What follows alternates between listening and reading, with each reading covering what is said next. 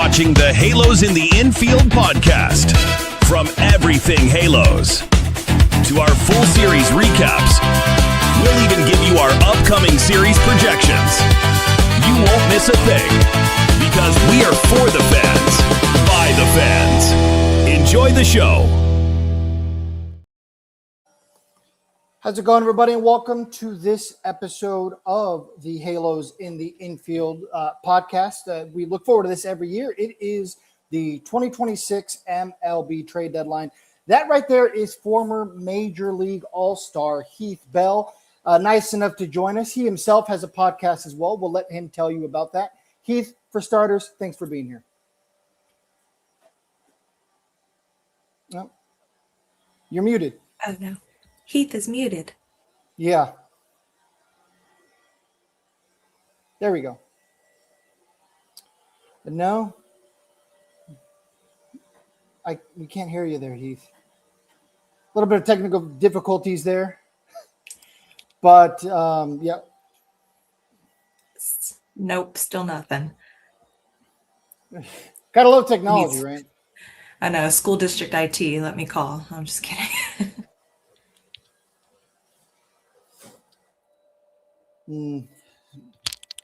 No. I mean, I don't think it's anything on our end because I can hear Courtney. Courtney, you can hear me? Okay. No. Yes.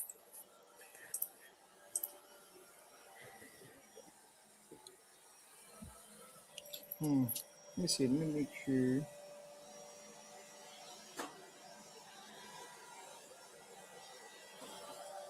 It's okay, guys. We're going to power through this. Yeah. Maybe leave and come back in. Okay, there you go. It looks like we're going to try that. The good old leave and come back in. But yes, Major League Baseball former All-Star Heath Bell he's obviously here.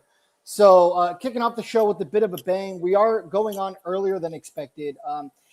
Guys, it's already been one hell of a trade deadline if you are an Angels fan. Joe Adell is gone. Jose Soriano is gone. Brett Sutter, gone. Obviously, we already know about O'Happy. Courtney, instant reaction. How are you feeling right now where we sit? This is before any Detmers, Neto, anything like that. But how are you feeling at this second? We are sellers. I think for once, the Angels fans, the Angel fan base, we are getting some movement instead of the previous, like in past years, like, come on, do something, like these little onesie twosie trades. We are finally fire selling. I do believe that at least Neto or Detmers will still be traded at this deadline. There we go. There we go. There's Heath. Hey, sorry about that. No, you're okay. No Technology. Courtney, you want go ahead and finish your thoughts? Yeah, I still think there's still some time left in this deadline today. So I do still think that Neto or Detmers, one of them is still going to be gone. One, if not both. So I'm just excited that we have some actual movement and traction here that is worth some value. I understand that we do have a lot of prospects coming in. So very hopeful for that. It does seem to look like the catching issue is kind of being solved with Cozart coming in. So, looking forward to that. I was still sad that O'Happy left, but I know that's more of an emotional attachment.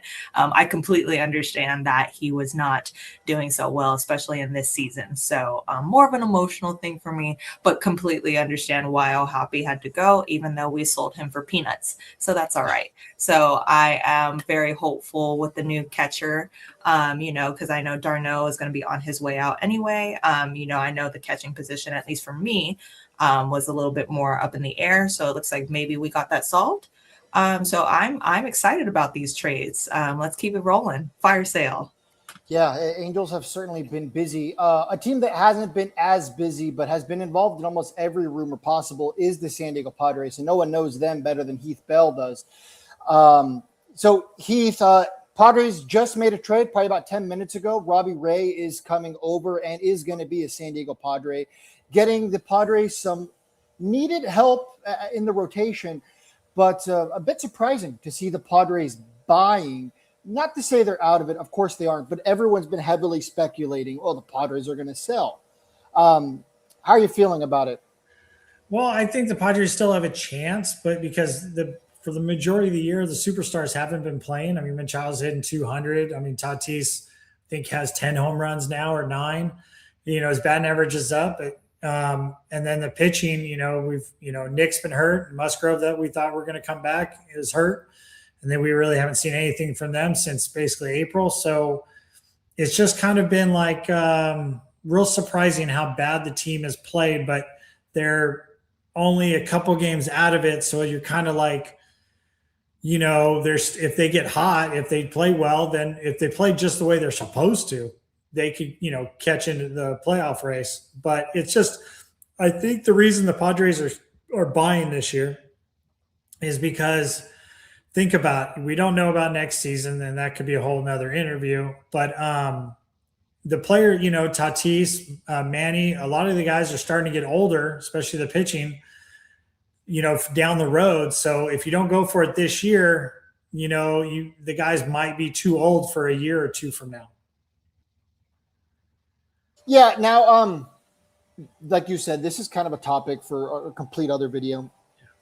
And I think everyone's kind of already alluded to the fact that there's most likely going to be some form of lockout. And will it be a long-term lockout like we saw in the 90s? That remains to be seen.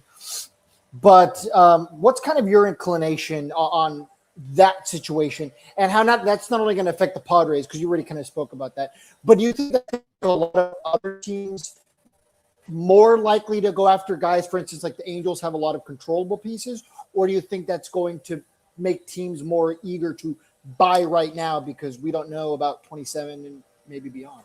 Well, I think it just depends on your team. Like, say the Angels are somewhat young and they're still rebuilding, so you want to get more young guys. You want to kind of you're in hate to say, like, 2-3 years away from really competing. Where other clubs like the Padres, they've competed the last couple of years, and it's either you have these contracts like with Bogarts, I think is still 8 more years, and Machado, same thing, where those big 10, 12-year contracts usually are bad contracts towards the end of the contracts. In a year or two, they're going to be towards the end of the contract. Right now, they're in the middle of it. So, and if the players aren't really producing, you kind of see like, okay, are we going to rebuild? Nobody's going to take these guys, or, in a trade, or you're going to have to eat the money, or you're going to be in that situation where you can't do a whole lot. Where the Padres, the last 2 years, they've traded their farm system to get guys to go for it. Those, previous 2 years. This year, we don't really have much of a farm system. So, and they don't want to rebuild. So you kind of have to go for it now with whatever you got. And the players that you're doing, I just think they're having a bad year.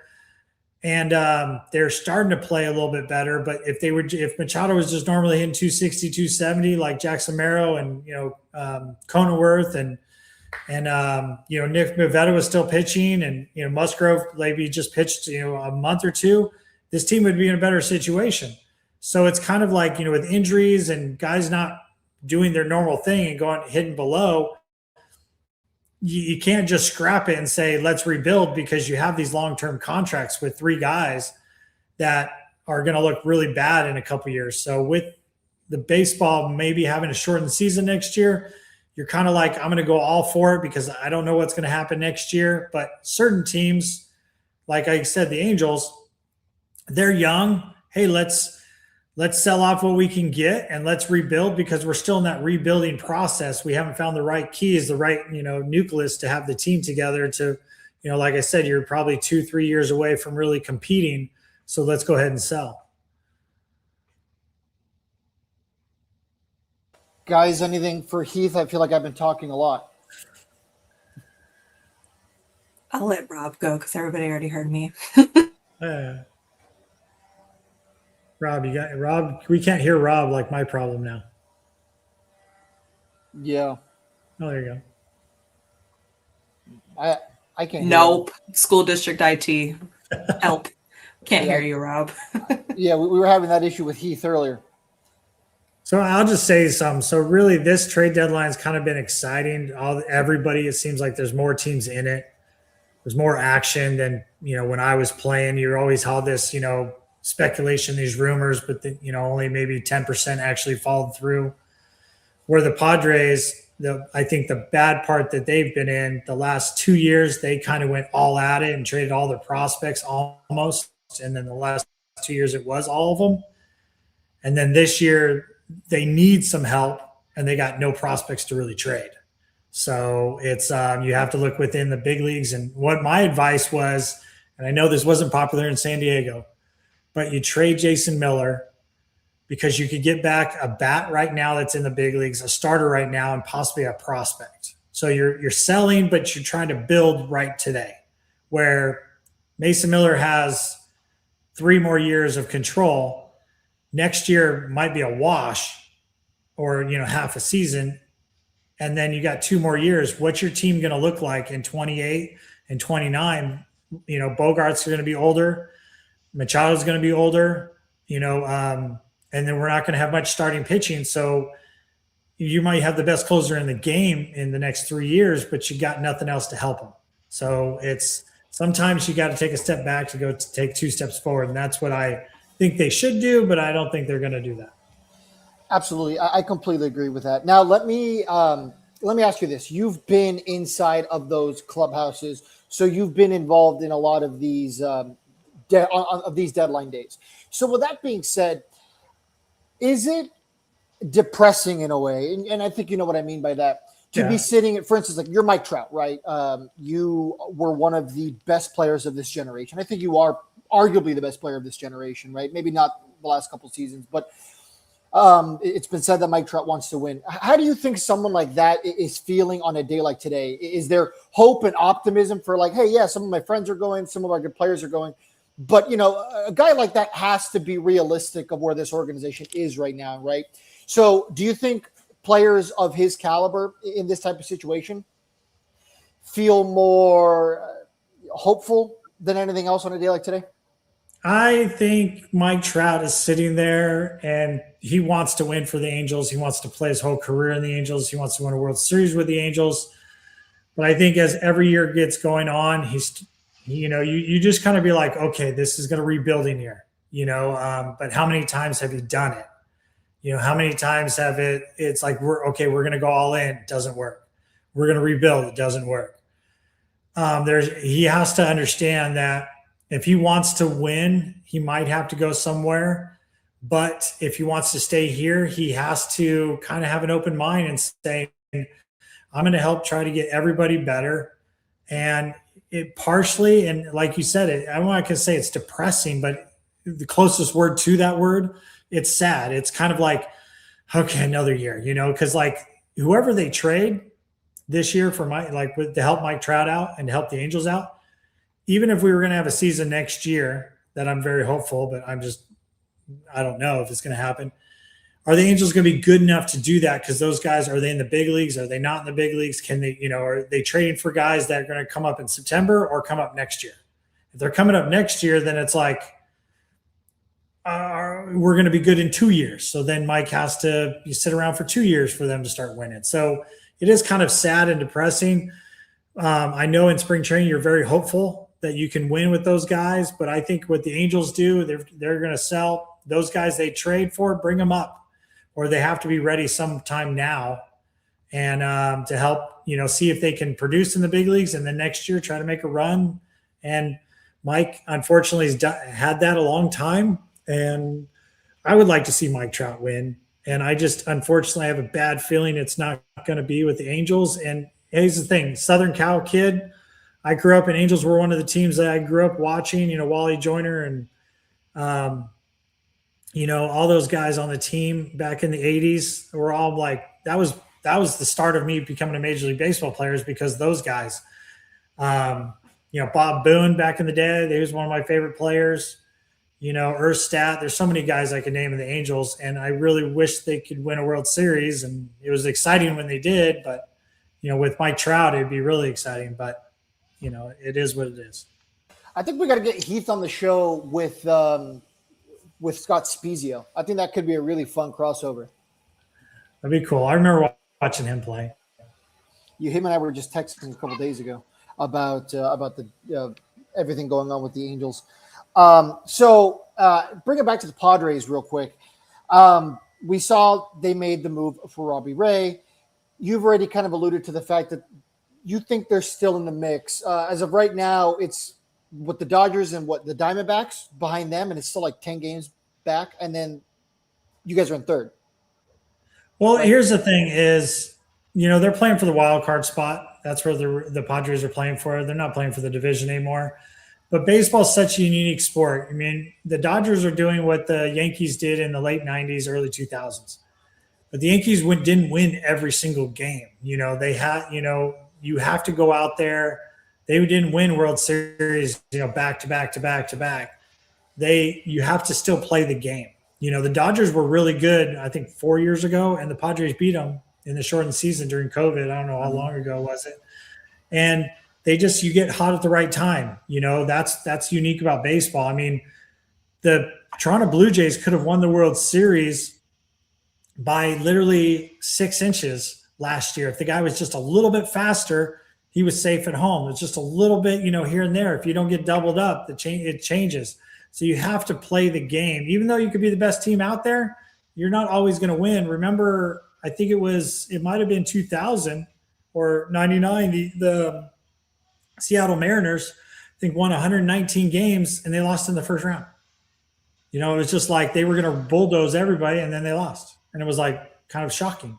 So, and then I remember when I was on the Padres, the Rockies won like 22 straight games to finish the season to get to the World Series. And they beat us in the extra game, the 163rd game of the regular season. The one where Matt Holliday didn't touch on plate. Yeah. Mm-hmm. Yeah. Where I joke with Matt, he still hasn't touched it. And he goes, yeah, who cares? But the funny part is you still got to go play. And if people are just like, the Dodgers are going to win it all, then you're just giving up. But the players are not going to give up, and I know the Padres haven't given up. And it's just, if you get in the dance and you get in the playoffs, you have a chance. And that's what you're shooting for. Right now, I think the Padres are just trying to get to the playoffs and just hoping to get hot at the right time, and anything can happen. But if you don't get to the playoffs and you're hot, it doesn't matter. Keith, real quick on that note too, Chris. Go ahead, Rob. Chris Bubik is to the Dodgers right now, relief pitcher from the Royals. From the Royals. So Heath, I see what you're saying. You still got to play the game, but you have every talented superstar out there. You're talking Cy Young after Cy Young. There's no weak spot in. As a bitter Angels fan, of course, because that's purely where it's coming from. We called the lockout here on this network 4 years ago, saying, hey, this is getting out of control, like teams disparity wise, and then the deferred contracts came into play. But I get what you're saying on that. I agree with you 100%. Still got to play the game, but it's pretty darn easy to play that game when, hey, I struck out. Don't worry, the guy behind me is probably one of the best players ever to play the game. Generational talent. The guy behind that. Himself. Well, let's just say the Dodgers. And then every Cy Young. So let's just say the Dodgers, right? The Dodgers have really developed in the minor leagues. It seems like every guy that comes up is a stud, and every guy they trade doesn't they kind of fizzle out, or they trade a guy that looks really good, but they kind of see that he's going to fizzle out for some reason. But the Mets have the most money in baseball. They have more money than the Dodgers do. So the difference is, I think they have a good culture. They have a good presence in the clubhouse. Dave Roberts is a good friend of mine. Mark Pryor's an ex-teammate, and a lot of their coaches are ex-teammates of mine. It's a good clubhouse. It's not just, hey, we're going to pay for you. We're looking for the best players, but also I remember, like the best personality guys and stuff like that. I don't think the Dodgers wanted to go after Juan Soto, and he's one of the best players in the game. You could say that, well, they could go get him, but they didn't want him because probably maybe his clubhouse, or they see him bounce around, or this or that. But there's other owners out there that have a bunch of money. I just think what the Dodgers are doing is doing a smart and trust me, the Dodgers, why can't other teams pay somebody $300 million? That's crazy, but $300 million and go, we're going to defer 200 of it. Why can't the other teams? One of my buddies who's a Mets fan just texted me saying, not Heath complimenting the Dodgers and shitting on my Mets. Never meet your heroes. Here's the thing. I love the Mets, but the Mets are and if he's a true Met fan, he'll agree with this. they're in such shambles. They don't know who they are right now. I remember when I was a Met, we were the Mets. We weren't like trying to be the Yankees. We weren't trying to do this. There was a culture of a way of doing things. And I think for some reason it's changed a little bit. I don't know. I've had people over there that have coached there, and they just said the culture is a little bit different. And I think maybe that's just the style of guys now and how they don't really develop guys in the minors anymore. It's like if you're really good, or if we gave you a lot of money in the draft, we'll bring you up. We can develop you. The thought process nowadays would develop you in the big leagues, where when I was a Met, you developed and you got to the big leagues and you wanted to help them win, and that was all it was. And I just, for the, like the Mets this year, they fired the coaching staff, but they kept the manager. And then halfway through the season, they fired the manager. That doesn't make any sense to me. Either you fire everybody or you keep everybody. And my big thing is, if you have a coach and you manager and coaches, unless you have somebody totally off the wall, it's going to take a good year to 2 to 3 years to kind of build an atmosphere to do well, where the Mets have the resources. And I just feel like management, they're not doing stuff. It's like it's almost like if you don't play well, we got to get rid of you. Well, everybody has a bad day. Everybody has a bad week. It's okay. We're here for the long haul. They say baseball's a marathon, not a sprint. And if you're a true Mets fan, you see it that way, where look at the offseason, what they made, the trades and the stuff they made. And it was like, that was really weird. What the guys they went after, and not bringing back Pete Alonso that have their home run leader, and then they're looking for a first base man. And it's just kind of like they didn't address it. And it's just, they didn't have a prospect coming up as a first baseman. And there's just little questions like, what are you guys doing? You just, are you making decisions off of your feelings, or you're trying to be smart at it, or are you just throwing money at stuff? So I think it's the latter. It's the latter? Yeah. I mean, I think they're doing kind of both. You know what I mean? Because they're obviously throwing money at it. We've seen that since Cohen bought the team, right? I mean, there's blank checks galore over there. And, the Yankees did that a couple years ago, and it never worked. So, yeah, I mean, that's like the one thing that's definitely changed. I mean, and maybe I'm wrong in this, but I feel like when I was a kid, it was a little easier for teams, and certain teams, really. The Yankees, right? They were the evil empire. They were buying championships. They had some homegrown guys too. But I feel like nowadays you kind of have to have a healthy mix. You know what I mean? A lot of these teams that are winning now do have homegrown guys that turn out to be key pieces in their championship runs. We see that a lot more. Well, I feel like you can't buy a roster anymore. Well, look at this. Look at the Atlanta Braves. And I hate to say the Braves because I'm a Met and a Padre at heart. Is the Atlanta Braves 2 years ago was, one of the best teams in baseball. Last year they fell off because they had some injuries. Now they're a really good team again. But they kind of stayed the course and go, okay, this year's kind of whatever, but we're going to keep our guys. We're going to do this. We're going to make little tweaks. And next year will be because we had some injuries and stuff, where you could go out and try to buy all the best players, and it doesn't work because it takes a while for them to mesh. And sometimes they don't mesh and this and that, or you do homegrown, but then those guys, then it's like, so let's just say homegrown, like say the Pittsburgh Pirates. You have Paul Schemes that you're like, oh, he's the next coming. This would be great. And then a year or two later, you have a shortstop that comes up, Connor Griffin. And then you sign Connor Griffin right away. What about Paul Schemes? Do you not plan on keeping him? So that just, it kind of shows that Paul Schemes, I guess, yeah, we'll trade you down the road, or we don't want to keep you long-term, but we're going to keep this guy. So it's just kind of hard, where like Seattle's kind of kept somewhat their young guys, and they're trying to, put the pieces and get the right pieces to the puzzle here and there. And they've gotten close, but they haven't got to, the World Series yet, but they're on the brink. You got to build with within, and then get some players that, you have to sign a free agent here and there, but you got to have a core, like 3 guys that were homegrown, and I think somewhat, there's the teams that win have a lot of homegrown guys, except for maybe the Dodgers, because they went out and got a lot of people. But when they started off winning, they had a lot of homegrown guys, and they just kind of let them go instead of you being here long term. We'll get the next guy. Yeah, I mean, they had Kershaw forever, Jock Peterson, Corey Seager, Bellinger. gosh, yeah, Bellinger. So yeah, they Will had those Smith guys is for quite a there, while. homegrown. Puig So, even counts, right? Puig was there for a while. He oh, counts. yeah. I mean, I'm just they saying signed they him have up. these guys that do really well and they let him go to free agent. They don't like necessarily make a big trade or something like that. And then they go out and got some free agents, Yeah. So to So, help. Heath, if I can, real quick, you're a player, and we said something about this before. Adam Kennedy really didn't take too kindly to it, and I love Adam Kennedy, and I do apologize, but it's now that I'm going to put you on the spot a little bit. Is I agree with you 100% that every team can do these deferred contracts on it in itself too. But like from where I work, and I do a lot of financials, a lot of contracts, and everything, it's the committing to future money like that is hard, especially when you're a franchise. You don't know if you're going to remain financially strong. You've seen a lot of TV deals fall through. A lot of teams are saying, "Hey, we haven't gotten paid for the past 2 years." So can every team do it? Yeah, 100%. But eventually, the bill comes up. You got to pay the piper. And for like Otani, like that huge revenue to be. I mean, as a total, they're 1.1 billion. They have the revenue stream. They have the TV media contracts in LA.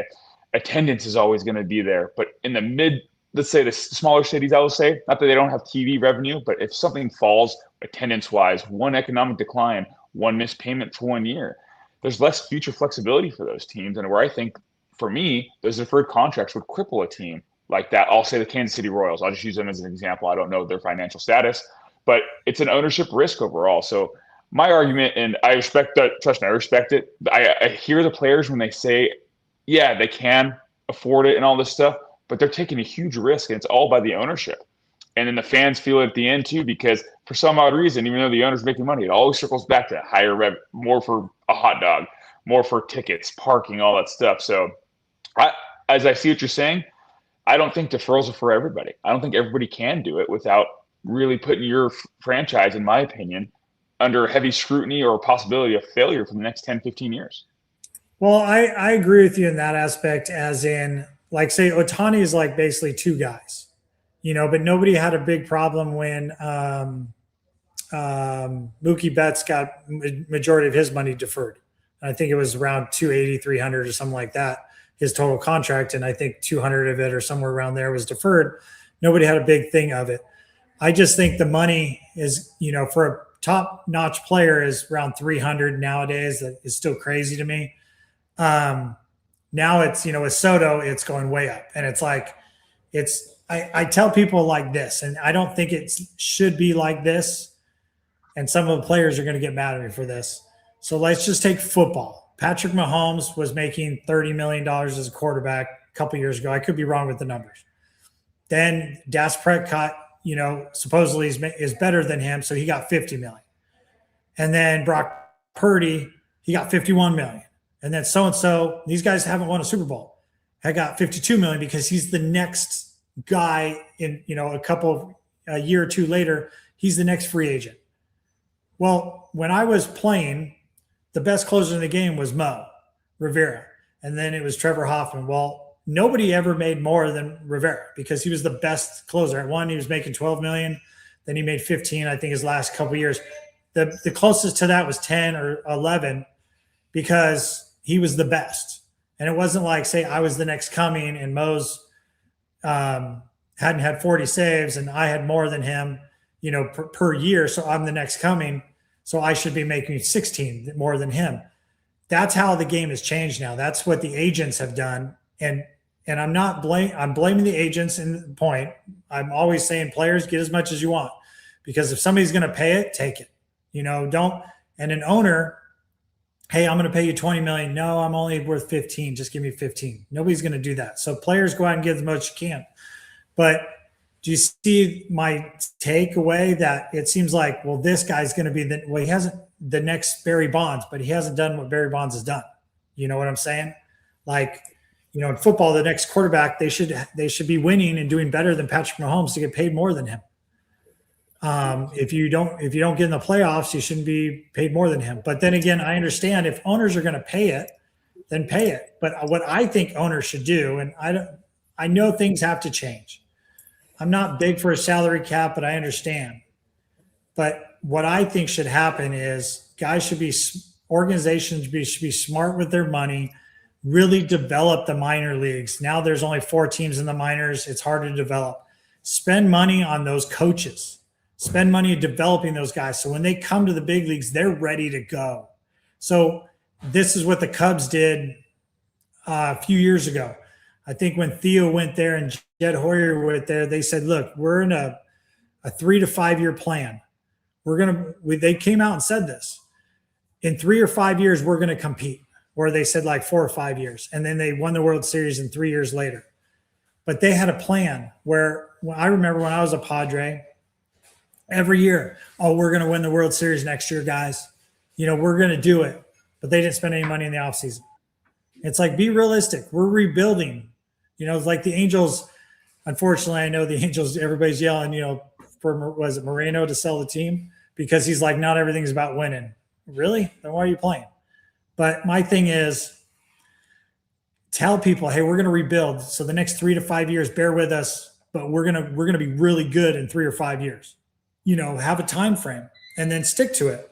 Where if you're just throwing money every year and saying, well, we have a chance because everybody's 0-0 at the beginning of the year, everybody knows the talent's not there, or you can get good, but you can't, it's a marathon. It's not a sprint. Sometimes somebody starts slow. Sometimes people do really well late. So something has to change between the owners and the players. But, the owners, it's not just the Dodgers have done this, because I think Milwaukee could have spent their prospects and got Tarek Skubal, but they didn't. The Dodgers said, well, here, let's go. Take these guys. It wasn't Skubal that went there purposely. So it's a give and take. And I know they're going to have to do something, but I don't necessarily think a salary cap is the all answer for everything. But we'll just have to wait and see what happens. Yeah, maybe I'm wrong or I'm in the minority in this thought, but I think a salary floor is more of a solution than a cap. I think, but see that. The only way that I think the owners agree to a floor is with the cap, right? That's their biggest form of leverage, right? Like, hey, we'll give you guys a floor guaranteeing more money for the players if you give us a cap. So real quick, you brought up Mason Miller earlier, and right now it's heavily rumored that the Mariners are checking in on him. But AJ needs Cade Anderson in return. He was the number 3 overall pick in last year's draft, and he is the Seattle Mariners' top prospect at the current moment. He's a lefty, obviously young. How are you feeling? You said that they probably need to move on from a guy like Miller. I think a lot of Padre fans are starting to get a little more okay with the idea of moving on from Miller, to some of the points you made earlier. Do you think there's anyone else that you could see getting dealt in a seller type role for the Padres, or do you think they're just going to be in this in between, like, they kind of are right now, maybe trading Miller and getting Robbie Ray? Well, here's the thing. If you're a Padre fan, if you trade Mason Miller, then your trade from last year looks horrible. So that's a stigma. You're going to have to basically get like the prospects you got that you gave to Oakland almost back. But you got to do something. But the Padres are in that funky where they're winning now, but 2 weeks ago they were losing. So it's like, they're going to try to buy, but they don't have much to buy with. And Ethan Salas, this is his first good year, even though he's only 20 years old. He's healthy in the minors and he's actually doing well. So, but he's your only prospect. But I think a lot of people, since the last 2 years he's been hurt, are kind of scarce from him. And then if you were selling, Ty France tearing the ball up right now. People love to have him. If you were selling, Tatis is, doesn't have the power numbers, but he still plays great defense. And his contract still, you can still move it. And he's hitting for average. So there's some place, if you were selling, you could sell some things, but those are guys if you're going to go for it, you can't sell those guys. So Padres are in this weird situation, as in, if you're going to go for it, who do you have to move to actually help your team out? And if you move Mason Miller, you have to get somebody back that is ready to help this team today, tomorrow and the rest of the season and the rest of his career. You can't get somebody back for like prospects and, well, we'll call them up towards the end of the season. You need somebody now. help this team win. So it's kind of a hard situation that they're in. A lot of clubs say they should sell. A lot of clubs think that they're going to buy because AJ Preller goes after it. But if you go after it too many years in a row, you're in this situation that AJ's in right now in the Padres. Yeah, I know Hacksaw, who obviously covers the Padres as well, has kind of been saying the same thing about like, oh, AJ's always selling the farm. Because, I mean, in the last 10 years since AJ got the job in 2015, there's been what, like 2 or 3 full teardowns? Because you had the hot talent lava phase, if you remember that, and that was after they traded for Kemp, Justin Upton, Will Myers. They signed James Shields. And then after that didn't work out in 15, they tore it all down. And that's when those Franmil Reyes, Hunter Renfroe, Josh Naylor, those guys, the hot talent lava days came. And then all those guys got dispersed and traded. And then they went all in again in 2022 when they got Juan Soto. That's really when they started to go all in again. And now your farm system's depleted. They've got big contracts you can't tear down anymore. You can't tear. Who's going to take Machado? Who's going to take Bogarts? And then you're paying Yu Darvish this year and next year, and you're paying Musgrove this year and next year, and you don't even know if they're going to be healthy. Yeah, so, respectfully, I remember a lot of Padres fans were excited when Yu Darvish kind of announced he was going to retire. And you know what? It's hard to blame them because, if you're not contributing to the team, and you know what? You might never be able to contribute to the team again because of your injuries. It's kind of hard to blame the fan base. You know what I mean? For almost celebrating. When you want to help the team out, but then, I feel like sometimes you got handcuffed. And as a player, you feel like you can come back. But like what you're saying, tear down and rebuild, they're in a situation you can't really tear down because if you have to play out Machado's contract until maybe his last 2 years, same thing with Bogarts. And then Jackson Merrill is going to be older by then. Cronenworth is going to be gone by then. And then you don't really have a starting rotation that is come up from the minor leagues because you've traded everybody. So where are you at now? You got bullpen guys, but you don't have starters. So that's kind of, and then, Michael King will be gone because you've traded for starters but they're, only 1 or 2 years here. And that's the hard part. They've done it so much where now they're in a predicament where you can't really tear down and you kind of have to go for it every year, but you're out of prospects. So you can't even rotate the roster. They have a good pitching system, but there's no talent in the system. It's like a bullpen day every day. Real quick, guys, Adley Rutzman has been traded from the Orioles to the Red Sox.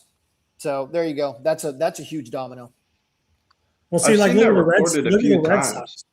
The Red Sox could tear down and go for it because they don't have huge contracts. So it's just, I think the teams with the big contracts, so let's just say the Dodgers, say if Ohtani got hurt, I don't think the team would be as good as they were this year. And that's just one guy. But my point is, if these guys get hurt, the Dodgers, what they're doing is, and I've noticed this the last couple of years, they're getting more than 5 starters. And it's almost like, oh, you feel something, we're going to shut you down for a month. So it's not about their numbers for the year. It's like, can you be really good in August and September in the playoffs? Like Snell. Snell's always been, second half guy. So they're not really pitching in the first half, And so it's kind of like I'm going to pay for 7 starters because I know those guys will be ready in the off season, and I'll have 1 or 2 play all year, and the other guys I'll have a break here and there. And I don't need to call guys from the minors. So I'm going to pay a little bit more to, do this, where other clubs could do that. But, the one thing that you got to look at is 10, 15 years now, the Hall of Fame numbers. These guys, they're only starting 20 games a year. Are they going to have the wins? We're going to have to change the Hall of Fame. Kyle Schwarber is an unbelievable hitter. But do you want a guy that hits, 500 home runs and only hit 220 his whole year? His whole career. So is that a Hall of Famer? He was good at one thing, but not the other, so it's just, it's interesting how the game has kind of changed. And I think it's kind of changed for the worse, not the better. I want to point out a tweet that was just sent by Joel Sherman right now, who writes for New York Post. Apparently, Jose Soriano was traded to the Blue Jays. We all know that. Apparently now teams are calling the Blue Jays about Soriano. So there's a very good chance that Soriano is going to get flipped by the Blue Jays is what they are saying right now. So for whatever that's worth. I just saw a report, Detmers to the Cubs. Let me see. It's on Angels only. Detmers to the Cubs. I have not seen that just yet. Keep refreshing. Yeah, no, dude, I'm ready I'm ready to be excited if he does. I mean, honestly, the one guy who I really trust during the deadline is Jeff Passan, and if he doesn't post it, then kind of have to be cautious. Hey, Heath, so as a player though, and your name's getting thrown around in the trade, how hard is it to go out and concentrate and focus on winning for that team and not worried about being pulled out and moving on to the next city? It's probably a lot harder now because social media is pretty crazy now, but social media was around when I was, possibly being traded and all that stuff. The biggest thing is you just don't watch TV. You try not to be on your phone. You try not to be on social media. You find yourself doing it, and then you find yourself going down a rabbit hole, and you're kind of like, well, you just get it over with. But so the best thing to do is just kind of like, just try not to pay attention as much as you can, and just, do your routine, do your workout, eat lunch, go out and play on the field. And probably around this time, you probably don't sign as much autographs because you don't want to talk to fans. Hey, you're going to get traded. I heard this and that. You just don't want to hear about it. You just try to stay away from it as much as you can. Yeah, I'm seeing the post that you're talking about now, Josh and Courtney, but it hasn't been officially tweeted yet. But so stand by, Angels fans. I see that's a lot of people are waiting for that. Also, Heath, as well, I texted you. We asked you for like 20, 30 minutes. So if you have to go, I just want to throw that out there. We're not kicking you out. I got you. Well, if you got any other questions, I'll answer them. Otherwise, I'll go have lunch. Yeah, fair enough. My family's cooking lunch. It smells really good. I don't know what it is. It just smells good. Dude, how was the weekend in Austin this weekend? Was it hot? We had a little bit of a relief up here, but man, the last 2 weeks has been brutal. It's hot. I was just in my pool, hanging out. My daughter has Down syndrome, and we were at the Special Olympics. She practiced swimming. Her first swim meet. Yeah, we're just in the pool or in the AC. That's kind of what we do here. Sounds like a Texan summer. That's awesome. Yeah. How is she just getting started in that journey, or the swim season's just started again. So she got second in state last year, and she doesn't want to do it because it's exercise. So she's a pretty good swimmer. Hey, that's valid. She's a pretty good swimmer, and she loves the water. But when you tell her to do something like you don't want to do it when somebody tells you to do it. So, but it's all good. I mean, sit in the house watching baseball, watch a movie. That's about it. Look up trade rumors since I'm not playing anymore. It's kind of fun seeing all that. Kind of curious what AJ's for the Padres are going to do because he always does something, and I just have a bad feeling he's not going to do a whole lot. But yeah, it's just, it is what it is. And then it's really interesting because, like I said early, that there's so many people being moved. It's kind of the new norm that trade deadline, bunch of teams are going to move.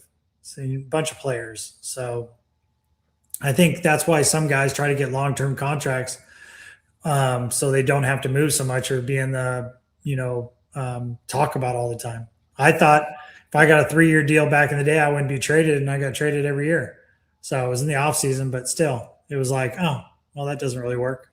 So I probably jinxed myself with saying that. The Reed Detmers to the Cubs news is official, by the way. So we can officially confirm that Reed Detmers has been traded to the Cubs. So yeah, exciting for the Angels. The Angels continue to sell. We've already kind of talked with Heath about that ad nauseum for the last hour. And Heath has been on the show many times. You've been kind of clamoring for the Angels to tear it down. I mean, you've even said in the past that you think the Angels should trade Mike Trout. I would imagine you still probably echo that same sentiment. Well, I would love to see him win. I think he'll do really well if he gets traded somewhere. But in the hindsight, if he stays there, I just think they need to get with Mike or whoever and just say, look, we're going to be good in 3 years, and then just have a plan. and go and get much as you can, but have a plan for the next 3 years is we're going to build, we're going to have the best farm system out there, kind of what Tampa does. And then you can have a really good team. And after 3 years, the team could be really good if you keep doing basically what Tampa does. And I think Tampa stays good, just like I said with the Braves. There's 1 year out of every 3 that they have injuries and they don't do well, but they're pretty consistent and pretty solid of having young guys come up. And, if they have a year where they're not in it, they trade some pieces, not all of it. And then they keep going, because you got to have a good farm system to have a good big leagues. Otherwise, unless you're just going to try to spend all the money you want and not have a good farm system and not develop guys. But that doesn't always work. And we've seen it in the past. It doesn't always work. Sometimes it does, but it doesn't always work.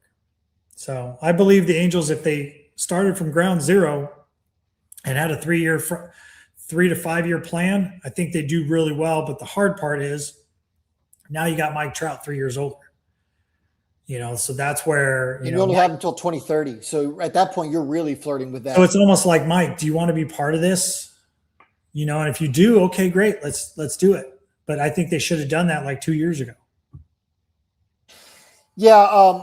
Todd Fox of our network had a sit down with Perry Manassian's father, and Perry said that Mike Trout behind the scenes requested a trade about 2 years ago. That's just what Todd told us, that Perry Manassian's father said. Obviously, we're going off of the word that he told us. But, supposedly Trout did want out. Arden Moreno is the one who was like, no, you have the language in your contract that you're staying. You have a no trade clause. We don't want to get rid of you. We need you for ticket sales, blah, blah, blah, blah, blah. Is that true? Who knows? But that's what we were told. Like I said, sometimes you have to take a step back to take 2 steps forward, where if I was the Padres GM right now, I wouldn't want to trade Mason Miller, but if I could get back 3 to 4 guys that are kind of ready and maybe one prospect that's going to be ready the next year, I would do, because I think long-term that would help me, where, it's just, maybe the owner, if the GM or owner is not on the same page, then that doesn't work either. So, maybe Arden wants ticket sales. He doesn't realize that, look, if I traded Mike Trout, let's just say if it was, a couple years ago, my sales would go down a little bit, but they would increase double in a year or two. So sometimes you got to spend money to make money. If you're just all worried about the almighty dollar, that's one of the deadly sins, is just greed. And sometimes like I said, you have to take a step back to take 2 steps forward. But some people are like, no, I just want to keep going forward.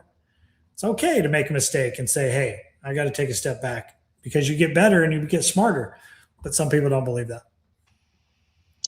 Even offloading Mike Trout's contract would be a huge win for the Angels, let alone to grab more pieces to help with the team, just to help complement what you have currently. Because we talked about this years ago when Angels didn't trade Ohtani, that we're going to miss the wave of Zach Neto, Nolan Schanuel, Joe Adell. And here we are missing that wave exactly as we look to trade those guys away. Well, that's just, unfortunately, I think you can look back. It's easy to look back and go, these shoulda, woulda, coulda. But, the Angels weren't in the playoffs at the time. They weren't even in the hunt. And everybody was like, why don't you trade Ohtani? But I don't know. I don't know what's going on in the front office in that organization. I think that organization could do well, but, who knows? That's why you guys are such an uproar that you want the owner to sell. So, but you guys know more than I just, every time you put on the Angel game playing somebody, you always hear that. You're just like, oh, that would be horrible to be an owner. Or horrible to even to be a fan. Yeah. Hey, Heath, for whatever it's worth, the Padres, I guess, just checked in on Jackson Holliday of the Orioles. So, of course, these are all rumors, but you never know. The only reason why I bring it up with the Padres is, I mean this as respectfully as I can, AJ Preller is nuts. And I mean that in the best way possible. I like AJ. I loved when he first got signed, the whole rock star GM era. The guy goes out there and tries. And, I don't think there's anything wrong with that in the baseball world. And it makes it more interesting as a fan, right? Because you never feel like your team's out of it. So all respect to AJ Preller. But, man, that'd be crazy. Could you imagine getting another shortstop Well, I will tell you, AJ's philosophy is get every shortstop possible because shortstop can play any position. And I believe that's true, but I'm not a big believer in it because you have instinct when you play first base, outfield, center field, left field, wherever you have those instincts that you grow over time.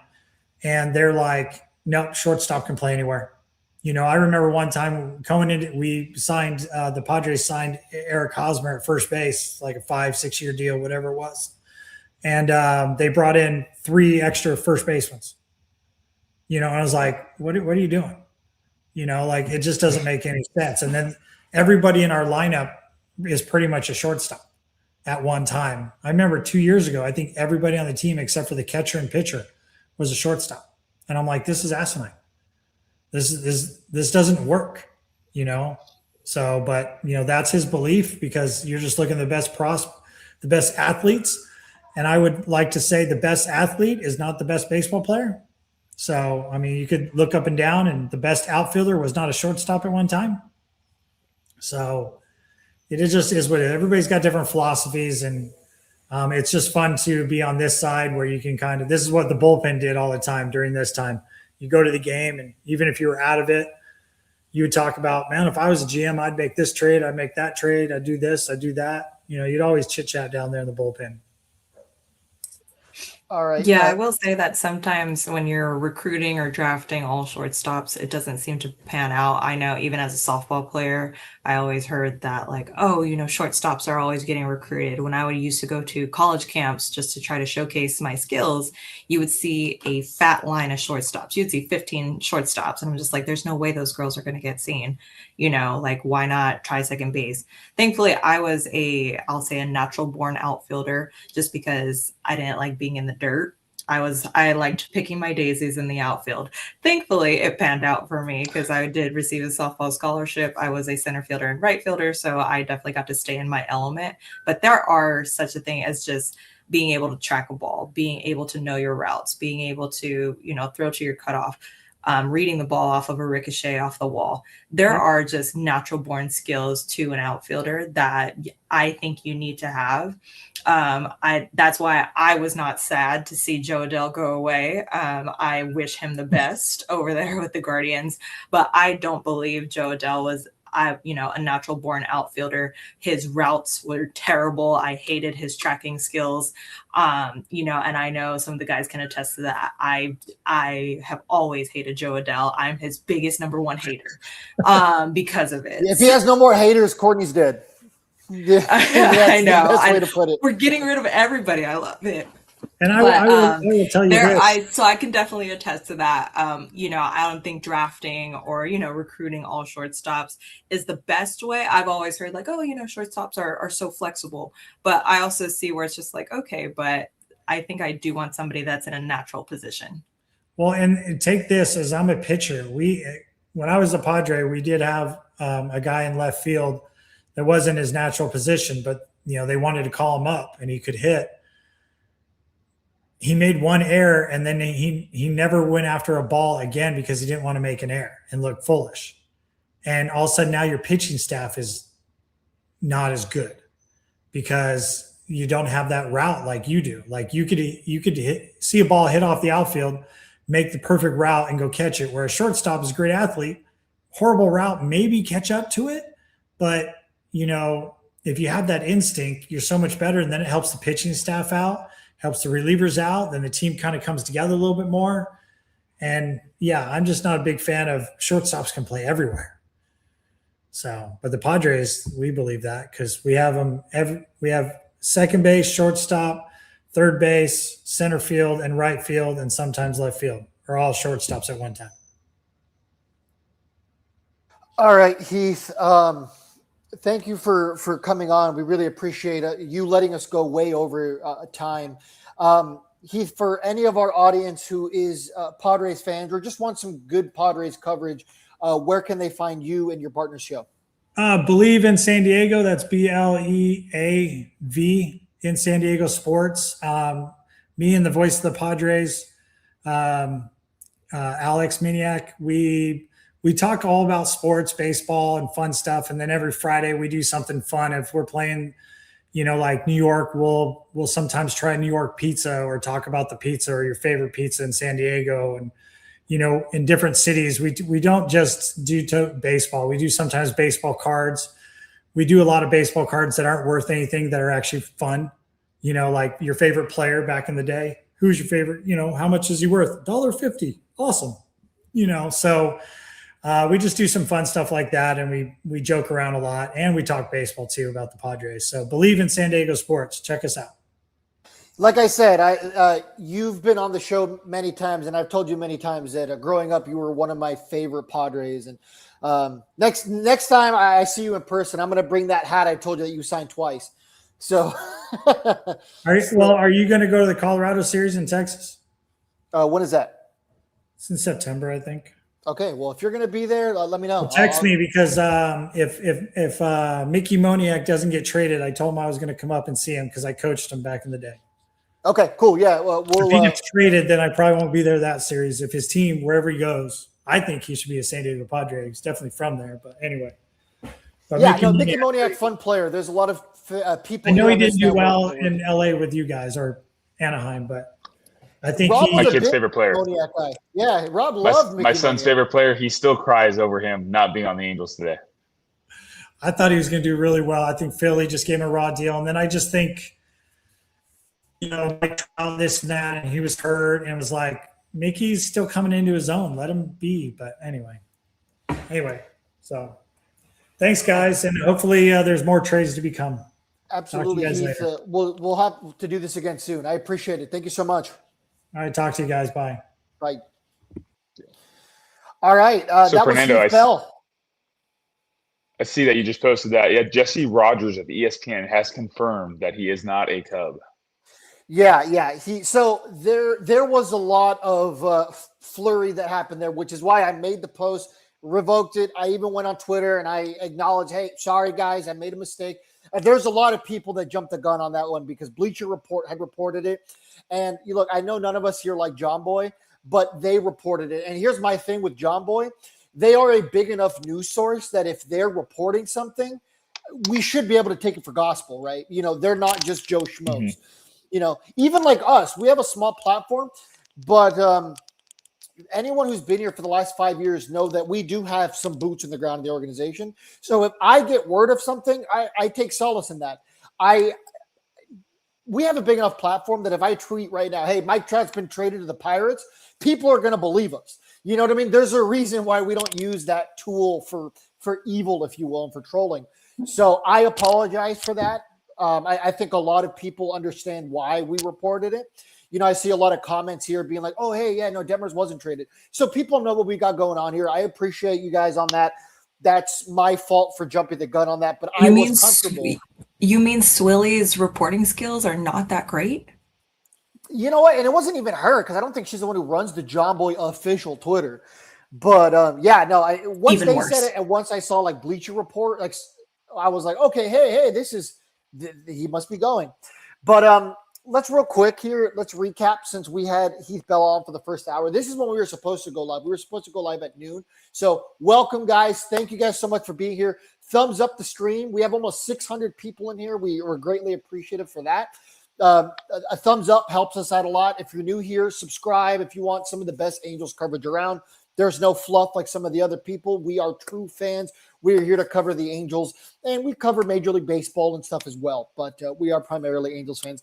So, guys, how are we feeling? Nacho Alvarez is an Angel. He was on the Mexico World Baseball Classic team, hit a big clutch home run against Great Britain to give Mexico the lead at Game 1. I was there. He was a top prospect of the Braves at one point. Right now, he's batting like 250. He is a third baseman, though, and I do think that this was meant to open up the potential floodgates for Neto. I think a lot of people on this network echo that same sentiment because now you have the possibility of putting him at third base, even though right now he has been optioned down to the minors. I think he's optioned to Double-A. Correct me if I'm wrong, but I think he is a trash panda currently. But yeah, you have potentially the ability to put him at third, Denzer Guzman at short, and then Neto will go where Neto is going to go potentially.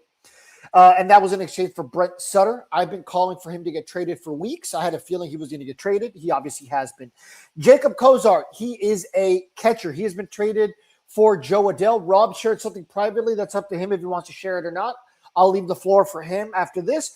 We, of course, traded Jose Soriano bright and early this morning for anyone on the West Coast. Erjuan Namala, Eddie Micheletti, and Angel Rivero are coming back.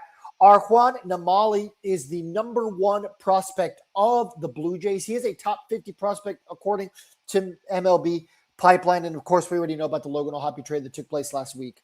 Guys, your instant reaction, how are we feeling right now? Pretty good. Trade was sorry. My bad. I think the Joe Adell trade was pretty bad. Joe Adell's numbers aren't that good, but I think there's still a good player there, and I don't even see this guy being a big league catcher. The Suter trade was probably the best so far in terms of value. I mean, that guy can at least be a big league backup piece. I don't know that the guy from the Silseth and O'Hoppe trade will. And then the Soriano trade, it only makes sense if you trade Neto. I mean, you have way too many middle infielders, and you have a lot of value with Neto. So, one thing I'll say to piggyback off of what you said before Rob goes is the theory could also be, hey, well, we have this top prospect. We can have him for a year or two, and then, they're going to do with whatever they're going to do with Neto. I mean, what do they keep Neto for 2 years until this kid's ready? You know what I mean? That's the only thing I could think of. Yeah, it's probably unpopular opinion. I'd rather hold on to Neto currently right now instead of a panic move where you give him away for less than what he's worth currently or what you can get. Let's evaluate the market a little more. If it's not there, you don't have to trade him. Be blown away by it, because the Adell trade, there's sources on the Indian side saying that they won over on this trade, that they were probably willing to give a little bit more up, maybe a pitcher in itself too. No one of name of top 100 prospects, but the Angels could have got a little bit more for Adell. And then the one trade that's still blowing me away is the Jose Soriano trade. If you guys look at that, we got more back for Jose Soriano than they got for Tarek Skubal.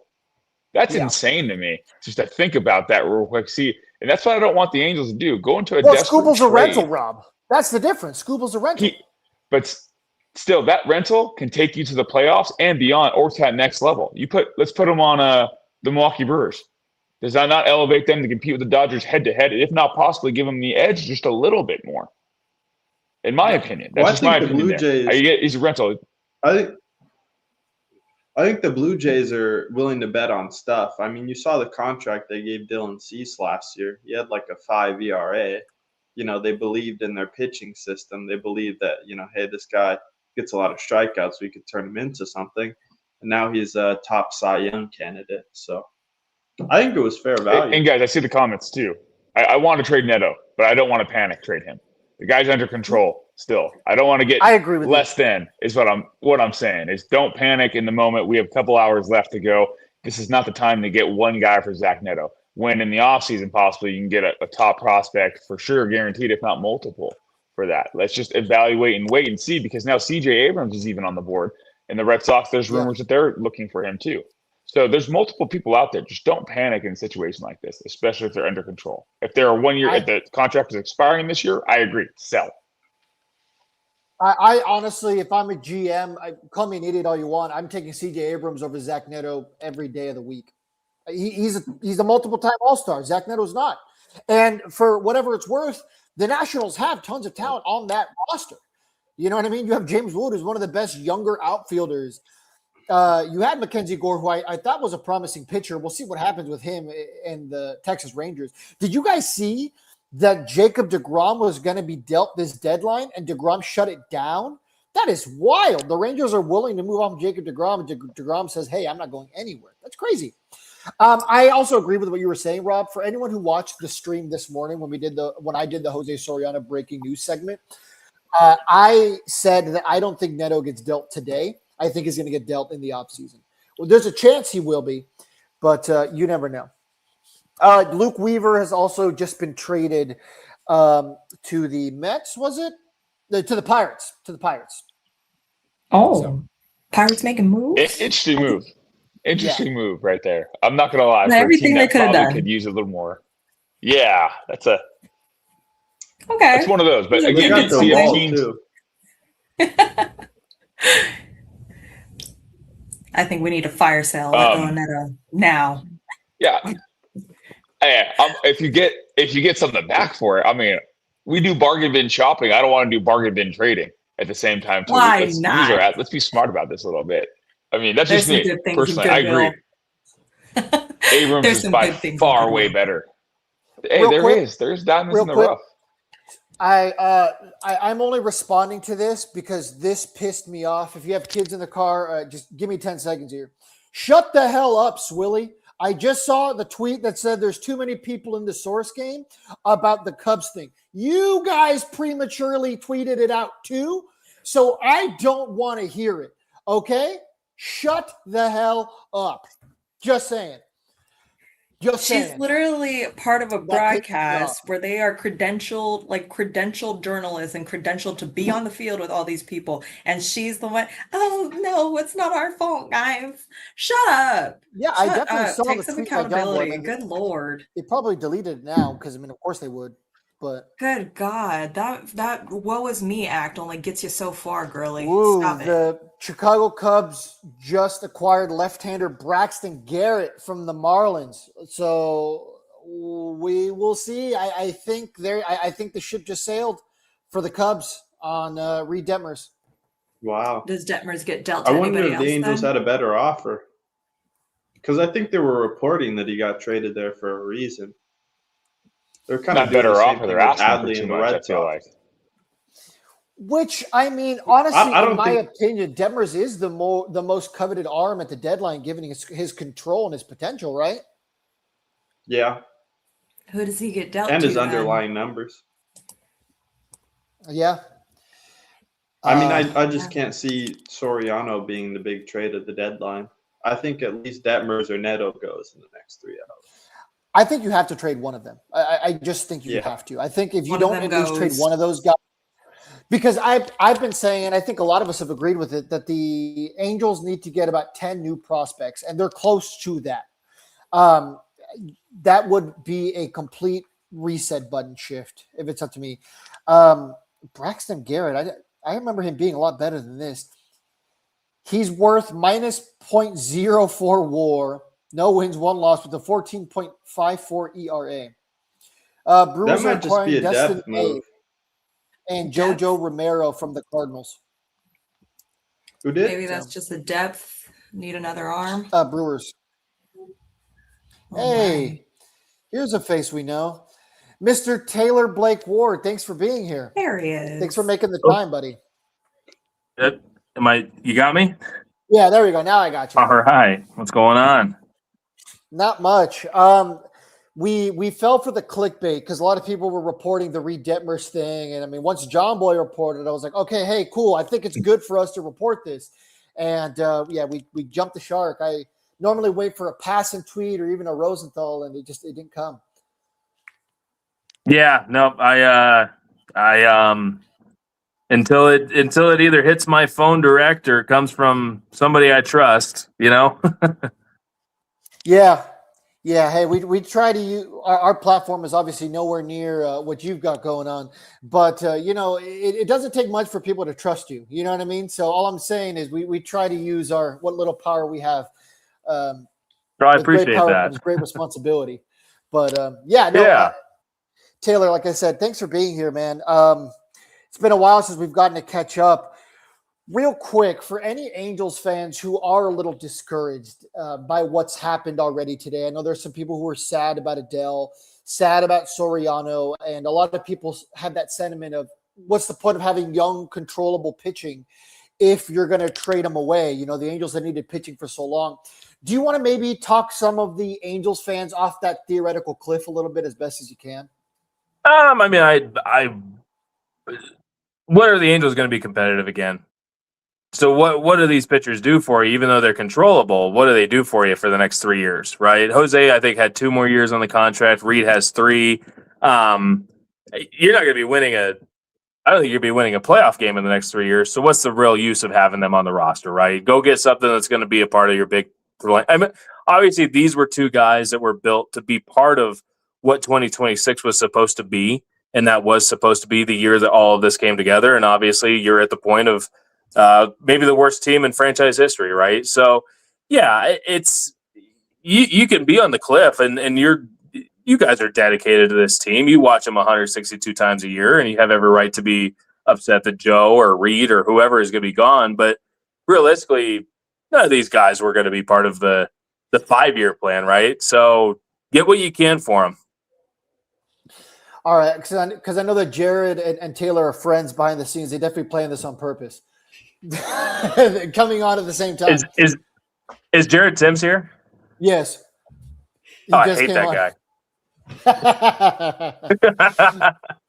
Yeah, Jared, Taylor is responding to some of the Angels fans that are a little upset. I'm sure, you've probably seen and heard on Twitter and, on your show over the last week or two.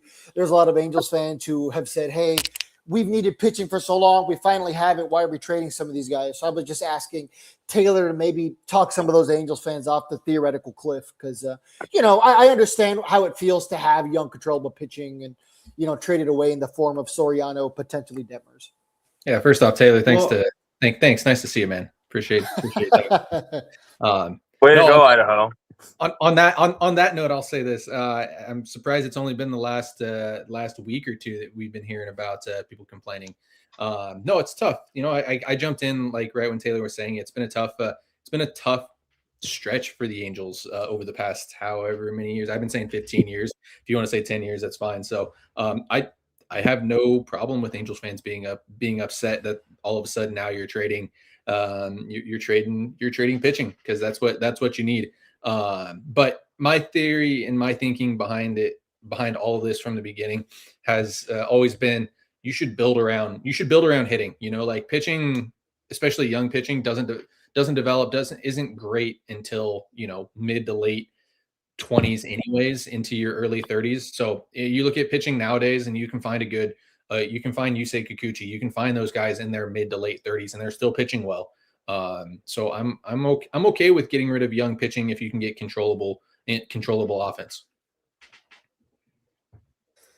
What can you let's start off with Taylor. Taylor, what can you tell us about some of the exciting pieces that came over in the Soriano trade? So the Angels just added according to MLB Pipeline, top 50 MLB prospect in the form of Arjuan Namala. Correct me if the pronunciation's wrong.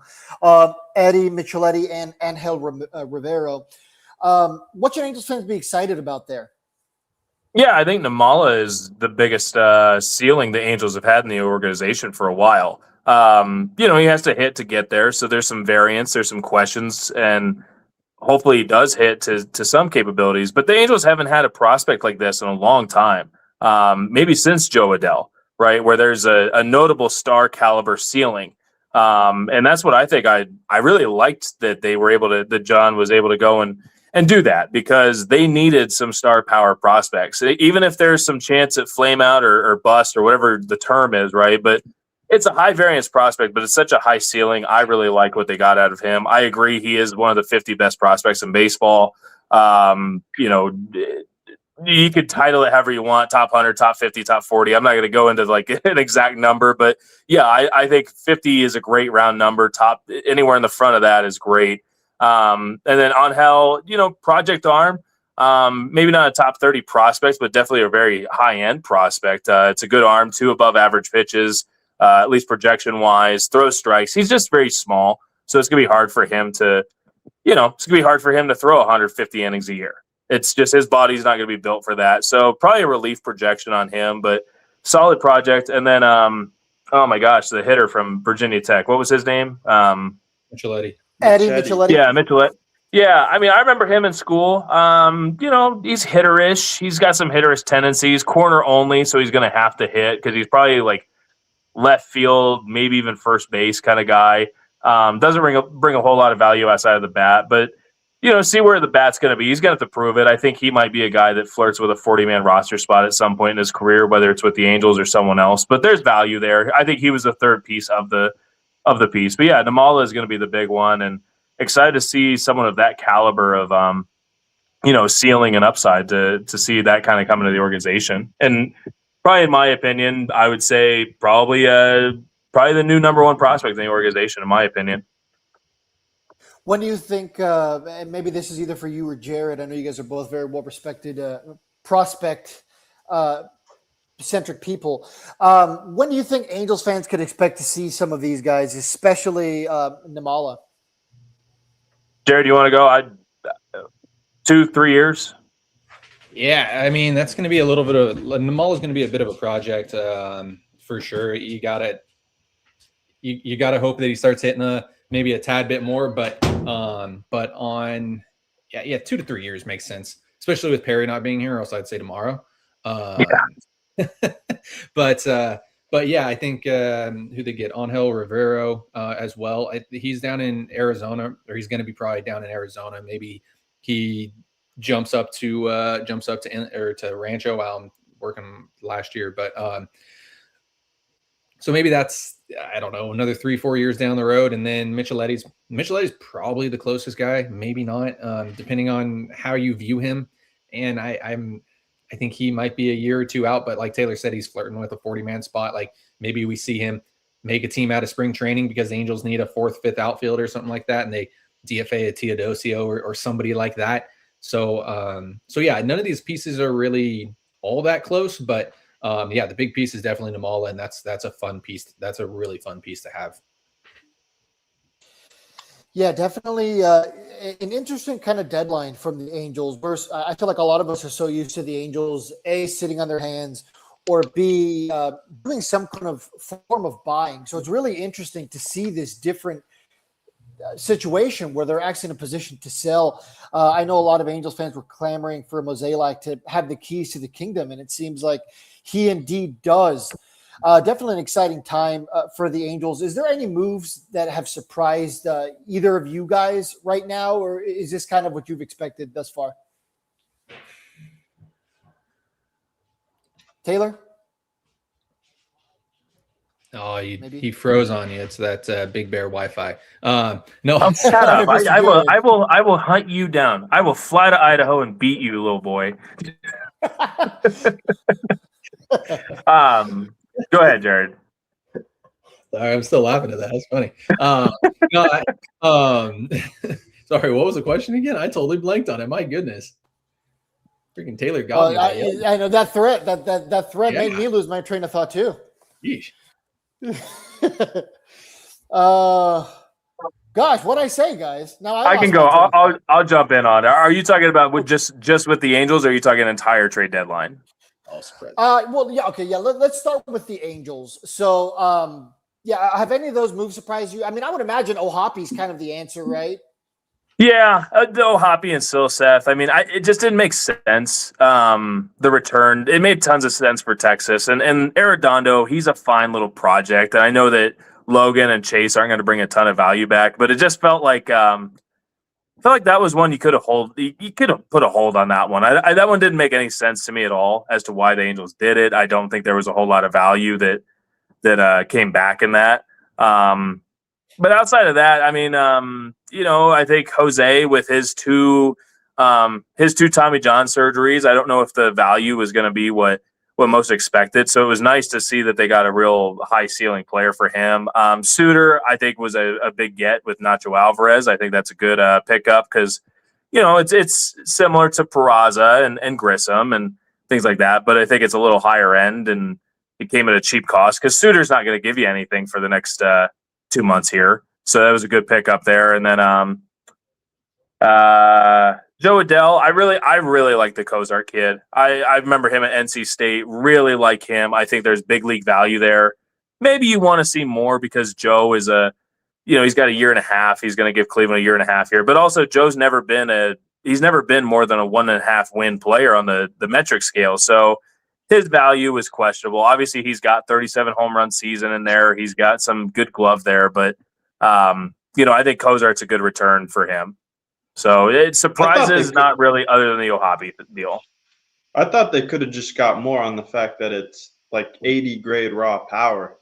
I mean, I'm surprised no one took a flyer and thought, hey, if we change his swing, if we change his approach, we can get him back to a 30, 35 home run hitter. Because I think he'll be that eventually.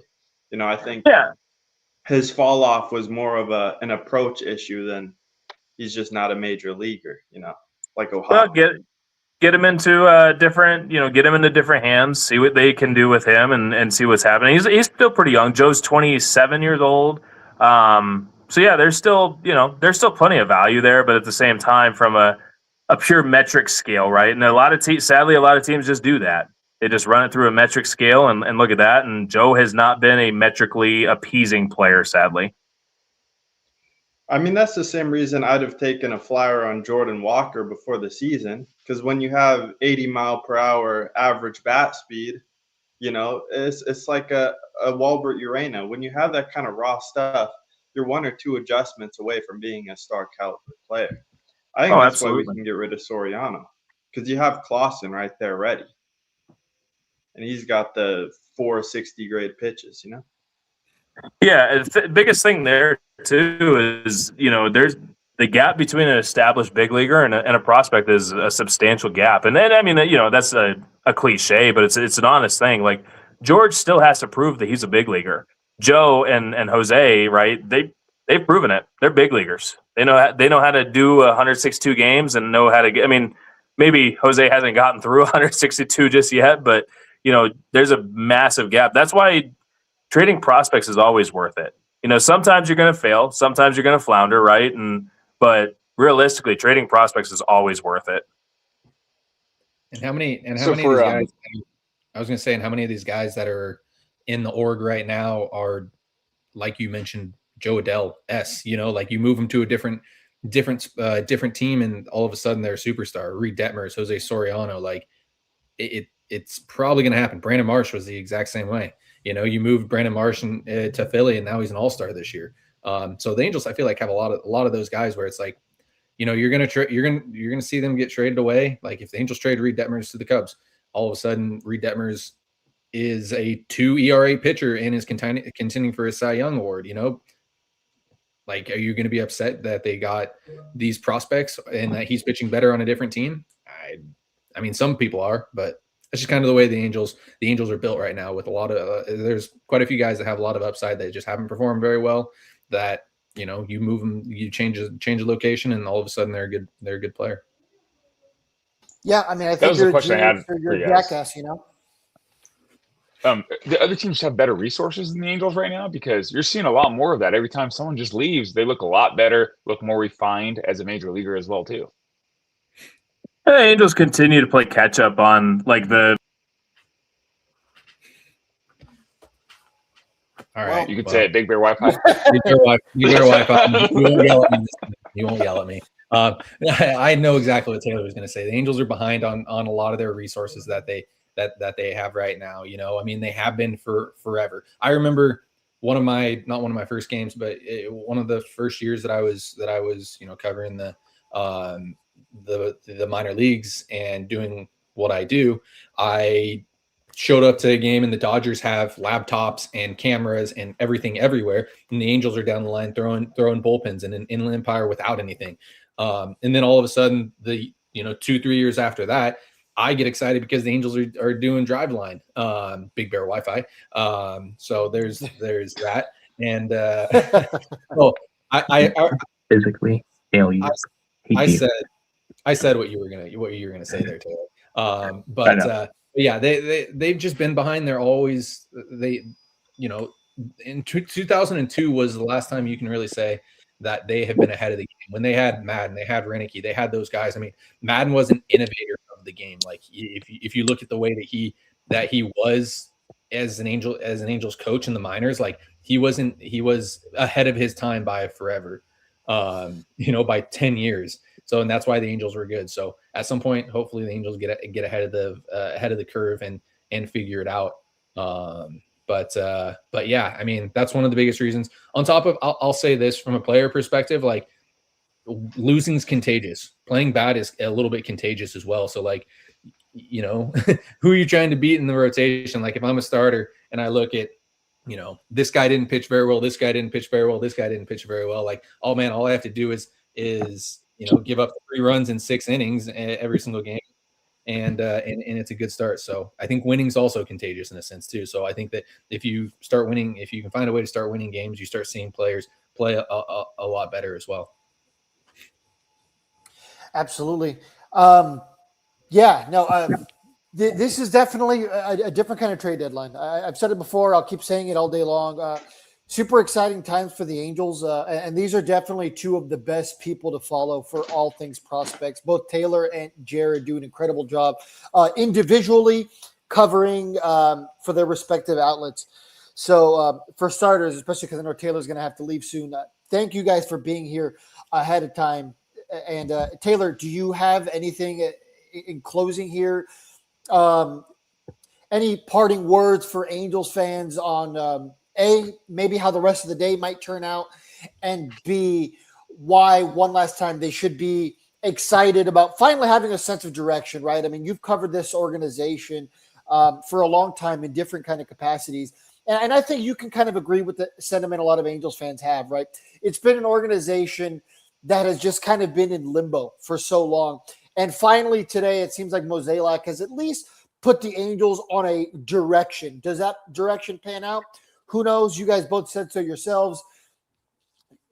You're essentially genius. You're a jackass, right? This is going to work out for the Angels, and in a couple of years, this will lead to winning, or maybe it won't. But at the end of the day, we can think back to this day 5 years from now and think, hey, the Angels really tried that day. They really went in. So do you have anything in closing here that the Angels fans can kind of hang their hats on in terms of hope? Yeah, I mean, I like you said, there's a form of direction. Like I said, a lot of this was building up to this year, right? A lot of what Perry Manassian was doing was building up to 2026, and it didn't work. It didn't work. There was a direction. It went a few different avenues during the directional pattern, but it just didn't work, right? And that's what cost Perry his job. Like I said, I've always liked Perry. He's always been a good guy. I wish him well in whatever he does with the rest of his baseball career, but this didn't work. So it was time to kind of part ways, right? Whether he was a scapegoat or not, that's a different opinion. We could say whatever we want, but it comes to ownership and management and there's all kinds of things. But yeah, this is a big day. I think tomorrow there's going to be some interesting things that have come out that, we'll find out all kinds of stuff about whether this happened, whether this didn't. There's going to be movement across the organization that's going to be exciting for everybody because they're going to have to replace an outfielder. They're going to have to replace two pitchers, a reliever, a starter, so there's going to be guys moving up and down all across the organization. That's going to be pretty exciting to see. Like you said, there's a sense of a direction. It's going to take a long time. They just need to come out and just say it. They need to come out and just say it. And they don't need to use the word rebuild, but just, hey, we're going to be bad. Because next year is going to be just as bad or worse, right? You can't expect the Angels to win 70 games next year, and then the year after that, who knows? Maybe if Neto's gone, Detmers is gone by the end of the day, you're talking about close to the worst team in baseball over the next 2 years. And it's not a knock on the guys that are still here, but you just have to be realistic about it. So, you have to go through times like this at times.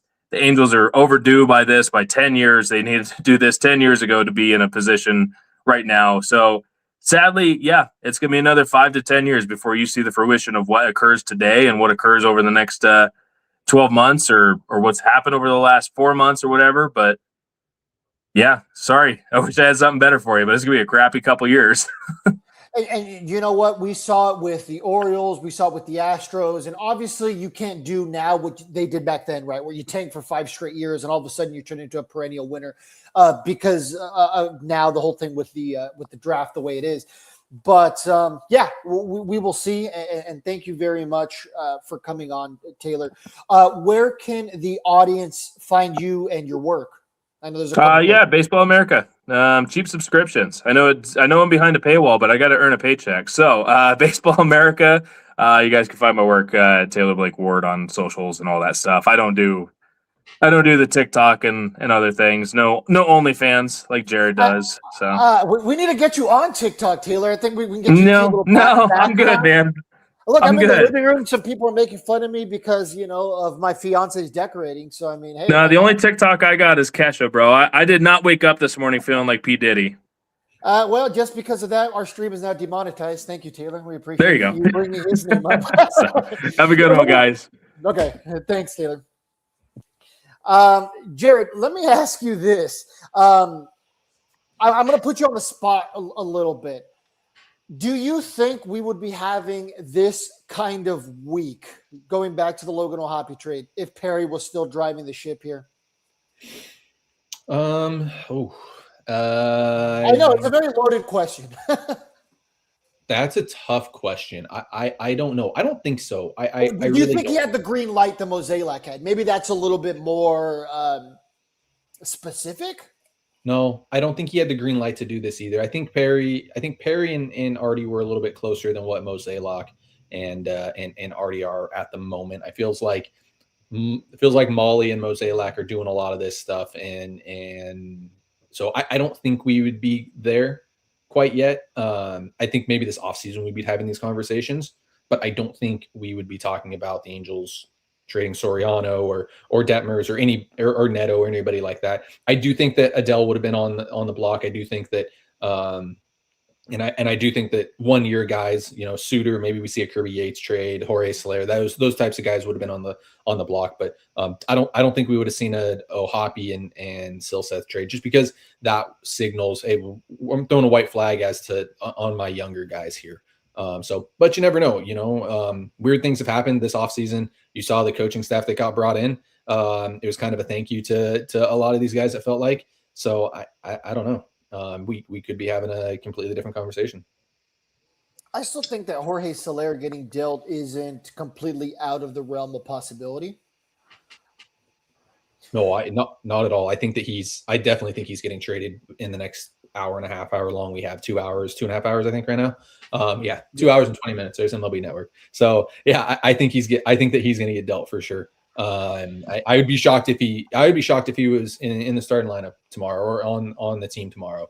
I really, really would be. And the same can go with Kirby Yates. I know there's probably not a lot of value there, but someone's going to want a reliever at an inexpensive cost. So and the same thing goes with Soler. I know there's not a lot of value there, so don't expect a lot back, but somebody that's within 2 or 3 games of the going to want a big right-handed bat that can hit home runs down the stretch. So I expect those two guys to go. Anything else, I have not a clue. I'd like to assume, but I'm not going to. I think the biggest difference will just be what the return is. I think with Perry, you would have gotten hey, this guy throws 100, but he has a 6 ERA in AA or whatever, and he's 23. Versus with Mozeliak, we're probably getting guys in the complex league. We're getting the FCL All-Stars. Yeah, absolutely. I think that when it comes to, and we saw it with the Grillinger draft, right? I don't know if the Angels go that way if Perry's here. I really don't. I think that they go more of a college bat, which might have been the right choice. I said it a lot. I thought college bat might have been the right choice. I thought that might have been the best player available. But I'm not upset about Grillinger either. So yeah, I think that, and I said it on Talking Halos a couple times. I think that we're kind of seeing a shift where we might see some younger guys. That might be where the window is that Grillinger, 4 or 5 years down the road is when the Angels start really pushing to win again. Yeah, it seems like they're much more willing to take on those kind of guys that are 5, 6 years out. Sorry. Can you elaborate too? You tweeted out yesterday or earlier today that the Angels finally have catching depth. How bad was it? I know you cover a lot of the minor leagues for the Angels, and let the fans know how bad was it what we're looking at down the road if this didn't happen at all. What do we have for the next couple of years? I mean, even 2 months ago, all you had was a Juan Flores and a Marlon Quintero, who are very, very good defensive catchers that may not hit a whole lot at the higher levels. Really, really good defenders. Now all of a sudden you have 2 guys that were just playing college. We're just playing college baseball not too long ago at a higher level, a little bit higher of an IQ. Is it the best depth in baseball when it comes to the back behind the dish? Probably not. But I mean, I'm a huge fan of Garrett Wright. I don't even know if Garrett Wright actually sticks behind the plate. I know he's a very good catcher, but I mean, he plays center field as well, which shows you how athletic he is. I think he could probably play up the middle in the middle infield as well too.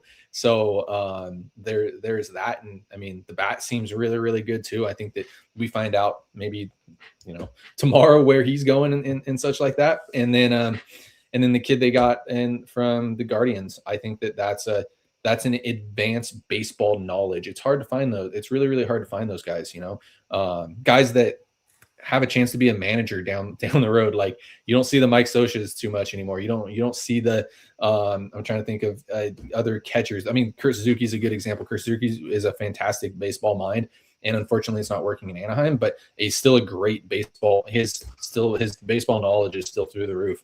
And you just don't get that anymore. And I think that's what the two guys that I've been talking about here I bring to the table. For sure. So I think I'm Bruce excited. Bochy is another name that could have been said. He was a catcher. Who was that? Bruce Bochy. Yeah. Oh, Bruce Bochy. Yep. Another great baseball mind. Great. One of the best managers in baseball history, I'd say, right?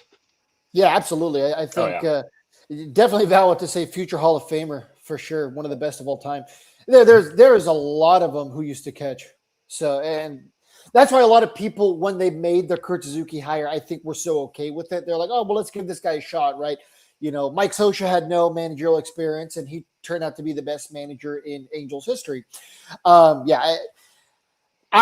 wouldn't think that the same is going to happen with Kurt Suzuki. I've been wrong before. I'll be wrong again. I know there's a lot of Angels fans who have already kind of given up on him, but we'll see what happens with him this off season. I don't think any of us are in the business of speculating,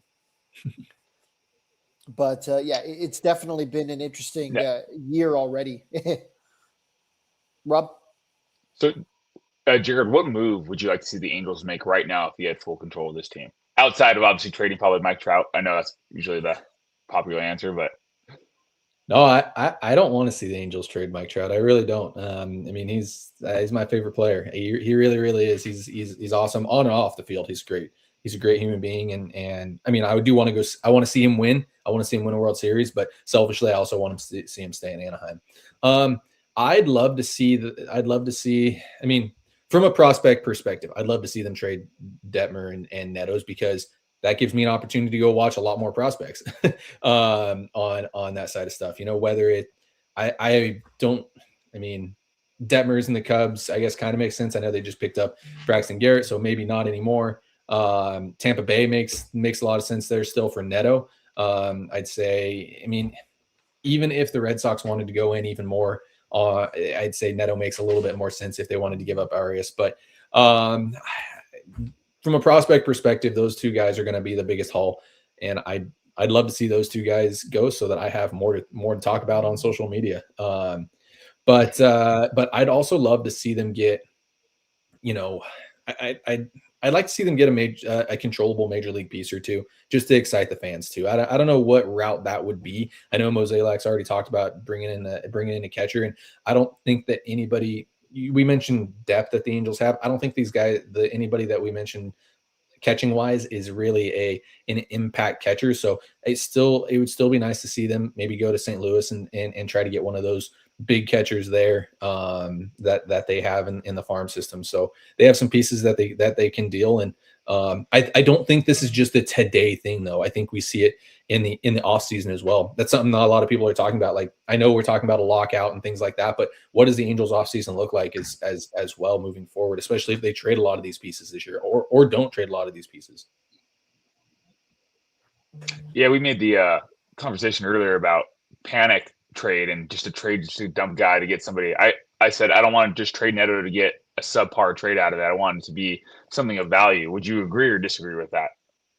Absolutely. I think Mozeliak said it a lot, and not said it, but I think that it's been out there a lot, is that the Angels are asking for the moon and back for both of these guys, and you can't just roll over just because you don't have to trade Detmers and you don't have to trade Neto, especially right now. You don't have to do it, if you don't get that offer that you're looking for. You could also build around those two guys too. They're still 25, 26 years old. Like, what if you extended them? Sorry to interrupt. Ryan Zefferjon has been traded to the Chicago Cubs. Zefferjon has been traded. This is according to Jeff Passan, so I think it is safe this time to hit the retweet. For how much? Because, that's a guy you could really get fleeced on. I could see him being Louis Varland, Well, we are still he has waiting on the high return. 90s.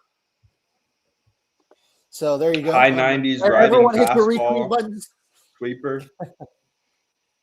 Yeah, Ryan Zefferjon, great arm. I definitely think that he potentially could be one of the biggest bullpen arms to give you a good return. But that's what I'm a little worried about. We are seeing what's going to happen when the return tweet comes back. But instant reaction, I'm a little worried.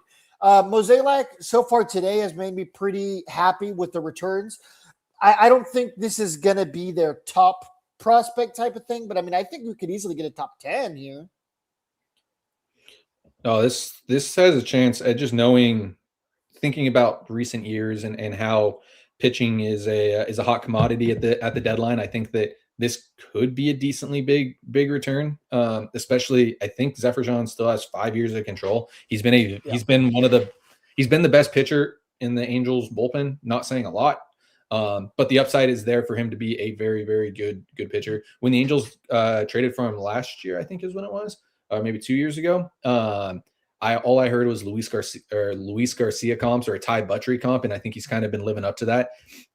So I think that it could be a reasonable return here, especially with how many years of control he has left. We'll see as we're all probably waiting for it. I mean, look at his bomb page. It's like 100th percentile expected batting average, crazy whiff, strikeout. The stuff plus is crazy. And he's been throwing strikes lately, and he's been getting results. So, and 5 years of control, I hope they got something. Yeah, Teamer, I don't think you're right about this one. I think a lot of Angels fans will look at certain players and they'll look at their performance and will think about the bad outings. We don't remember what these pieces look like to other teams, right? I mean, you're looking for a guy. If you're looking for a guy who has been used as a high leverage type guy, oh, hold up. Ken Rosenthal, is there a return here? Not yet. Okay. We're all waiting. That's what we are waiting for, the return. But yes, as I was saying, this is a guy who has a lot of control. He is going to be a very cheap arm for the Cubs and is going to put him in contention for quite a while. And it's going to help him out in the playoffs for sure and help him get to the playoffs for sure.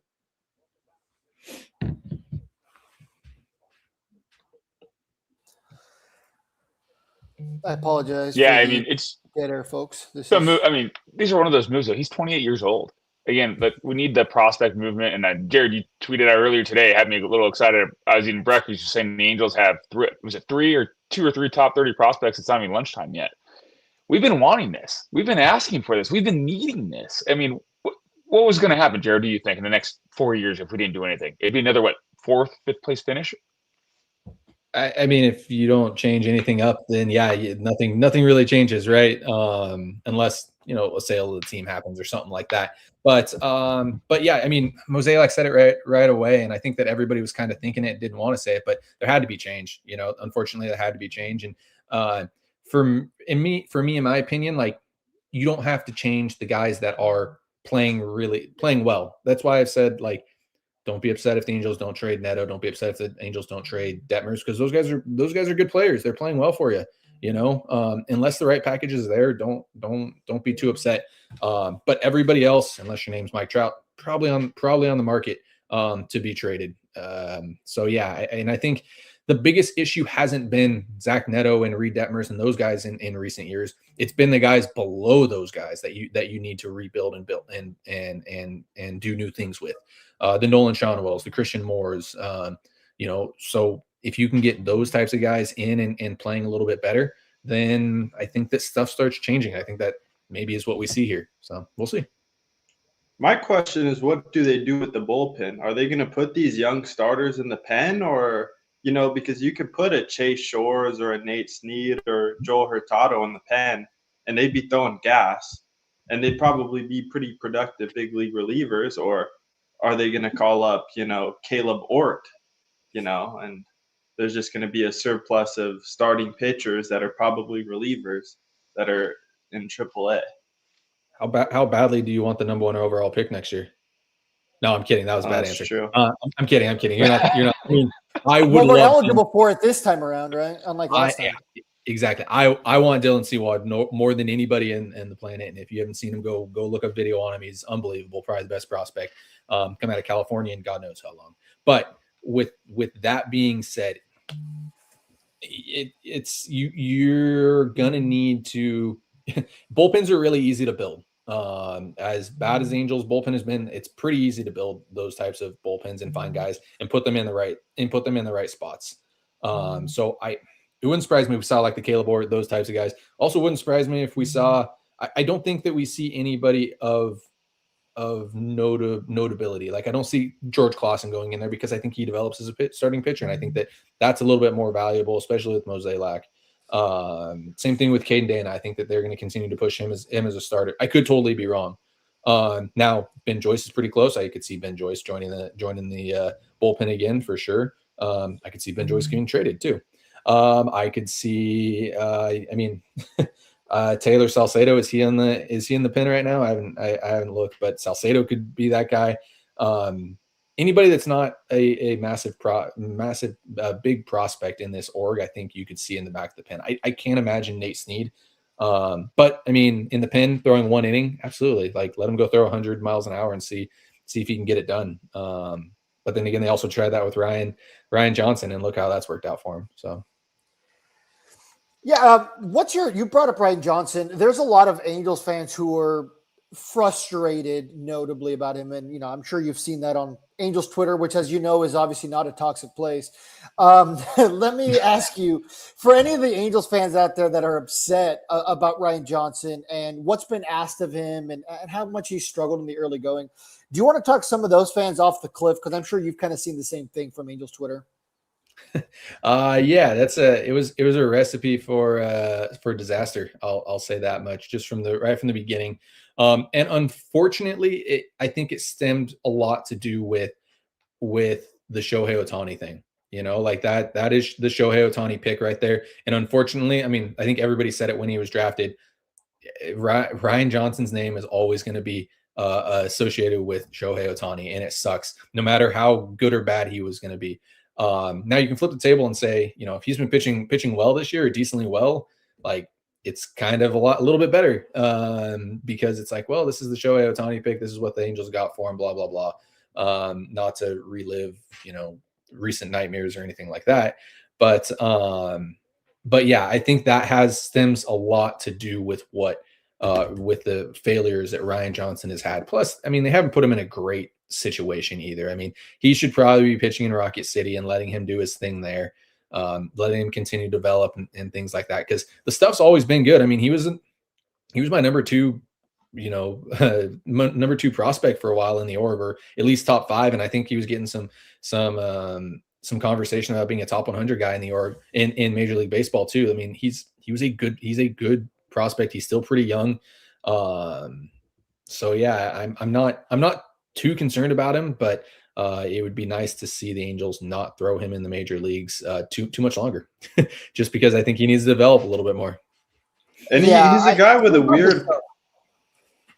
He's a guy with a weird profile, and they keep on changing things about him. Like they changed his arm slot twice. They've changed his pitch mix a few times this season. Like I don't think they have the Ryan Johnson formula, and they're just running him out there. And then he has a problem where he can't pitch out of the stretch, and he just gets lit up. So, yeah, I don't think anybody has the Ryan Johnson formula either because of how different he is. I mean, there's not another Ryan Johnson out there, unfortunately, that you can say like, oh, let's go mimic this and mimic that. But it also probably has to do a lot with what Taylor and I were talking about, a few minutes ago with the Angels being lacking in resources and things like that. Because it would be great to see. It'd be great to see, a lot more. I don't know if changes necessarily need to happen, but there are definitely things that Ryan Johnson probably could do better, and it would probably be a lot more visible and a lot better, easy going with him if the Angels had those resources available throughout the entire org. Yeah, well, a lot of guys with Mike Maddox, they took big steps just by throwing more off speed, and it's like that someone else could have figured that out 3 years ago. Throw a changeup, Yeah, no, absolutely. I mean, the throwing more off speed is definitely a big thing in today's game. And Mike Maddox has been doing this a long, long time. And the last name says a lot about, what he can do and what he brings to the table. So yeah, that's a big get for for the Angels. I hope that Mike Maddox sticks around for a couple more years after this, just because of what the Angels have in, future years when it comes to young starting pitching. I just saw your tweet, Jared, Yeah. about the Angels automatically winning because they traded for a guy named Nacho. That's good. That's good. Especially for us, we have the Nacho night. So could you guys imagine if he comes up here and inevitably, you're going to have a bad game, gets the Nacho Night Award? That's just going to be perfect. That's going to be perfect. He's local, is he not? He's a local kid. Yeah, it's Riverside CC is where he went to, where he got drafted out of. So, and then the Angels also have the Nacho helmets too. So, that's a big thing. They got to put his name on it instead of the Angels logo. I think that's just good marketing. There it is. He's also a good prospect. He was also a pretty good prospect, though. I mean, I think somebody mentioned that he was getting top 100 consideration, and he was a top 5 guy in the Braves org for a little while. You get 5 more years of him. I didn't want to compare him to like Oswald Peraza, but like that's the kind of thing that I kind of view him as, is someone who is going to kind of maybe be up and down a little bit. Probably doesn't start every day for you, but has a chance to definitely contribute. And you got 5 years of him too, so I really like that trade. Those are those trades that I really, really like, and one of the reasons why I think that the return on Zephyr John is going to be pretty big when we figure out what it is. I just saw a tweet that said, "Who was the better Cub, Zach Gallen or Reed Detmers?" That's pretty good. Or, I mean, I don't know, Arson Judge on the Giants. That's also another. That's another good comp there. Oh, man, I'm mad at myself for falling for the clickbait. Like I said, I even made the tweet originally. I said, stand by. Oh, a couple of big, interesting trades that have happened. I was really surprised to see Adley Rutschman get traded. Josh Smith getting traded was interesting. Well, Adley is interesting to Boston at all teams. You're trading with inside of the division itself. I was shocked that you'd want essentially one of your rivals to be better than you, especially when they're on a hot streak like they are. I love Adley Rutschman. He's one of my favorite non-Angels. I'll say that. Not that I have a lot of favorite Angels, but one of my favorite non-Angels there. And I think I'm looking down the road and hoping that the Red Sox don't extend him, because that'd be a fun backstop to have in Anaheim. I'm not gonna lie. In the back of my mind, I was kind of like, man, I kind of hope the Angels would trade for a guy like him, because like I understand the name of the game right now is prospects, but I don't mind the Angels going out there and getting controllable pieces, and he's still very much controllable. And obviously now with Ohapi gone, I mean, you kind of have nobody in theory there in the foreseeable future. I mean, we'll see what happens with Cozart and how quickly he comes up or can't come up. And we'll see. Maybe there's more trades that happen. I mean, that's why a lot of people want Detmers to go to the Cubs, right? Because the Cubs have some very good, young, controllable catching prospects. Yeah, I think for me, I was going to say, I think a Detmers trade revolves around a Josiah Hartshorn rather than one of those catchers. But I could see them getting both those guys if it ends up working out. We'll kind of wait and see. Like, I still think that's on the table. You think Ballesteros is possible? Because, he had the hot start. Yeah, I do. Yeah, I do. I've been saying it for a while. I think Mozeliak, and I don't think Mozeliak's asking for the moon and the stars for some of these guys, and Detmers is one of those guys. You don't have to trade Detmers. So if you're not getting the right package, you wait until the off season. Maybe you work on extension with him or something like that.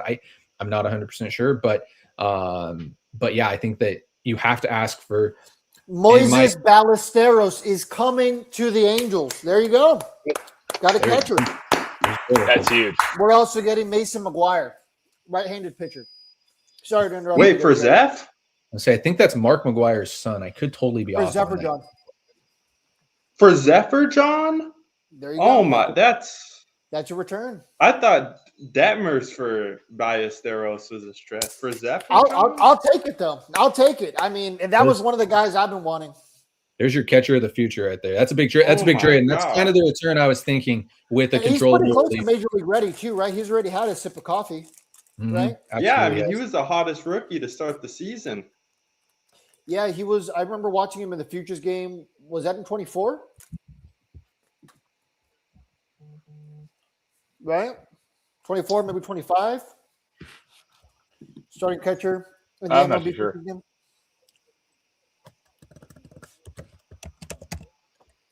But there you have it, folks.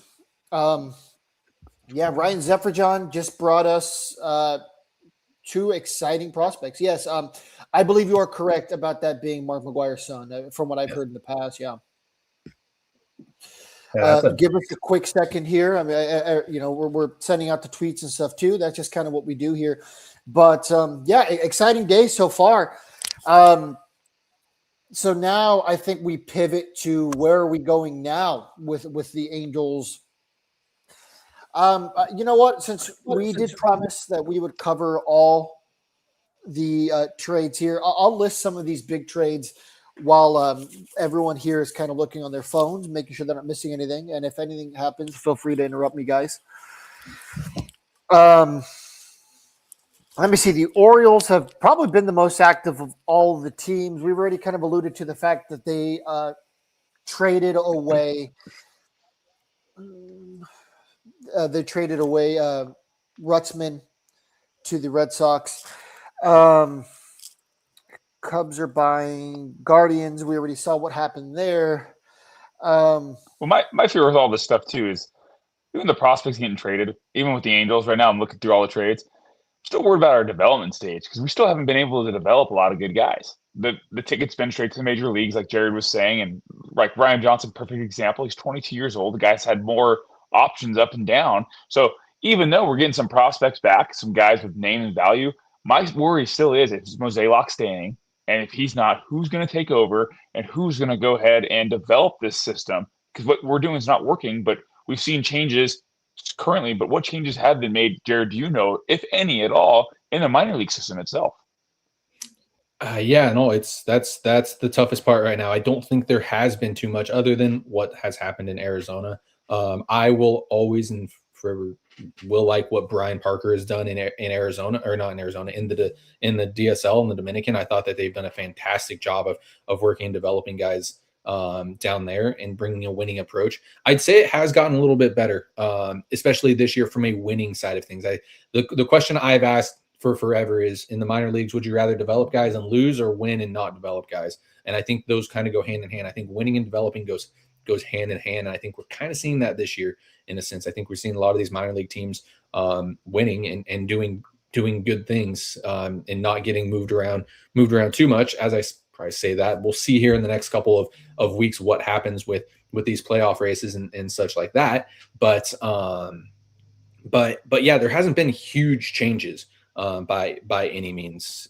Maybe a couple of philosophy changes, like, hey, we're going to attack the strike zone more. We're not, different players and things like that, players with more pitchability and things like that. But from a development standpoint, you're spot on. Like, the Angels still haven't developed a legitimate, a legitimate pitching prospect or a legitimate hitting prospect in I mean, Joe Adell, Reed Detmers, those types of guys, if you want to say that per se. But like, you can push it back until like Mike Trout, like Zach Neto, yes, but I mean, Mike Trout was the last really good prospect that the Angels developed, and that's been a long time. So you'd like to hope, and we'd like to see it with Mozeliak and things moving forward. I will say this: I do think Mozeliak sticks around. I think that he becomes the president of baseball operations, and they bring in maybe an actual GM or something like that, just how everybody else is doing it. Just my thought from what we've been seeing so far. So we'll see. Mozeliak might be out of here, and that would probably bring worries, especially with him making all these trades at the deadline. So I don't know. It's hard for me to wrap my head around giving somebody a deadline and him not sticking around. So at the moment, I would assume that he's sticking around. Yeah. I would hope so too, because it's like you said, Trout, because Neto is just fast tracked, and even now, Neto, he's as good of a player as he is. I still feel like there's times where, God, we should have developed this guy a little bit more, refined his tools just a little bit more. How great could he be today with that little bit of extra time in the minor league system itself too?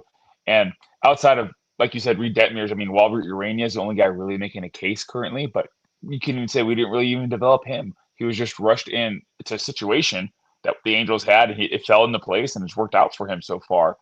overall. But yeah, that was the one concern I have. I'm seeing all these numbers. It's just like anything, like money. Someone gives you $1 million, go ahead and run the business. Oh, good, I have $1 million, but now I lost it because I had no plan. And what is the plan here? And it's time for the Angels to change that. But like you said, too, the culture winning does help out. I do agree with you on that 100%.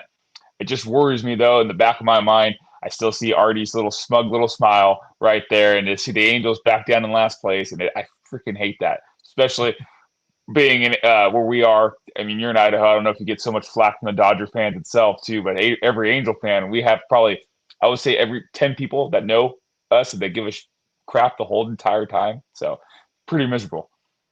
It's tough. It definitely is tough. There are Dodger fans in Idaho for sure. I coach high school baseball, so I hear it all the time.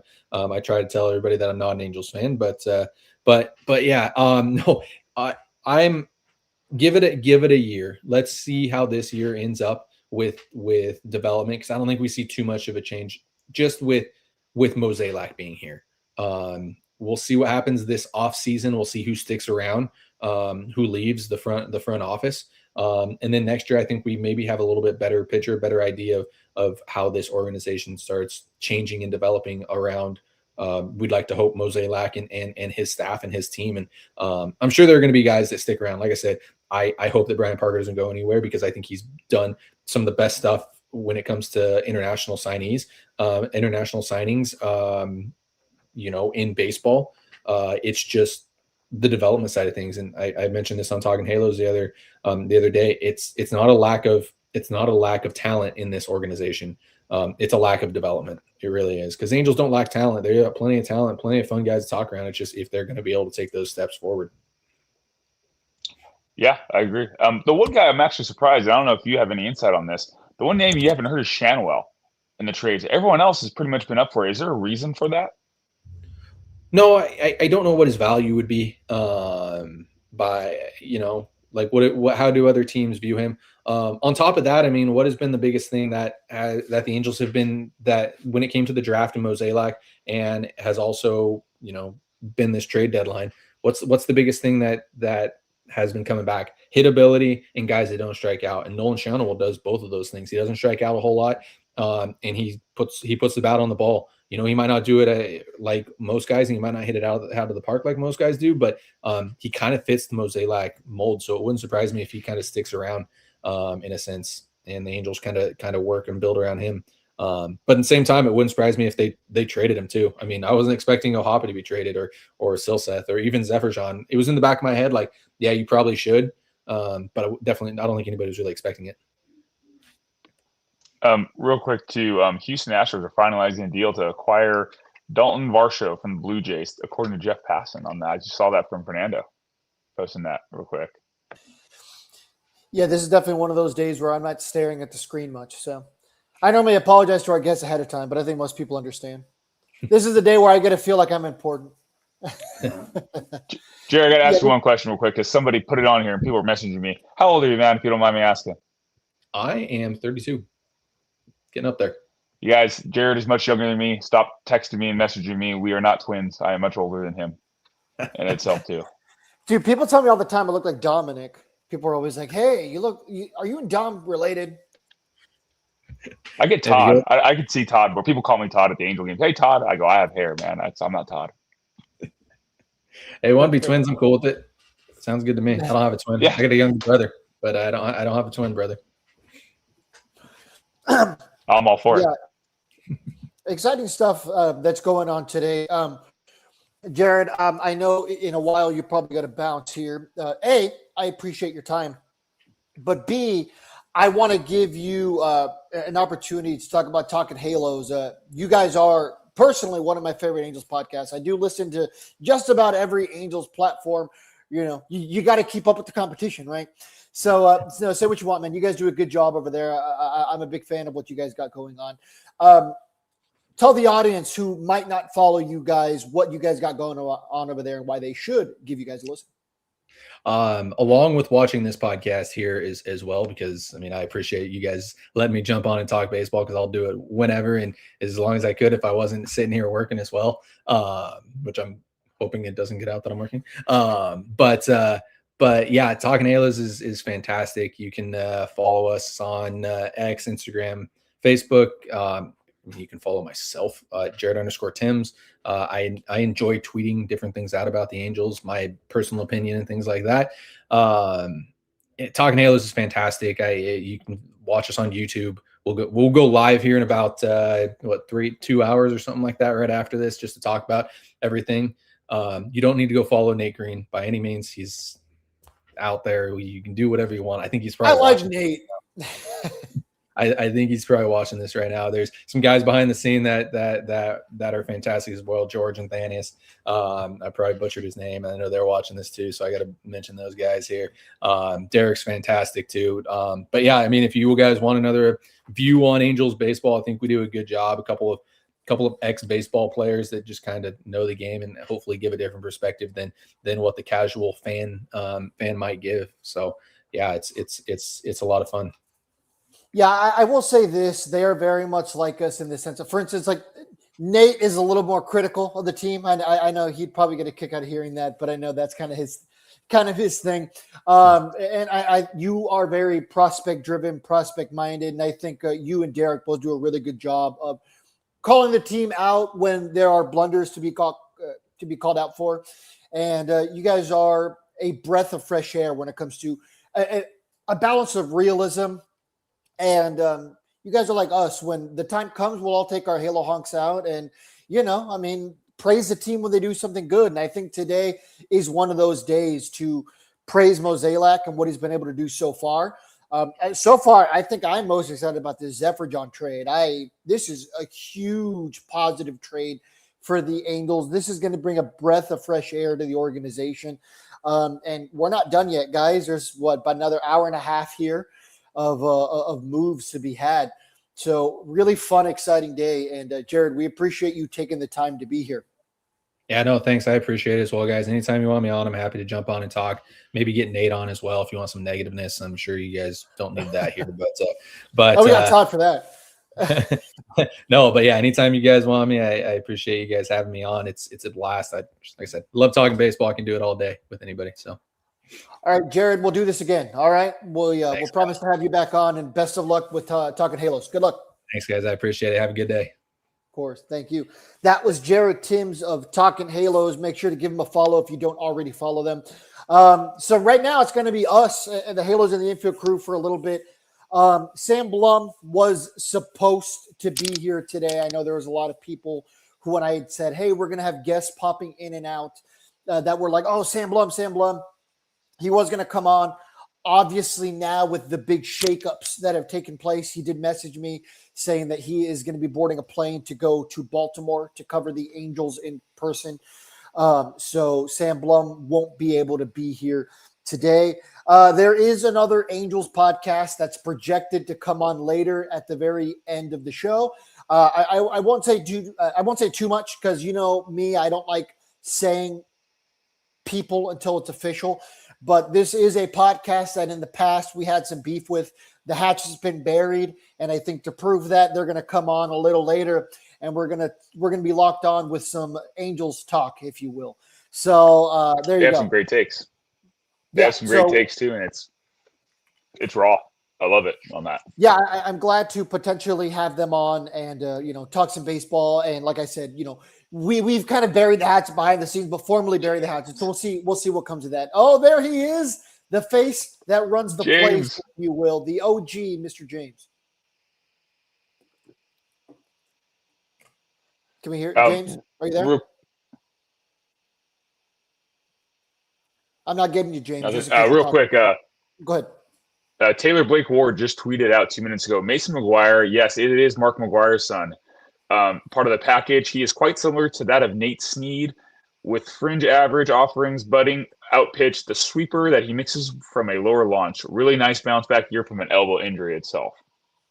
So something to look forward to there as well. I mean, it's still, that trade's a win, 100%. 100%. Even for Moises alone. I mean, the Angels just got rid of Logan Hoppe, who was supposed to be our franchise catcher. And now you're getting a guy with a bat, which is a breath of fresh air because Logan wasn't able to, his bat never came to fruition at the major level. And I think that alone's a good get. Yeah, it was time to move on, and that's the one thing the Angels have never been able to do: move on from a failed project itself. We failed the project. It was the trade. Brandon Marsh succeeding over there. We couldn't develop O'Hoppe. We couldn't get him to the place we wanted him to be. But it is okay. It's okay to part from that and move on. That's what Mozeliak's doing. The Angels have not been doing that the past 10 plus years, and that's why we haven't seen the playoffs in that time span as well too. Yeah, I mean, a franchise catcher for a reliever it doesn't get better than that, especially a guy with Steos probably has 6 full years of control. If not, it's 5.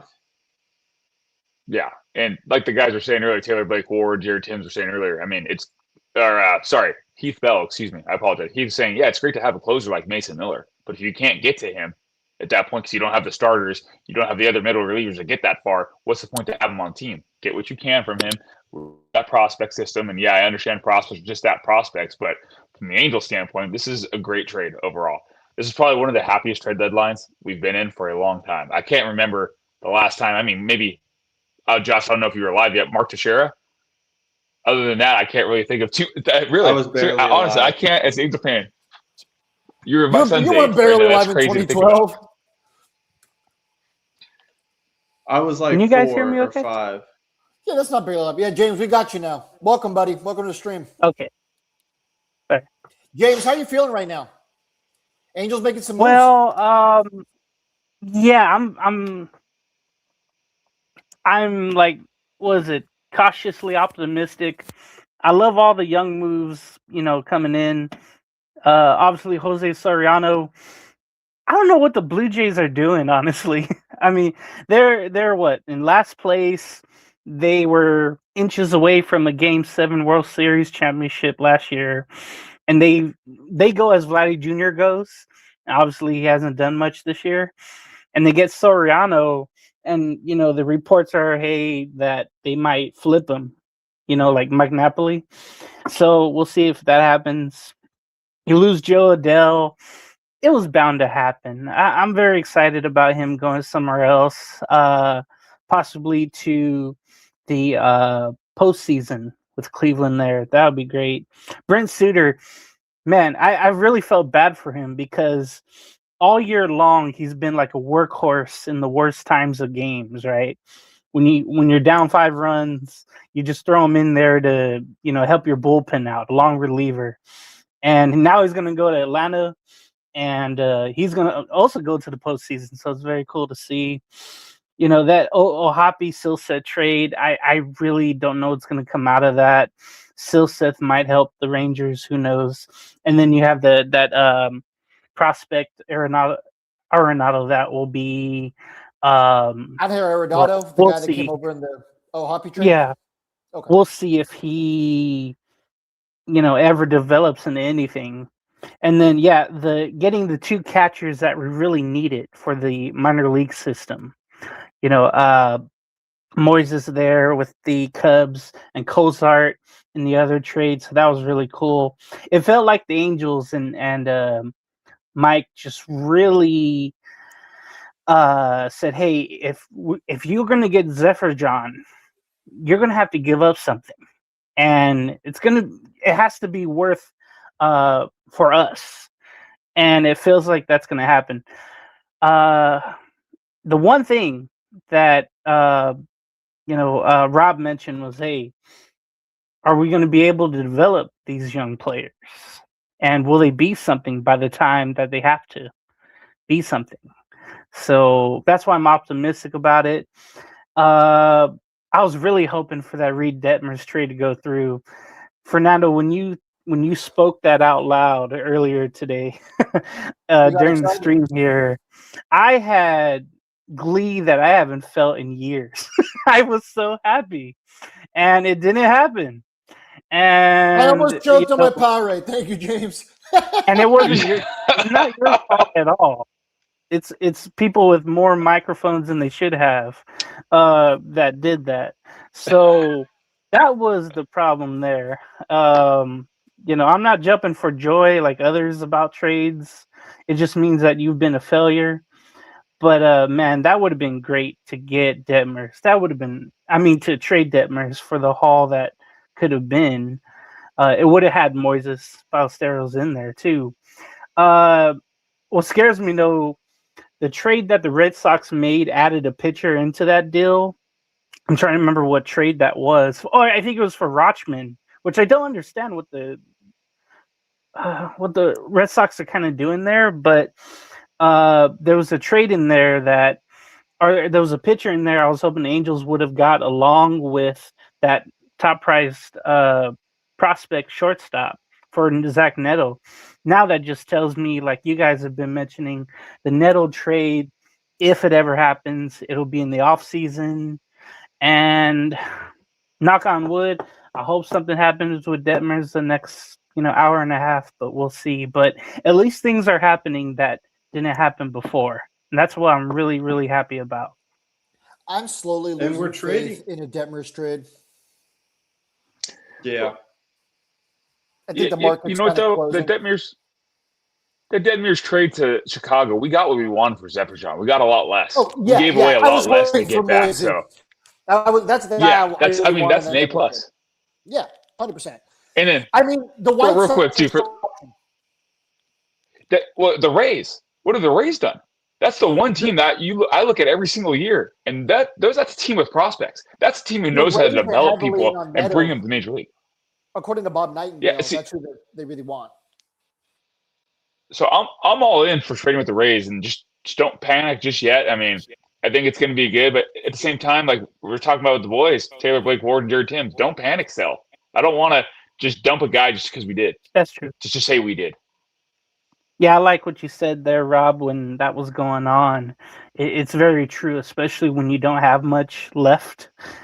You don't want to just sell something and not get much back from it. I think the biggest losers, I know they did make a deal, but the Rays are there. But what the hell are the Brewers doing? I mean, I think they got Dustin May and someone else, but that's about it. Everybody wanted them to get Skubal. Everybody wanted them to at least like bolster up, their starting rotation a little bit. Maybe getting Detmers or Soriano. And they haven't done anything much other from getting the redheads. So, I'm trying to think anybody else that's, maybe the Pirates. I know they made a trade and that was like par for the course for them. But I heard something this morning that Randy Arozarena was maybe going to get traded from the Mariners, but I don't know if you guys have heard anything, or Courtney, if you've heard anything at this point in time. Oh my! Okay. No, I have not heard anything about the Rosarena trade. He's a free agent. I know. What happened now? He's a rental. He's a free agent, right? Is he not? He would be a rental. I thought he had a contract. $15.16 million. Well, how much years of control of? No, did he sign an extension? No, yeah, I'm just a free agent after this year. So yeah, he's a rental. Well, he's been with them for what, 3 years? Is this just third year? I thought he got some kind of extension eventually. He's always been a good I'm player. sure it probably was offered, but he didn't take it. So yeah, because he's probably one of the more appealing free agent position players this year, right? Yes, definitely. But I just know, I know this has been a crazy trade deadline, and I can speak for San Diego fans personally because me and Nick went down to San Diego over the weekend.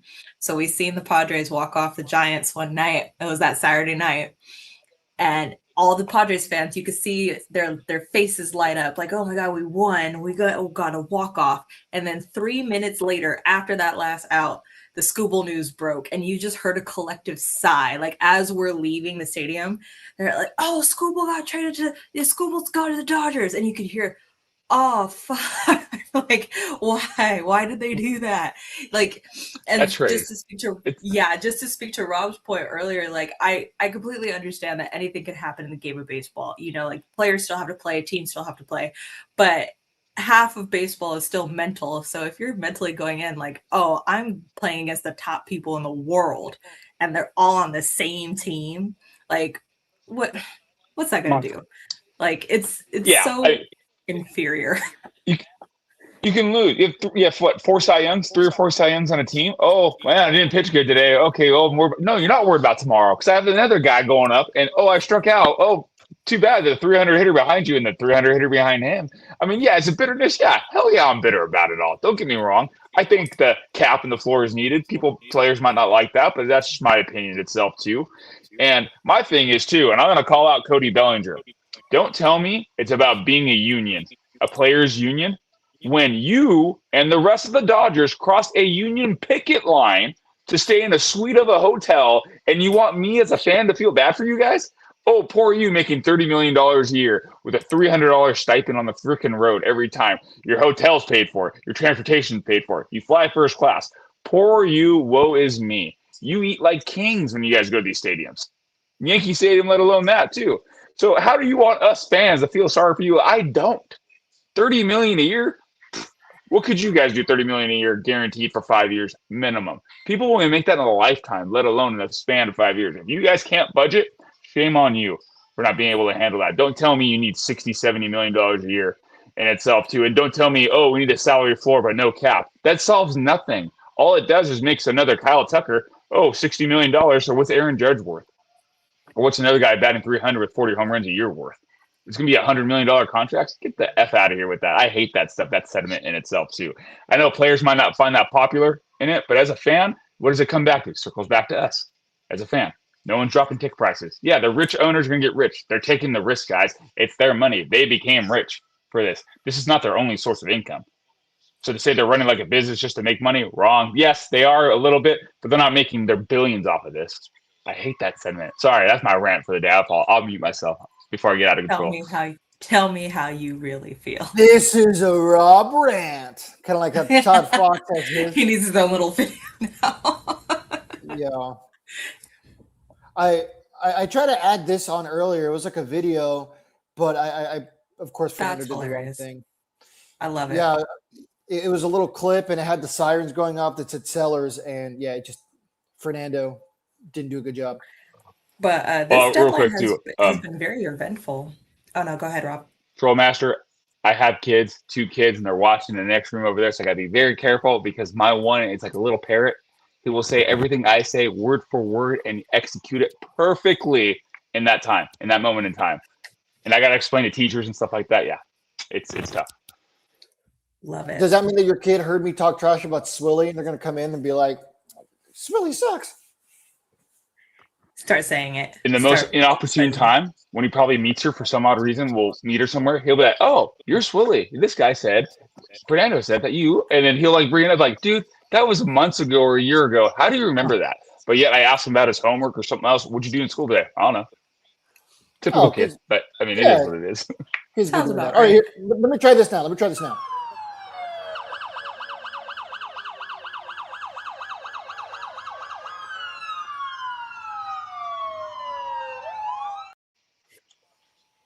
There you go. That's what I I had couldn't to get on. to go look outside right now. I thought that was something. That was great. James does live in Oceanside. It's that kind of neighborhood sometimes. Well, not where I am. I think it's better where I am. No, listen, the $300. That man, if I had $300 a day, I would look the way I look, even though I would play baseball like that. Man, that's amazing. Yeah. Again, I'm wondering what the Mariners are doing. I wonder if they should be active. They should be selling pieces. I know they did Castillo already, but Rosarena's one.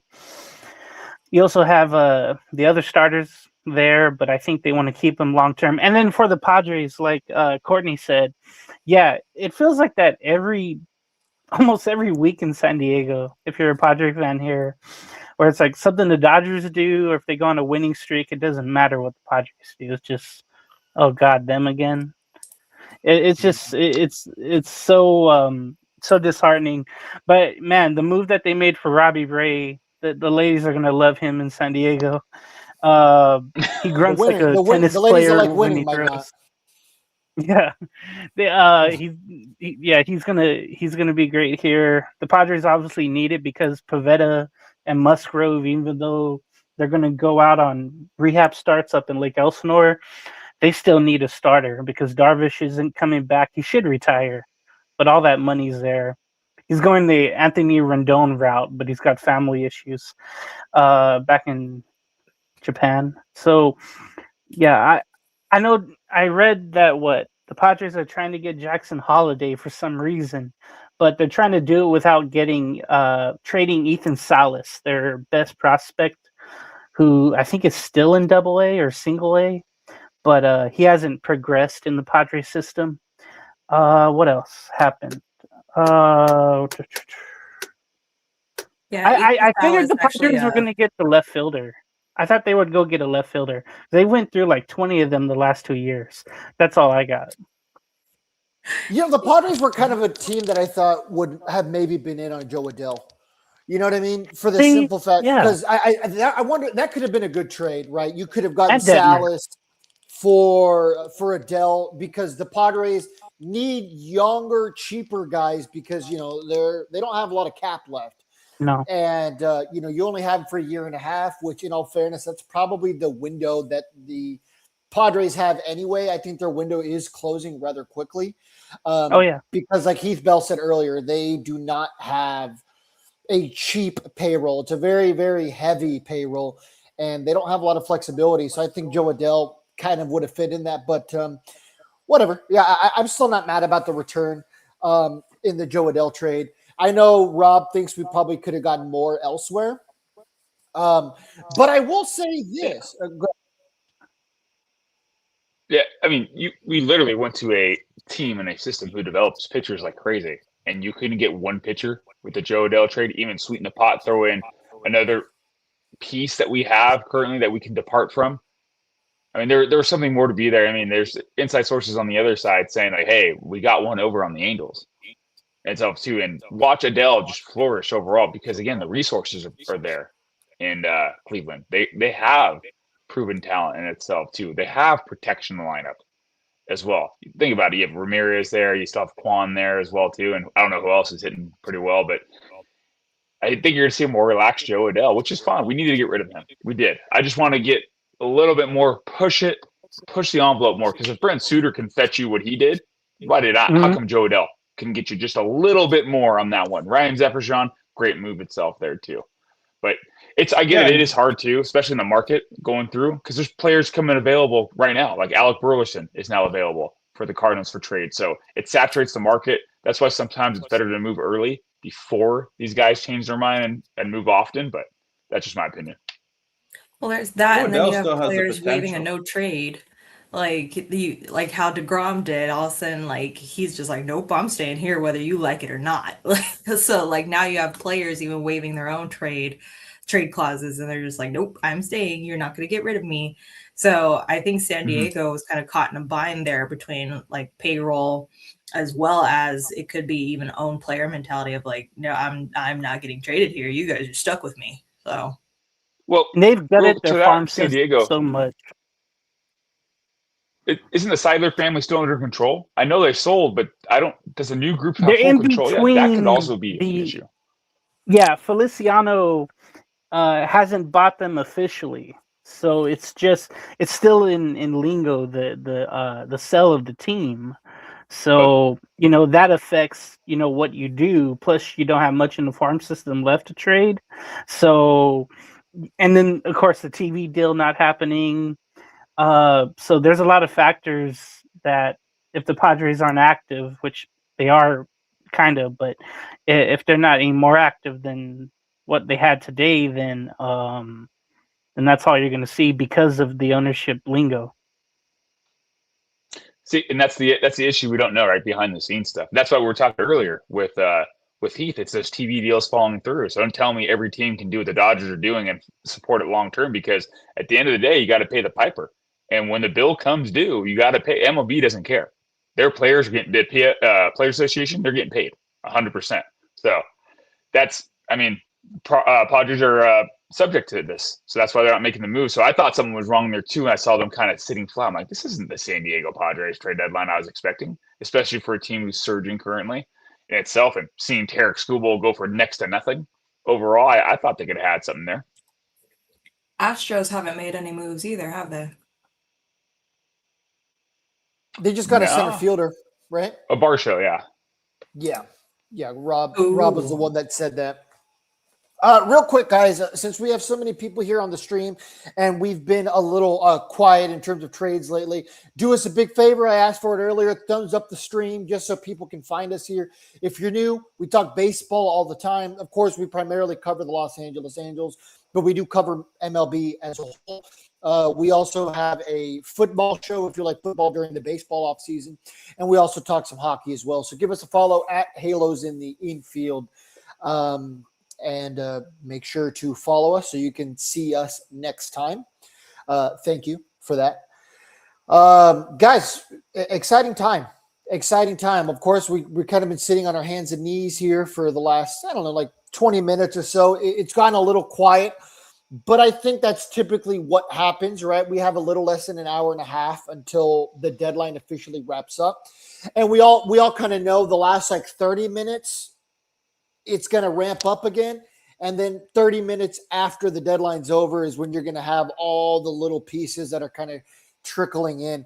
I don't think the Angels are done. For anybody out there, I think the Angels have maybe 1 or 2 moves left in them.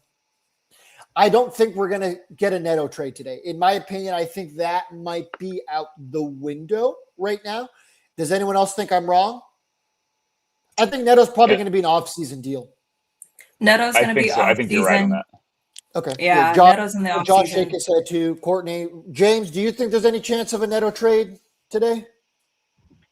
No, like I mentioned, it'd probably be an off-season move, but like you mentioned right now, the time frame of this trade deadline, somebody can panic, and let's just say a team maybe like the Twins panic and trade a bunch of prospects or players for Neto. Look out for And they that. have a nice system. Yeah, I They want have a some really of that. nice system. I want some We Twins. could use some of that. I want some Twins or Brewers or Rays. I would love some of that in our farm system. Guys, the one thing I'm wondering, and lady as well, who's going to replace all these Angels that we've lost? Is it AAA guys, or is it more AA guys who should be in AAA that are coming up? When I saw the Bring Nacho up the Alvarez, Pandas. when I saw Nacho Alvarez get traded, the first thing I thought was, I think Neto's gone. And the biggest reason for that was because, Denzer Guzman could have moved over to shortstop, his natural position. Now that Adele's gone, I wouldn't be surprised. I think it's Rada's turn. I think Rada has been killing it down in the minors. Young guy still, but he has been having a 300 career down in the minors. I think his speed could be a breath of fresh air here in Anaheim. But I think has to be the answer for Adele, right? Anyone else think that it could be someone else? It could be I think Kyron Paris. Paris, but I think that would be his last option. I think his options would be done if so he would either have to be a big leaguer or get DFA'd. Which Well, we September already spent call, I so think, much for time Kyron. with Adele. Just let Paris try to finish it out, I guess. But I wouldn't mind seeing Rada. you have to figure out what you have in Paris also, right? Like that's the other thing. Like if he has one option left, you got to let the kid show what he can do.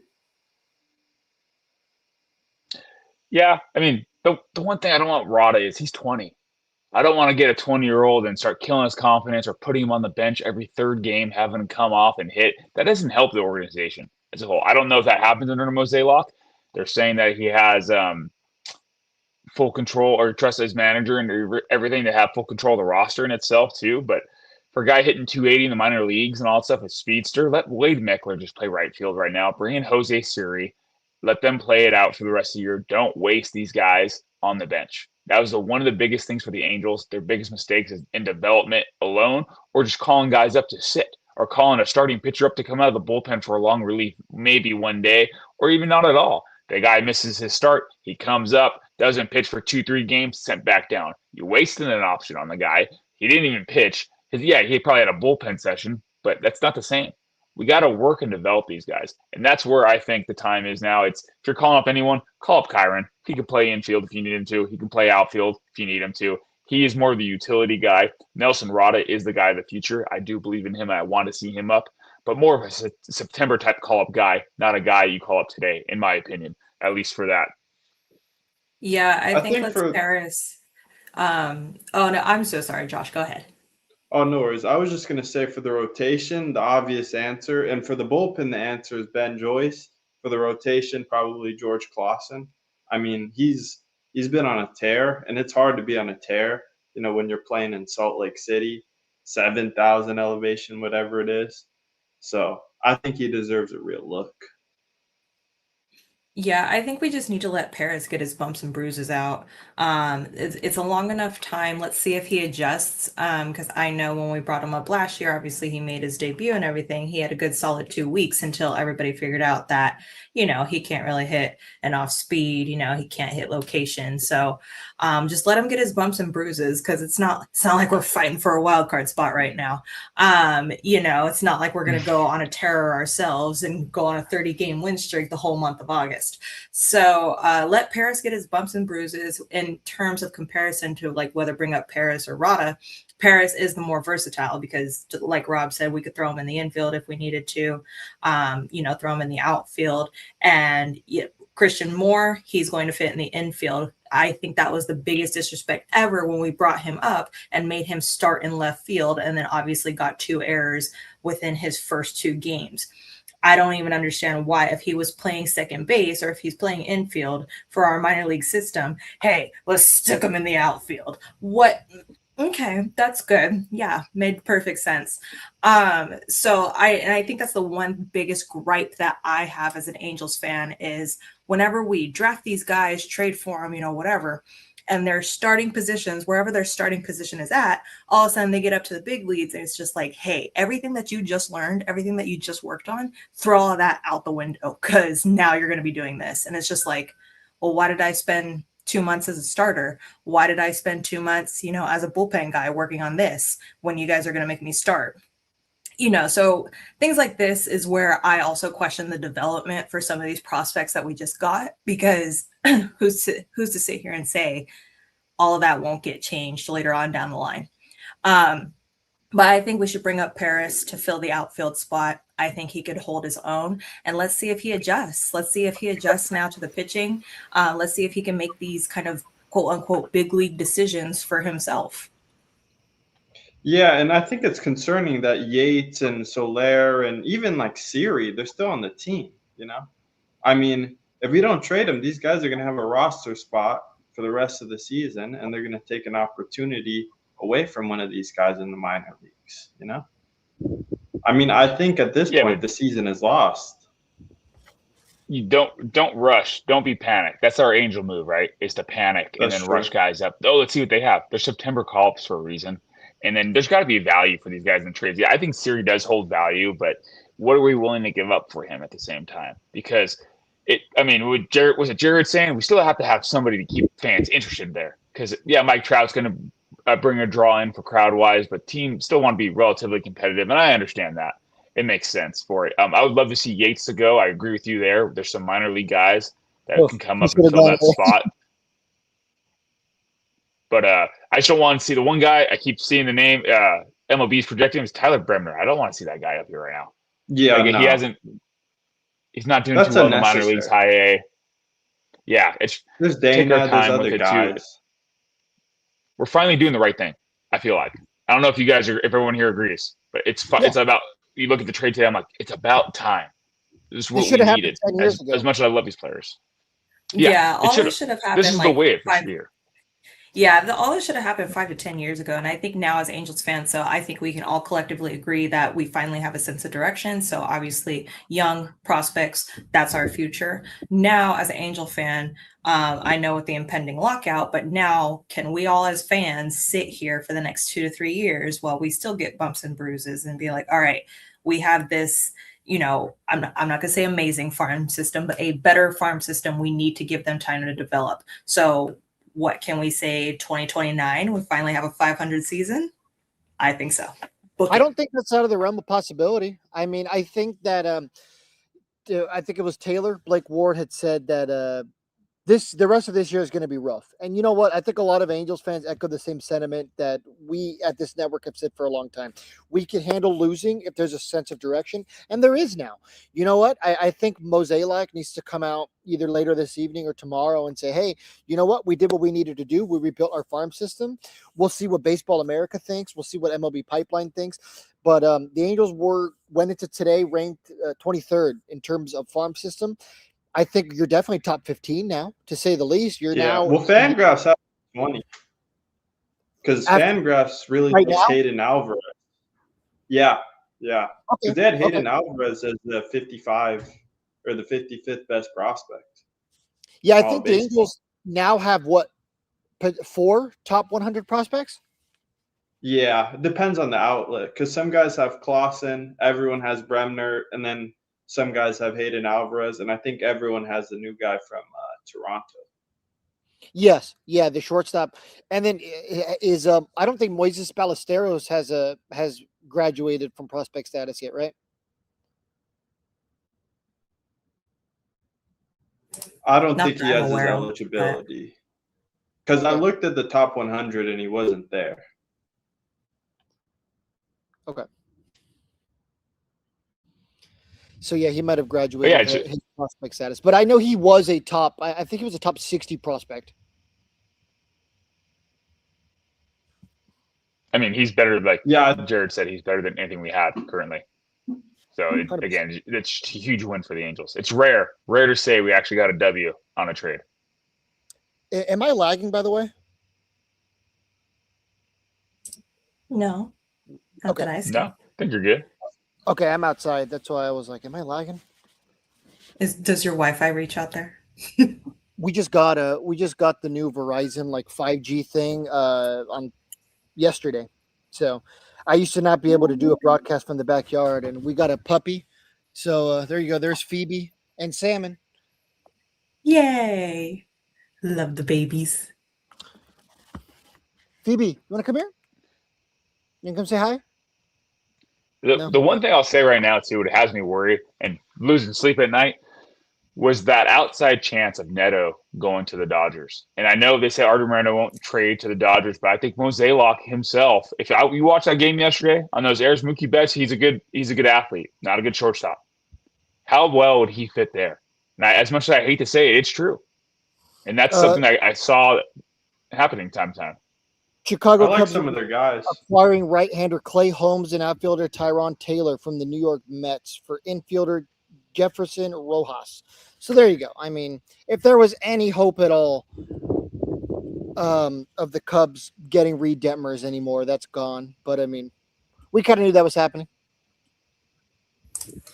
Detmers to the Phillies. I'm just kidding. I don't know. The White Sox or the Cardinals taking a last-second punt at Detmers, just getting desperate. I mean, yeah, like we said before, it depends on what everyone else does too. It's the panic moves that someone else is getting way better than the next team to even compete in there. Because right now, who's everyone chasing in the National League? Everyone's chasing the Dodgers right now. You see what they have, you see their roster, you see their starting pitching. I'm still surprised that Milwaukee didn't call us. I do agree with that as well too. But there's got to be a couple other teams who's still going to call. I mean, what are the Diamondbacks doing? They kind of been staying a little flat right there. I'm surprised they haven't gotten the call itself. And then there's a couple American League teams. American League seems to be wide open, in my opinion, as well too. Outside of the surging Red Sox currently, let's see how long that lasts. Another tweet just came in from Jeff Passan. The Tampa Bay Rays are acquiring right-handed reliever Tyler Wells from the Baltimore Orioles. So there you go. The Rays have been quiet for a little bit of time. So there you go. Their GM just woke up. Also, some people have already alluded to it in the comments. Todd Fox decided to wake up and join us today. Round of applause for Todd. And since Todd missed it, Todd. Man with a plan. I already know you know, but Mozeliak has turned the Angels into sellers.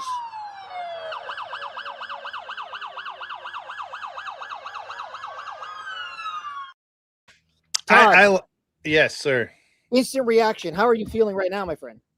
Much better than I did this morning. I think I was on Top Fan Rivalry last night talking to Ashley from the Tigers podcast, and she seemed to be real happy with what the Tigers got back. I was telling her, look, if that's what you want for the future, that's fine, but that doesn't help you this year for a team that's 3 games out of the wild card. Those moves, those moves for me kind of and would be like an Angels move for the future. And she seemed to disagree with that anyway, but I was like, whatever, what do I know? But I just think that you're playing for the future when you're going that route. But for the Angels, I'm loving it. I'm like McDonald's right now. But the one warning I would give to the fans is this. You were tired of bad baseball, right? We've all been tired of bad baseball. It's okay to have an emotional reaction initially, but I don't want to hear this 2 or 3 weeks down the road when we're tanking, losing 8 or 9 in a row, or we're trying to find our way because most of the guys are remaining talented. This rebuild should have been done when Socha was let go. It should have happened way back then. Some people say even further. I disagree. I think when Socha was gone, you flip the tables. You say, we're going to start over. We're going to, ground zero, fire the GM. The manager was fired. Flip the roster. You should have did it back then. 2020 was an aberration. That's the closest they've been to the postseason since. And we all know that season didn't count. So again, you missed the boat on a lot of things since then. And we've been screaming for this as a network. This is the first year I've been listening to the show because I got called into work. I would have been, I got off a little earlier, but I should have been here since the start. So my bad. But I will say this. You guys have been doing a great job and the interviews that have been coming on. You had some great points. And one thing that I've been hearing from you guys over and over is this needed to be done. And you just hope that you don't get fleeced. You hope that you get players in return that are good. And I think so far we got 2 catchers that are good. We got a couple relievers. We got a starter. We got an outfielder. We definitely got some shortstops. But it's going to take a 2 or 3 year window for this thing to turn around for us to know what we got. And I think a lot of us on this network, when Mozeliak got the job, he was just talking and talking and talking, saying, we don't have a direction. We got to evaluate this entire roster. We got to do an audit of everything, blah, blah, blah. Right. And we're all like, yeah, whatever. We've heard a lot of talk before and no action. And this is the first time since we've done this network that at least I am. I'm pleasantly surprised. I'm very happy to see that we're moving parts. You guys have hit on it, that there's still Neto out there, a big fish. There's still Detmers out there, a big fish. But for the most part, I think they've set out to do what they've wanted to accomplish. And now you're going to see those Kyron Paris's and other players be pulled up as these roster slots are open. Your Kid Clausen, your Kana Danas. We're going to get a lot of guys that aren't just going to be yo-yoed up and down under Perry. They're actually going to get their opportunity. And so that's going to be something to where we can look at it and be like, this is going to be cool. This is fresh faces because like you guys have said and other people have said, we're not winning with these guys anyway. Like the only albatross that's going to be remaining on this team if we do get rid of Detmers and Neto is Trout. Artie does not want to let the cash cow go because I think we all know if Trout goes and his banner, even when he's injured, his banner means so much on the front of that stadium. If he's gone completely, you'll watch 40% of the honks not go to games. And it will turn like Oakland-esque. I think that's the only thing that is keeping the fans super loyal because they're so casual. They're like, oh my God, Mike Trout's not in the lineup. Why isn't he in the lineup? They don't know he's on a 60-day IL. Or, man, Mike Trout is still a Hall of Famer, or he's still an all-star straight up. It's like, no, he's just got the popular vote. He doesn't have the numbers. I think we all need to know that and to understand that the dude is not the same. And all these pundits like your Swillies, and I love Fernando trashing Swilly earlier. I'm almost done with the rant. But I'm going to trash her too. And because there is plenty of baseball, and we've had Courtney and others that have come on from other podcasts that know their ball. But 2 that really piss me off on the Instagram side and social media is Swilly and Bree. Bree does not represent female baseball content creators because she's always drunk and she looks like Sid from Ice Age. And then Swilly herself. I mean, just because you got a nice rack, or supposedly, sorry to say it, listen, these comments come from me, not everyone on this page. Let me put that out there right now. Yeah, remove Todd if you need to cancel somebody, please. but Not getting monetized. yeah, right. I'm just saying, you got to think with your brain, not just because you're ditzy and you have a platform. And John Boy is not a respected thing, and unfortunately, we got swindled on that one today. Yeah. How dare we talk about my tits when I come on here? How dare we? How dare we? I am Ken Rosenthal. I've come on this show for the final hour. How dare you people? Yeah, man. Hi, everybody. Hi, Dom. Yeah, we look, like I've said already, man. We value our platform here. I think a lot of the audience knows that we take it seriously. We don't typically break news, but when we do, people know that it's accurate, right? I mean, we broke the Mike Trout to the IL thing. We broke when Artie Moreno was going to sell the team, and it didn't happen. So, we do view the small platform we have, which we appreciate very much. We value that. So when we tweet things, we wanted to have weight. So I was a little upset about the jumping the gun on the Detmers thing, because the first time I made the tweet, I was like, hey, we're still waiting on the official word. But then I jumped the gun and was like, hey, it's happening. And yeah, for whatever it's worth, Joey Bart has been traded from the Braves over to the White Sox. So. Ooh, and I will say, of course, as being the only female, respected female on this panel, mind you. Damn right. I cannot stand. Are we talking about Brie Delio, right? Well, I should have known when you said Sid the Sloth, because I also have the same comparison. I've blocked both of her accounts. I blocked her years ago, and this was before I even joined this podcast. And as a female, I don't even want to say content creator, because obviously I don't. I just do this with us. But as a female, with opinions in baseball, I've always not liked Brie Delio because she is just trashed at half of these games. It's a big old fashion show to her. And if that's how you want to market, I guess, yourself and your content creating, that's completely fine. But I think she is a bandwagon Cubs fan, if that's even what she is. Sometimes it's really hard to tell. And in terms of Swilly, I've only met her personally one time. Didn't really get to talk to her, but I know from her form of content creating, I can see the difference between when she was on her own and made few appearances after I left and I took my hiatus, to when now she's over at John Boy and she's a sellout. I mean, plain and simple, she's a sellout. I know in some ways you do have to keep it PG and positive. That way you could stay monetized. I completely understand that. But at the same time, I'm not going to sit here and be like, oh, yeah, the Angels are in a great position. I've been saying that. I mean, it was literally my catchphrase on here. We're pieces of trash. Like, we've been pieces of trash for 5 years. I'm glad to see that we're making moves now.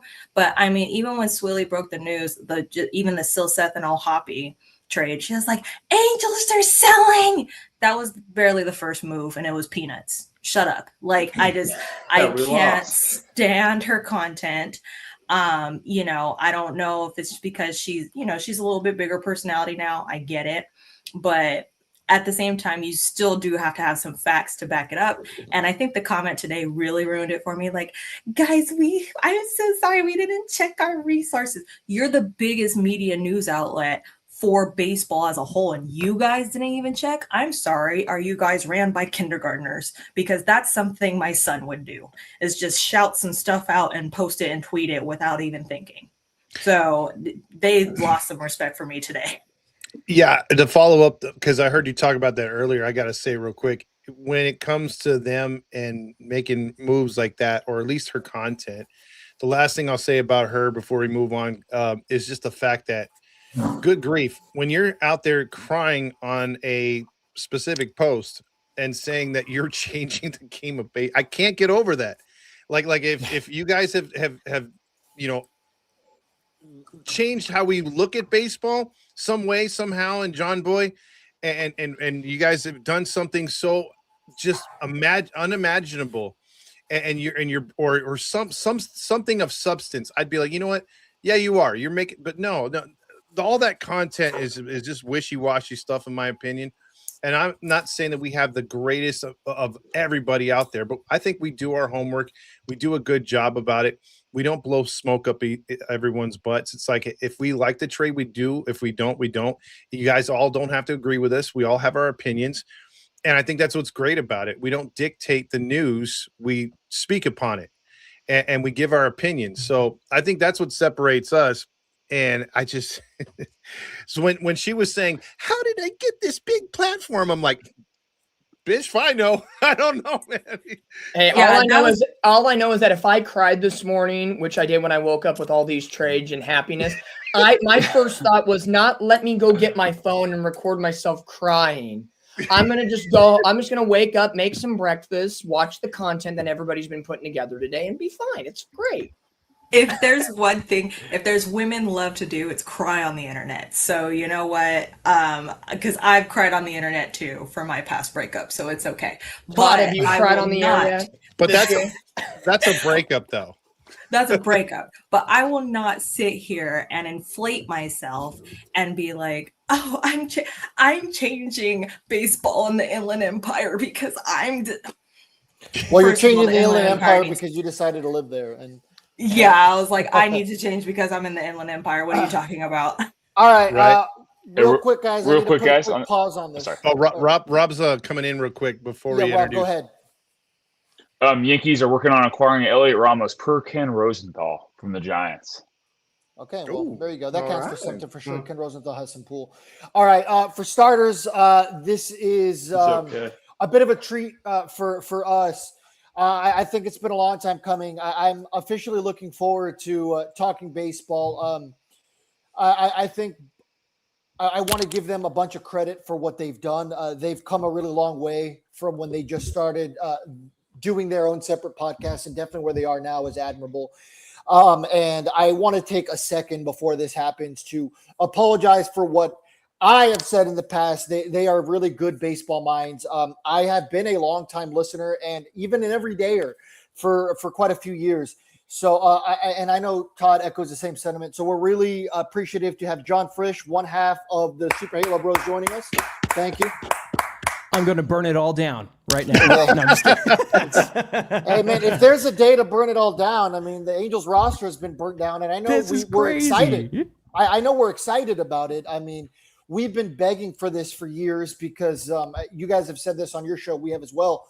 There's been no sense of direction for the last 10 years. It's just been a never-ending throwing things in the toilet. It's just, we keep swirling down and down and down. But finally, it seems like we went down the drain, metaphorically, and there is now a sense of hope in this organization.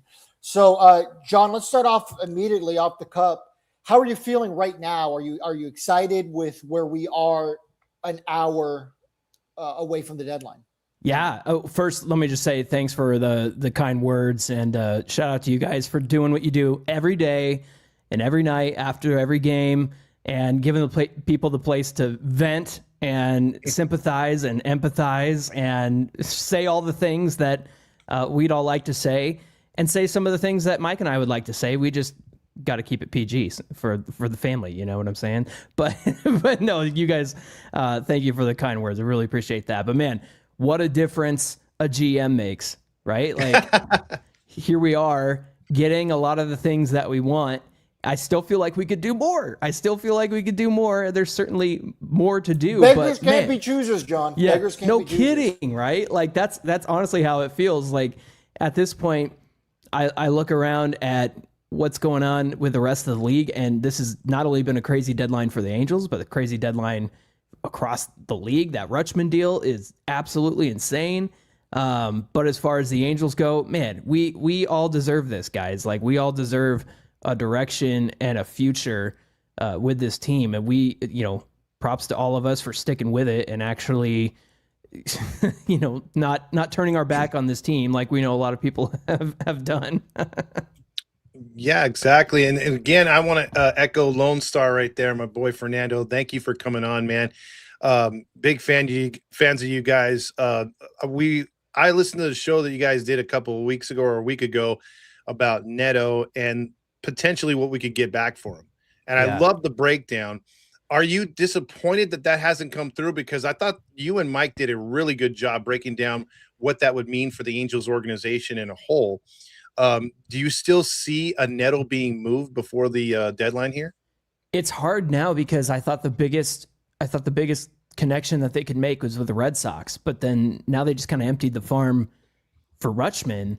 But at the same time, they still have Arias, right? And I know you guys probably dealt with it too. All these Red Sox fans saying, "No way, you can't get Arias for Neto." I'm like, what are you gonna get for a guy with 3 years of control who is providing single-handedly a better OPS plus, a better WRC plus than the collective guys you've put at shortstop all season long? I know they've got Trevor Story on the way back, but even when he was healthy this year, wasn't doing very much, right? So I think at this point, I don't know, you guys, like if we look around the league, the Rays definitely need some shortstop 100%.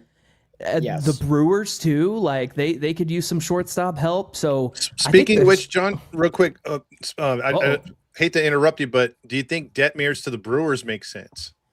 I would have said that a couple hours ago before they did that Dustin May trade, right? Like, was it Dustin May and JoJo Romero who they got from went to the Cardinals? Cardinals to Brewers, Brewers, And I know that, I mean, obviously, I think Detmers is superior to Dustin May, but I'm not going to lie. I think the Brewers got a better return for that than the Tigers got for Skubal from the Dodgers.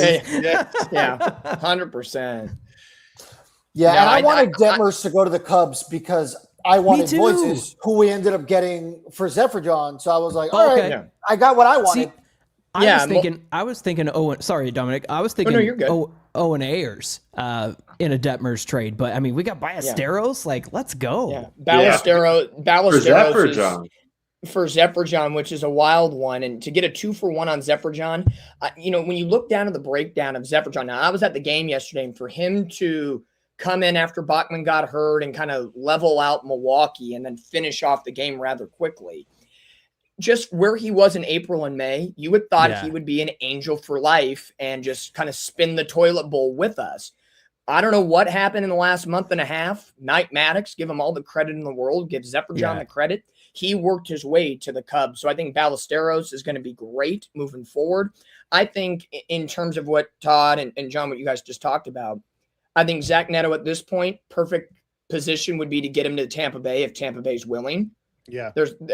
I would love to create a framework deal around Caden Bonine if they're willing to trade one of their top catching prospects.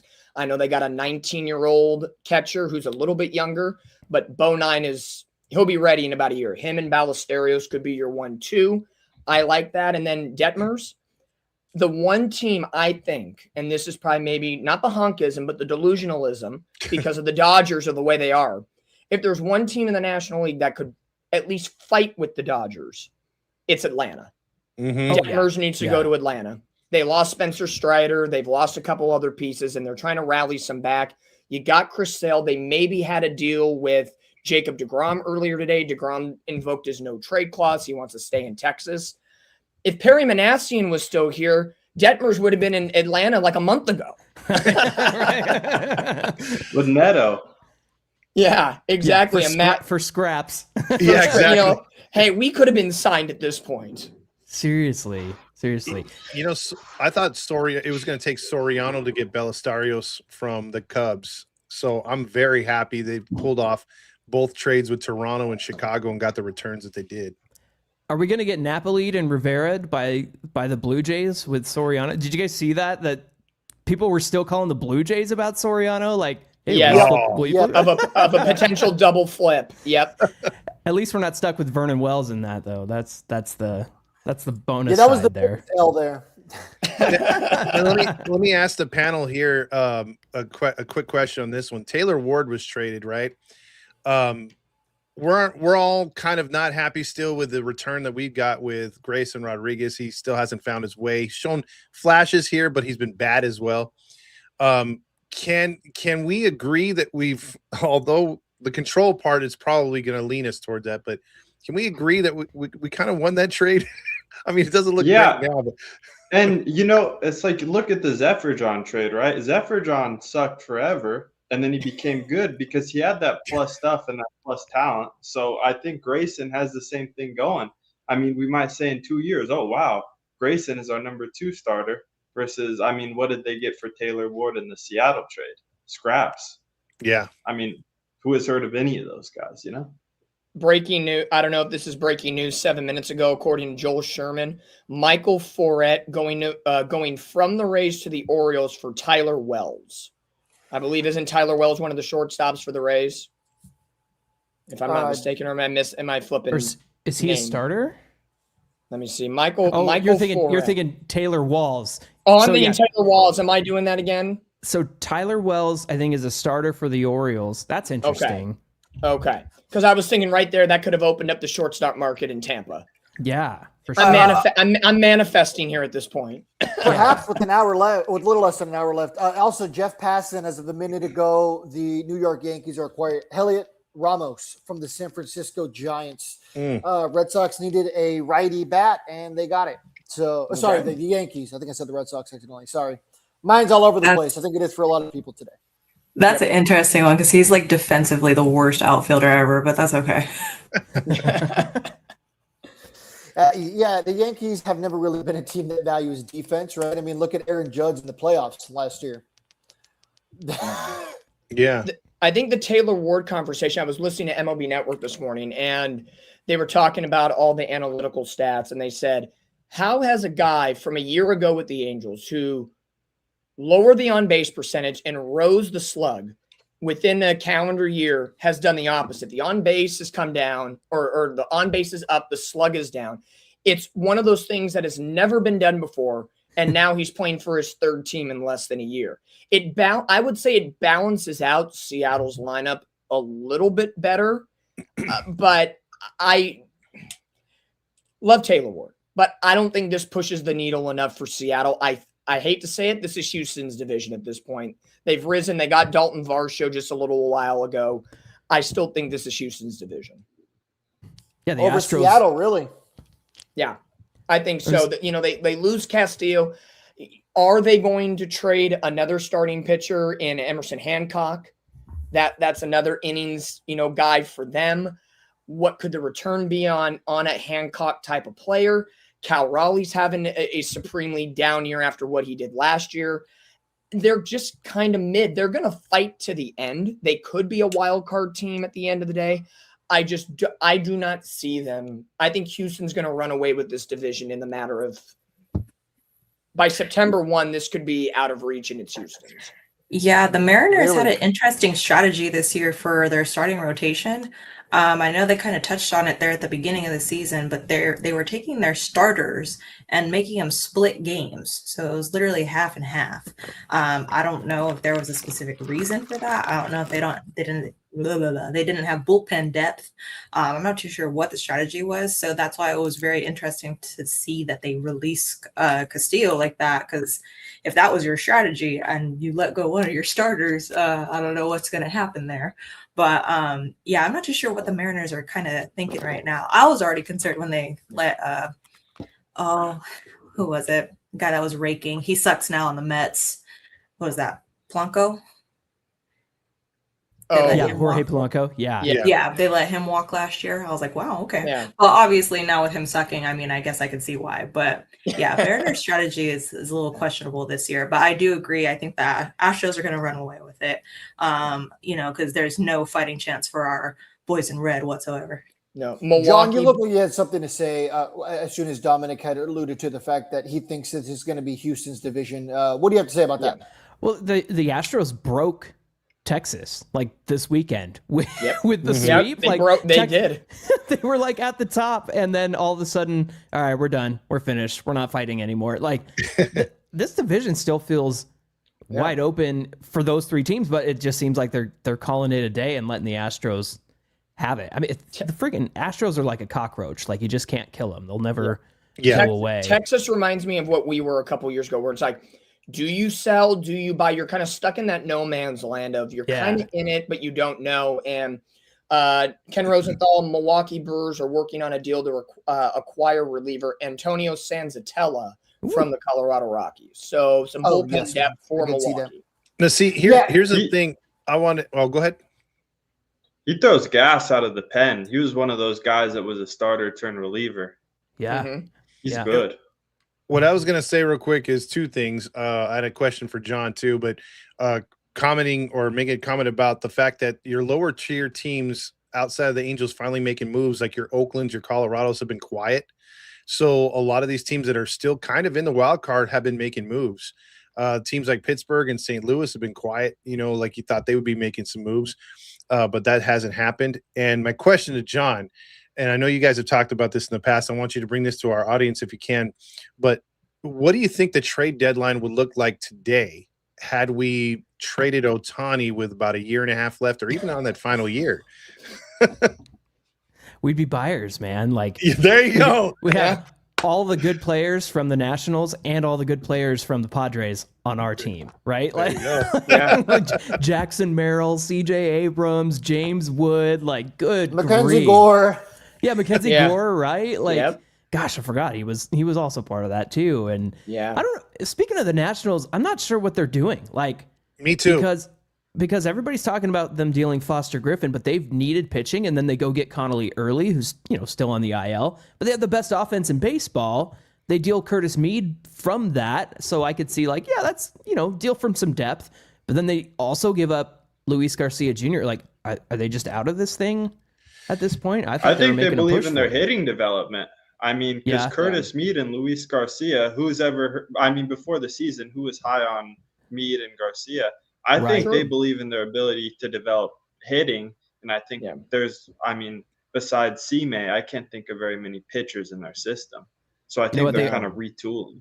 They are 55 and 58, so maybe I spoke too soon here, because they weren't that for a while. That's true. It's just weird to see teams like, although Toronto's had a bad year, they're hanging around that wild card spot. Detroit, it's like, addition by subtraction, I guess, with Skubal. And then, it's weird to see Baltimore, give up on Rushman. It's just and the Nats, but again, maybe Josh is right. They believe in their hitting ability right there to generate more talent. But it's a weird deadline because most of your bottom feeders aren't really trading, No, the Giants are close to acquiring Marcelo Mayer from the Red Sox in exchange for reliever Eric Miller, according to Ken Rosenthal. Whoa. So the Giants are acquiring Mayer, and they're not doing I don't know about that. Well, he has like 4 or 5 years of control, I think. Yeah, so that's clearly a future, a change of scenery, future. That's not a move for now for the Giants, clearly. Milwaukee. Giants just got done getting their cheeks clapped by the Padres this past weekend, so they're not having a fun time over there. This has just been such a weird season because there's really not a lot of teams that feel like they're out of it. Really, with the exception of, the true bottom feeders, there really is no one out of it. I mean, it's a weird year. It really is. And how would we all feel if after all this trade deadline stuff, if Neto and if Detmers goes, what if the Angels somehow rattled off like 20 in a row and we're sitting here like, what the heck? This was the key the whole time. Because that just means we got rid of the cancers on the team. We got rid of the bad culture. Possibly. Oh my gosh. That means April Kyron Paris is back. And he has a 1,000 OPS. Yeah. Well, he was having his Linsanity run, kind of like Eric Young Jr. in 2017, for anyone who remembers that. Oh, yeah. Well, Josh brings up a good point, like looking at the future for the Angels, like tomorrow in Baltimore future. Who's getting called up for Adele? Who's getting called up for Zephyr-John? Like, is this a Nelson Rada type, welcome to the big leagues type situation? Is this Caden Dana, George Klaus, and Sam Aldegheri? Like, where do the Angels go from here? Is it time to start looking at these pieces that have been developing properly, as we use that term loosely here? Right. Is it time to see what they're made of for the last month and a half for Mozeliak to say, okay, going into a potential lockout, which we all know is happening, how do we kind of build up this team before that lockdown shuts down on December 2nd? I got 2 crazy statements to add to that. With Zephyr-John being traded, we now have 2 guys on different teams that lead the Angels in saves with Zephyr-John. Oh, no. I was really expecting Jordan Romano to get traded. And granted, there's still like 40 minutes left. But possibly. he was a guy who I was like, okay, the Rockies are probably going to try to flip him for something because he's done pretty well there. And Very from true. what I heard, last thing I got right now is the Joe Adele promotions are still on. So get your Joe Adele bobblehead and jersey. I thought they were going to move because Cleveland does come into town at the end of August. Mm-hmm. I would say move the bobblehead of Adele at least up to that homestand Makes to sense. kind of. That's a good point. To me, that the bobblehead's an artifact. Like it's something. The football jersey. I still want the bobblehead.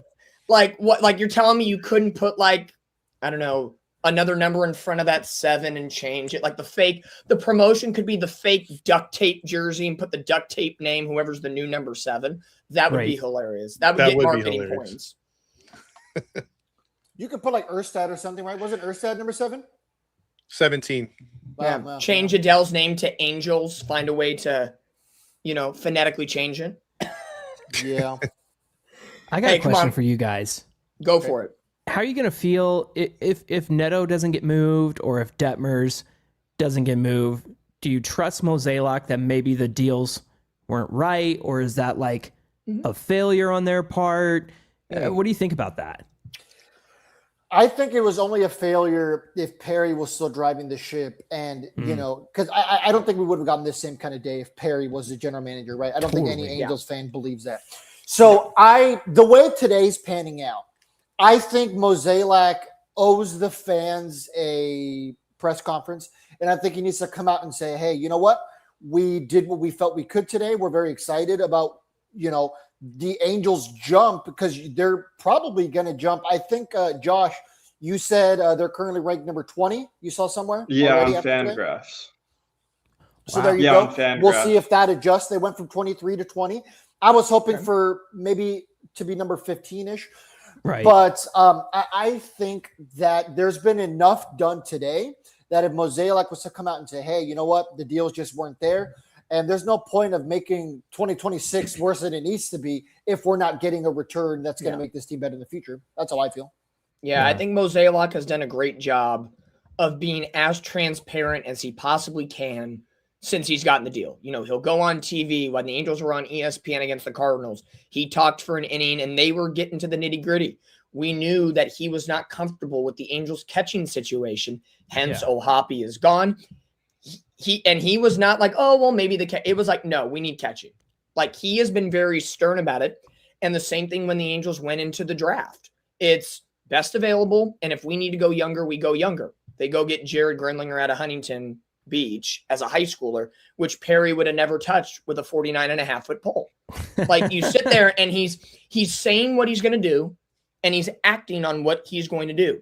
From the sources I know internally, these are the moves and the things you say, and it equates to you will be the GM. I think this is a little bit of smoke and mirrors of, well, in the interim, and that I truly in my whole heart believe John Mozeliak is going to stay, regardless if it's maybe a year or 2 or 3, whatever, short-term deal. I think he will stay on as a GM. He has a good relationship with Molly Jolly. They clearly have forced Artie Moreno, or at least suggested that he takes a step back, and the keys to the castle are somewhat in the right hands, strategically down your front office. So to me, I think if there is not a good deal for Neto or Detmers, I trust him at his word. He'll be here for a little while, and he's said it and he's done it, and he's been very truthful. No lies detected. Quick, the Jeff Passan just confirmed the Eric Miller trade between the Red Sox and Giants. So for whoever that's worth. For me, I think I would like to see at least one more deal, because I think the goal coming out of today should have been, at least a new core of 4 or 5 players that we can look forward to. Whereas I think while those were probably the 2 big deals, probably good deals, I don't think 2 good deals really moves the needle that much. So we found an Ohapi replacement, which getting that out of an arm that no one really believed in is great. And then we have a top 30 to 45 shortstop prospect. I mean, I think these are good moves, but I'd like to see at least one more deal go down. I'm with you. Yeah. And John, to your question, I would give it like a B+ right now.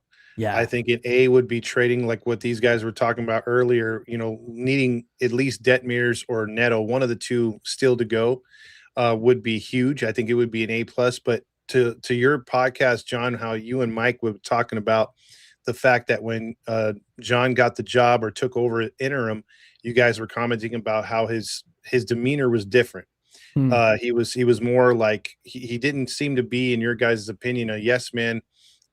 You guys still wanted him to walk the walk because he was talking the talk, and we were the same way. We were like, you know what? Yeah. This sounds refreshing. Yeah. And now you could look at it and you're like, wow, he's not being that yes man type of dude. It looks like he's like, hey, I'm either gonna be in charge or I'm not.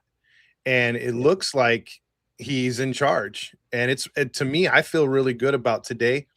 And I don't know, John, if you feel the same way, but I don't see Neto or Detmers on this team next year. So maybe if they don't go today, maybe in the Off-season move before.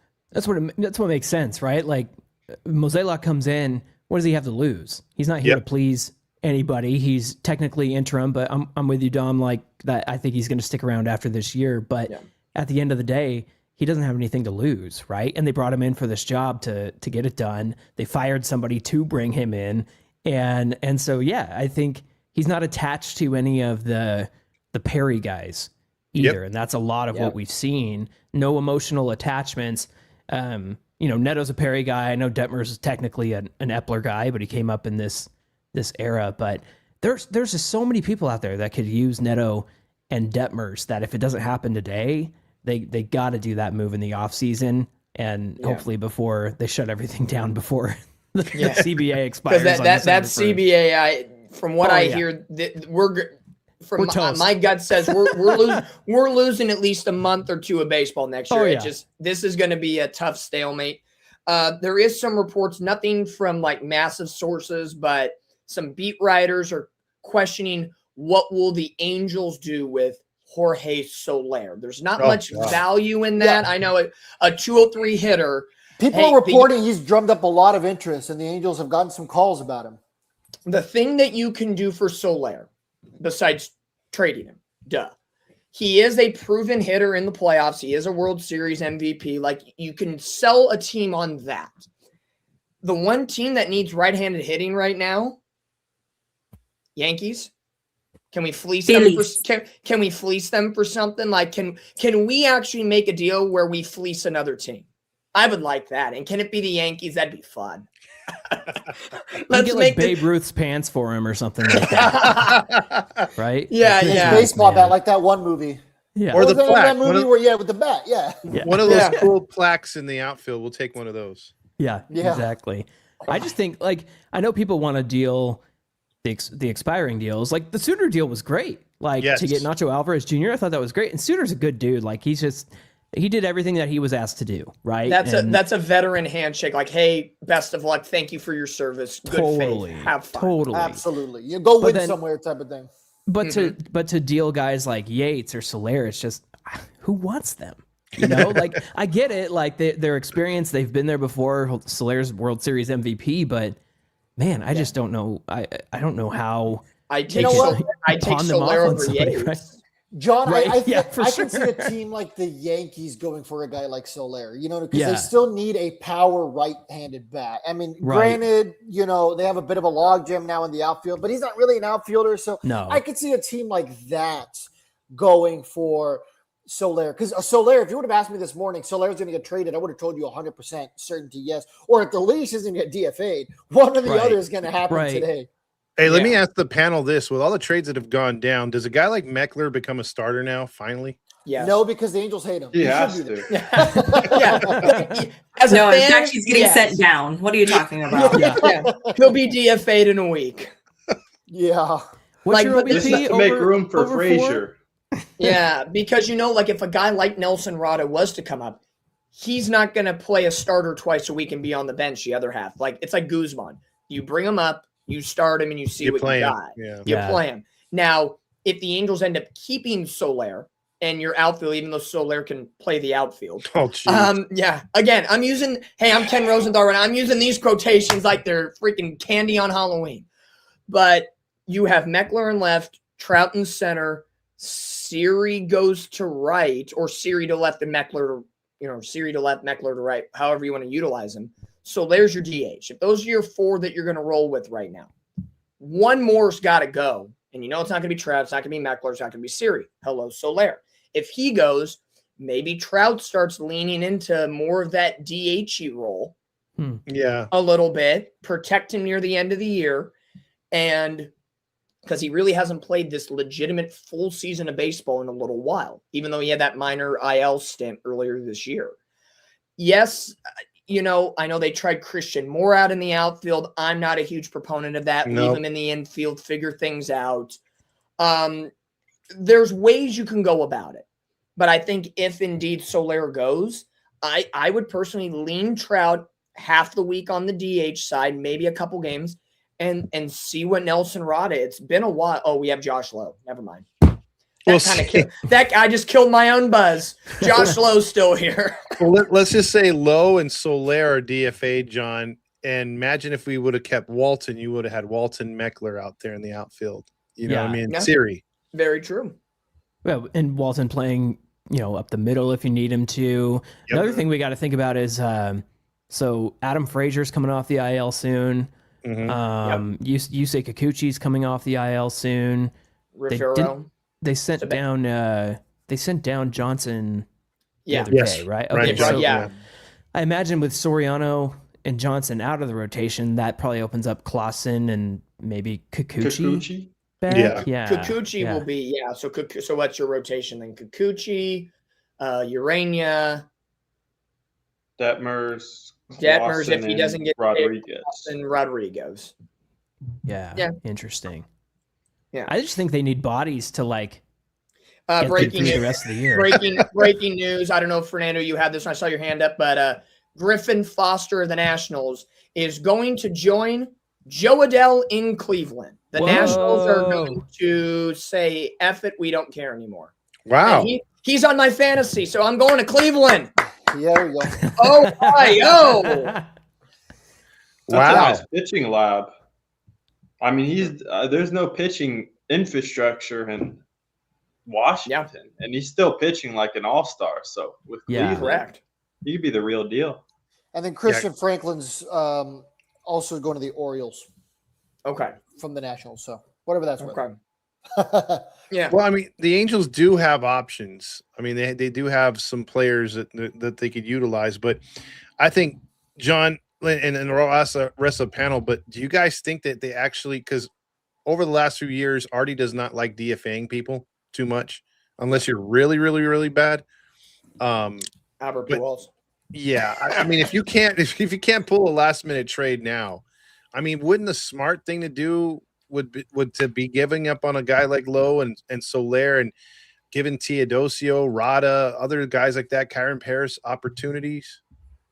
Yeah, I think, if their one option is to DFA somebody like Soler, and then you just kind of hope somebody else snags him, kind of like what they did after the 2023 trade deadline, like, please take these guys from us, I think the one thing with Lowe is he's got, I want to say 2 or 3 more years of control. He feels like a rental, doesn't he? Like everybody he discusses him like he's a rental, but no, he's got some control. He's got some options. So, but I'm with you. Like, I do want to see Teodosio. I especially want to see Kyron Paris. Like, I want to see those guys get up here, and maybe they're the in-between guys while we still wait for some of those prospects to cook, and then a lot of the guys that we received today come up and get some opportunities too.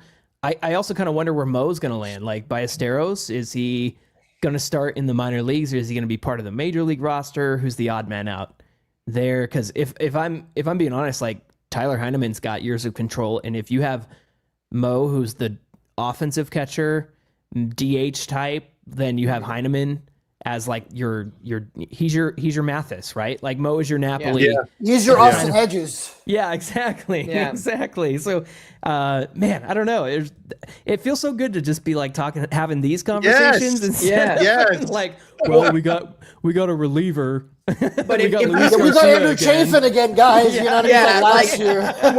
when you're looking at it in a bigger mindset, like now looking at this Griffin Foster deal with the Guardians, left-handed pitcher, was there maybe a deal on the table on the behind the scenes of maybe Joe Adell and Detmers to Cleveland for a bigger package? Wow. Like if like, because that right there, if that was a deal, you automatically bring home another, shameless promotion, another Huntington Beach star, Ralphie Velasquez, the number 1 prospect of the Guardians. Like, that's those mega deals that you talk about. Now, maybe Cleveland didn't want to deal with some of the bigger guys, so they went with the short, just Joe Adell thing. But to get a lefty starter, and now, like, I wonder what kind of bigger deals could have been had, because the Angels are in that sell mentality. I think that kind of feels like what happened with the Cubs, right? Like, we had all that talk of like, oh, Detmers is going to the Cubs. Yep.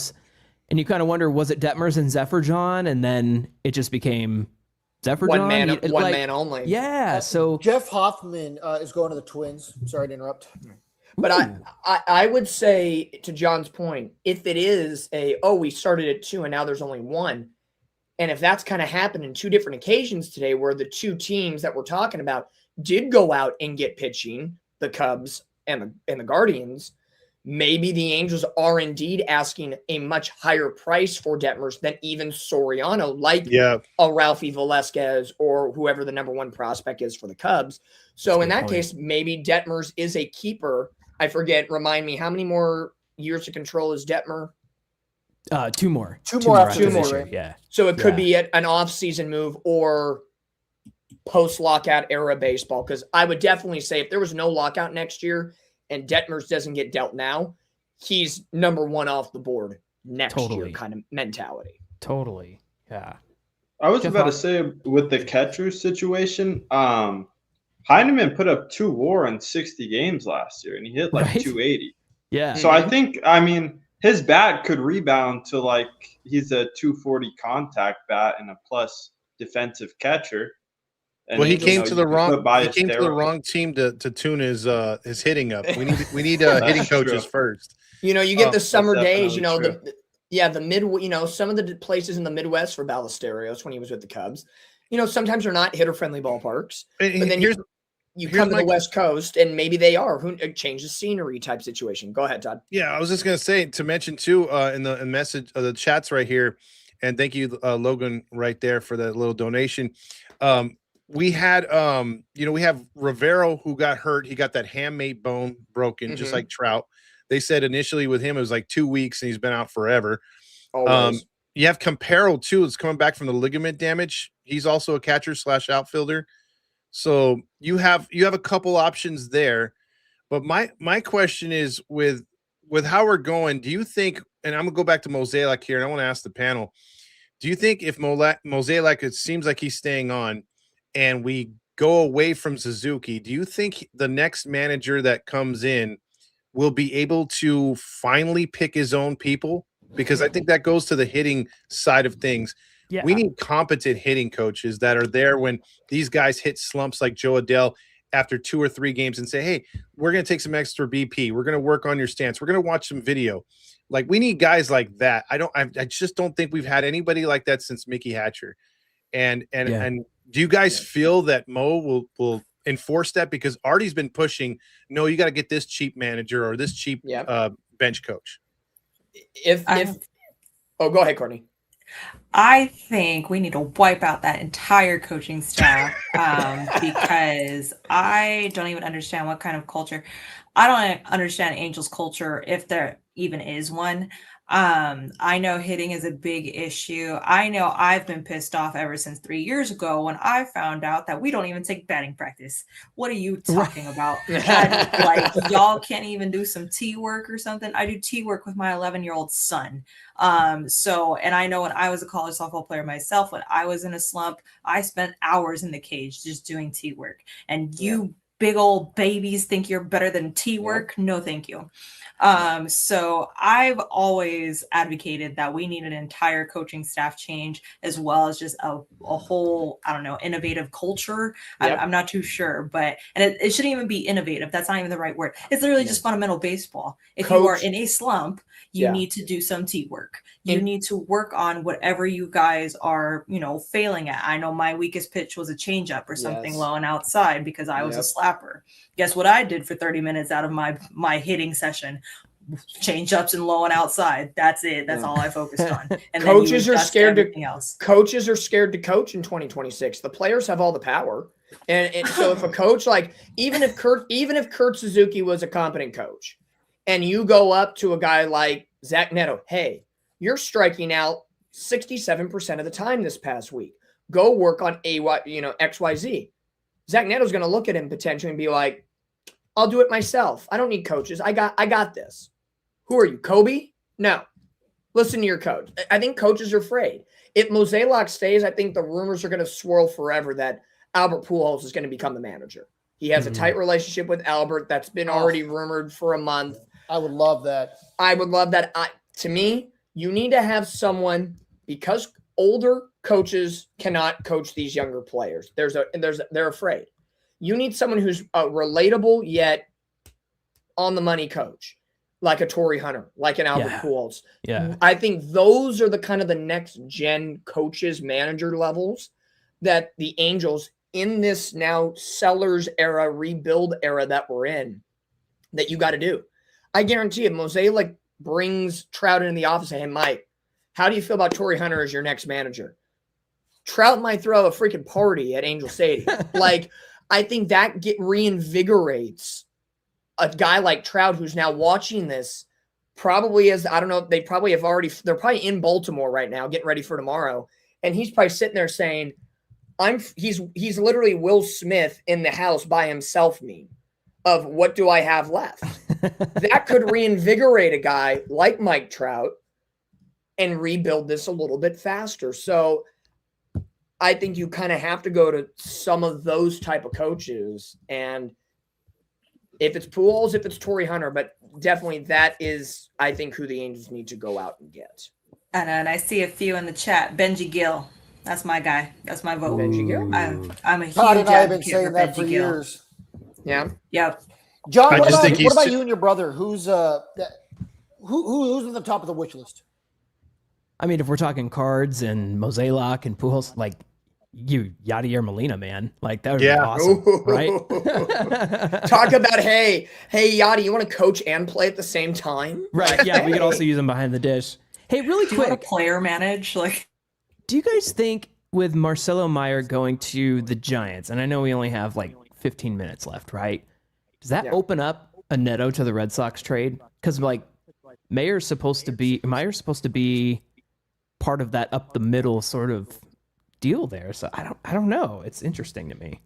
And you know how the deals always go, about 15 minutes past the hour. Yeah. So that's why we would go 30. I can see if there's those bigger, more complexity type deals that are probably been in the working all morning or for however long, and they don't come out until 3:15. I can see that happening because I will say out of the buyers today, Boston has probably been the most active. Oh, yeah. And the Chicago Cubs. Yeah, I was gonna say the Cubs and Red Sox have been the most active.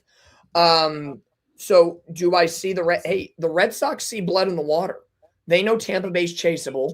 They just swept the Dodgers, so they're feeling really good about themselves. I think if the Red Sox lose that series to the Dodgers, 2 out of 3, or even get swept themselves, I think they might have a completely different mindset going into this trade deadline.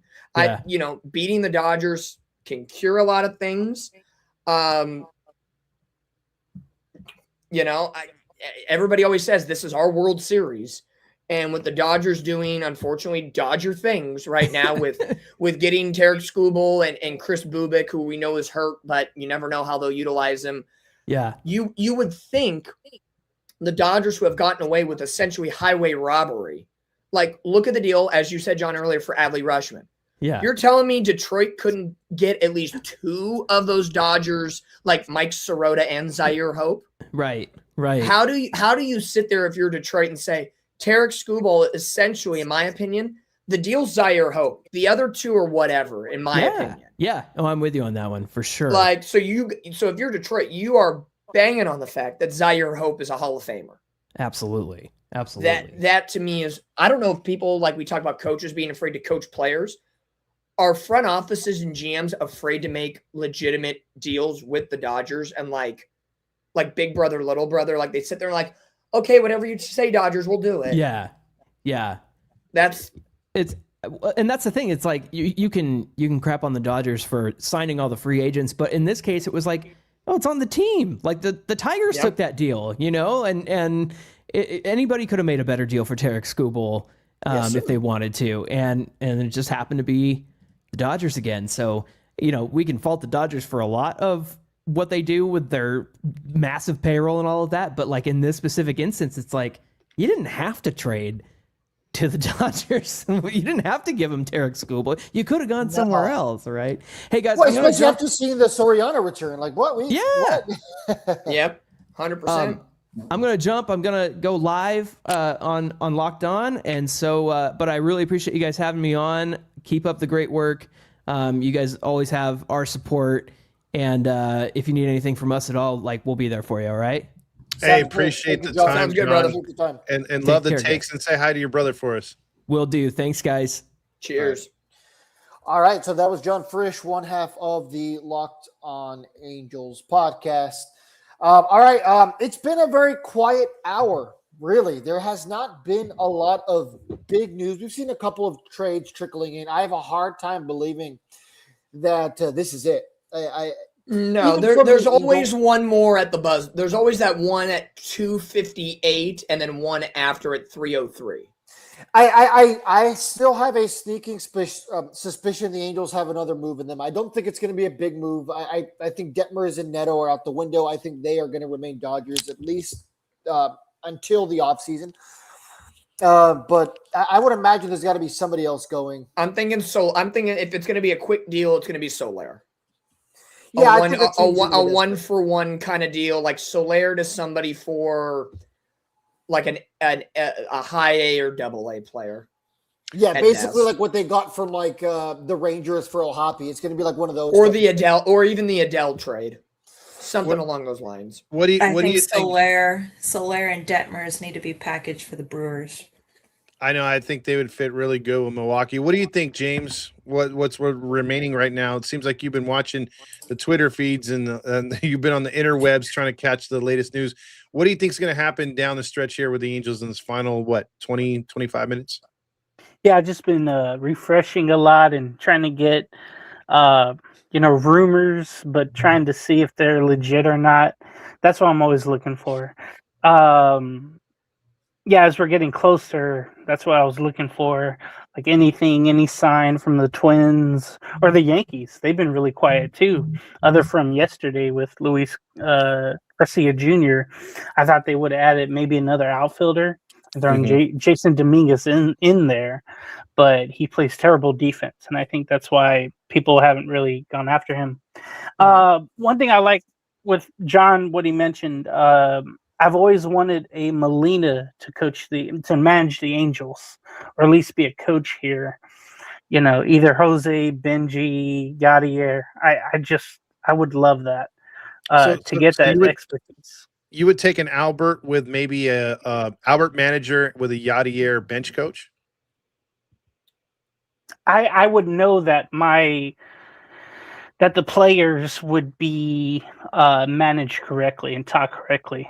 If it was those two guys in the there in the dugout. The only thing that bugs me though, and that's why I didn't say much about it, was the analytical part of baseball now. It will always creep into people's heads. And I always say this, that's why I don't say much on this, but it doesn't matter who you hire as manager. If the analytical hold is on your team and in the mindsets of the players, all the stuff that you teach them, it doesn't matter. It's out the window because they're just being taught, hey, you can get more money, you can get more fame, you can get more power if you literally just try to hit the ball over the fence. That's what I hate about the new ways. And then you guys mentioned earlier about, the Taylor Ward trade with Grayson Rodriguez. First of all, with Taylor Ward, I feel like that ballpark does not play well for him.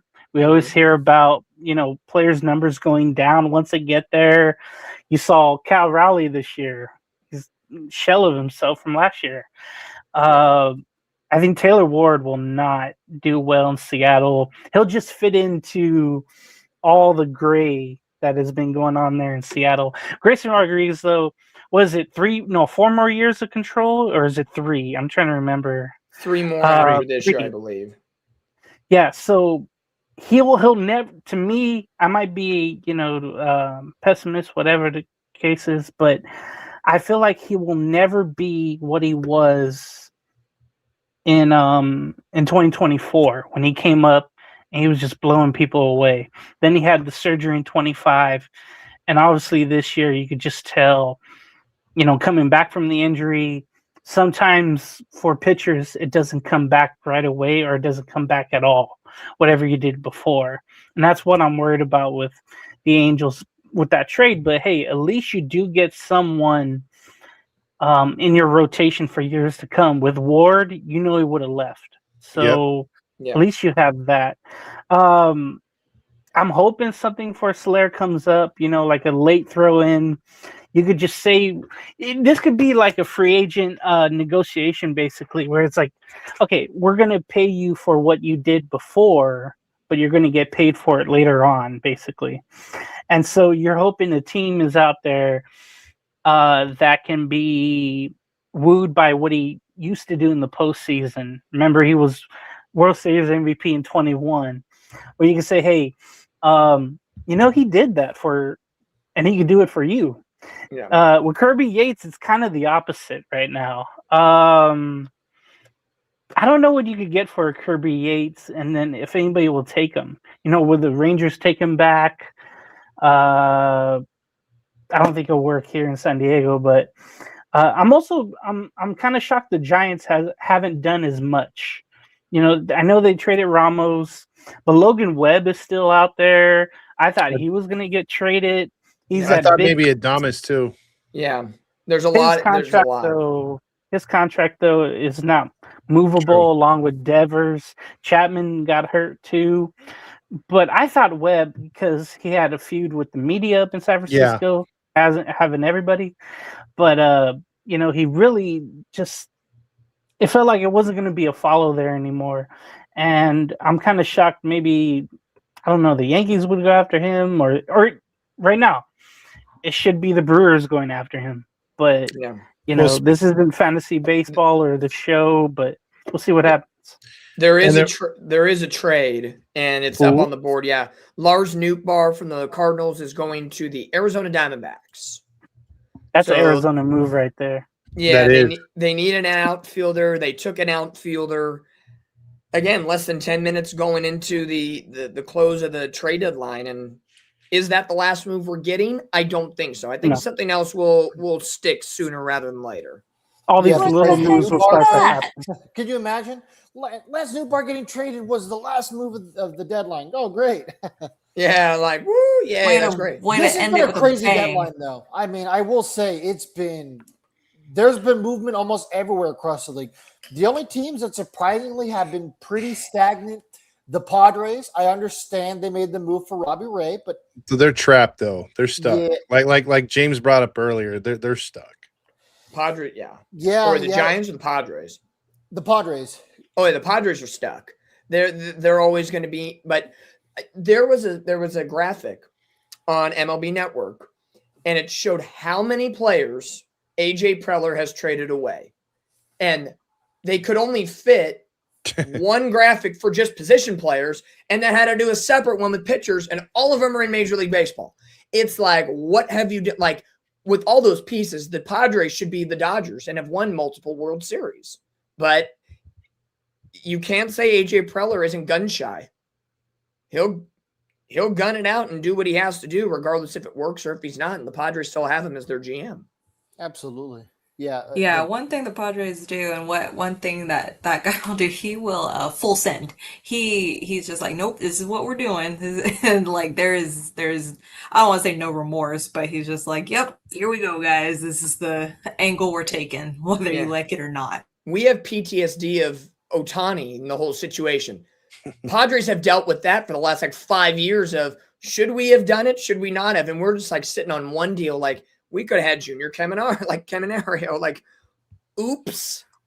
One day, for sure, the AJ Preller trade trees are going to be the most insane things ever. I mean, even that Juan Soto trade, that deal alone is going to lead to a massive trade tree.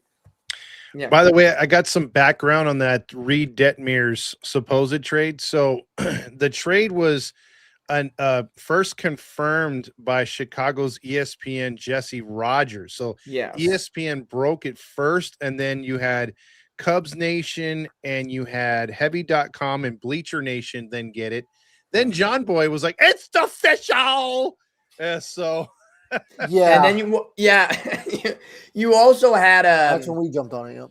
Yeah, you had a couple other MLB trade rumors.com was reporting it as well. So that's where, to the point, I think it was more of a mega deal. And there was something with the Detmers portion, and the Cubs are like, whoa. Let's cut him, keep Zephyr, and let's reroute this deal a little bit. Nathaniel Lowe is going from the Reds to the Guardians. So there you go. Ohio stays active. Their division is completely worthy. Well, I mean, think about that too, guys. I mean, if the Royals hadn't tanked, I mean, you got the Twins, Tigers, Ohio, and why am I forgetting the other team? White Sox. White Sox, Guardians, Twins, Tigers. White Sox have been the cream of the crop, dude. And like Baldwin says right here, the Reds did something, but those are, if I'm looking at disappointments from the deadline today, it's 3 teams out of the Central and Atlanta. Atlanta, yeah. Yeah, Atlanta, and you look at the Reds, the Pirates, and what's the other team? The Reds, Pirates, and there's one other team over there. Cardinals, yes. I think they're all right there, and especially in the wild card, and they have not benefited at all from this. No, and like Cincinnati, who's 5.5 out of the wild card and 5 games below 500. They're kind of playing with house money in a sense. If we make it, great. If we don't, we'll focus on the future. Those, Pittsburgh, I was shocked that they picked up a reliever. Holy moly, that's great for Pittsburgh. I just see the American League as Cleveland right now. At the playoffs started today. Cleveland is in. Mm-hmm. Get Joe Adell. You get it was Nathaniel Lowe, correct? Nathaniel Lowe. Yeah. Okay, Nathaniel Lowe. They get Foster Griffin. They retool-ish in a sense. I think the best move out of the 3 is definitely the Griffin move from the Nationals.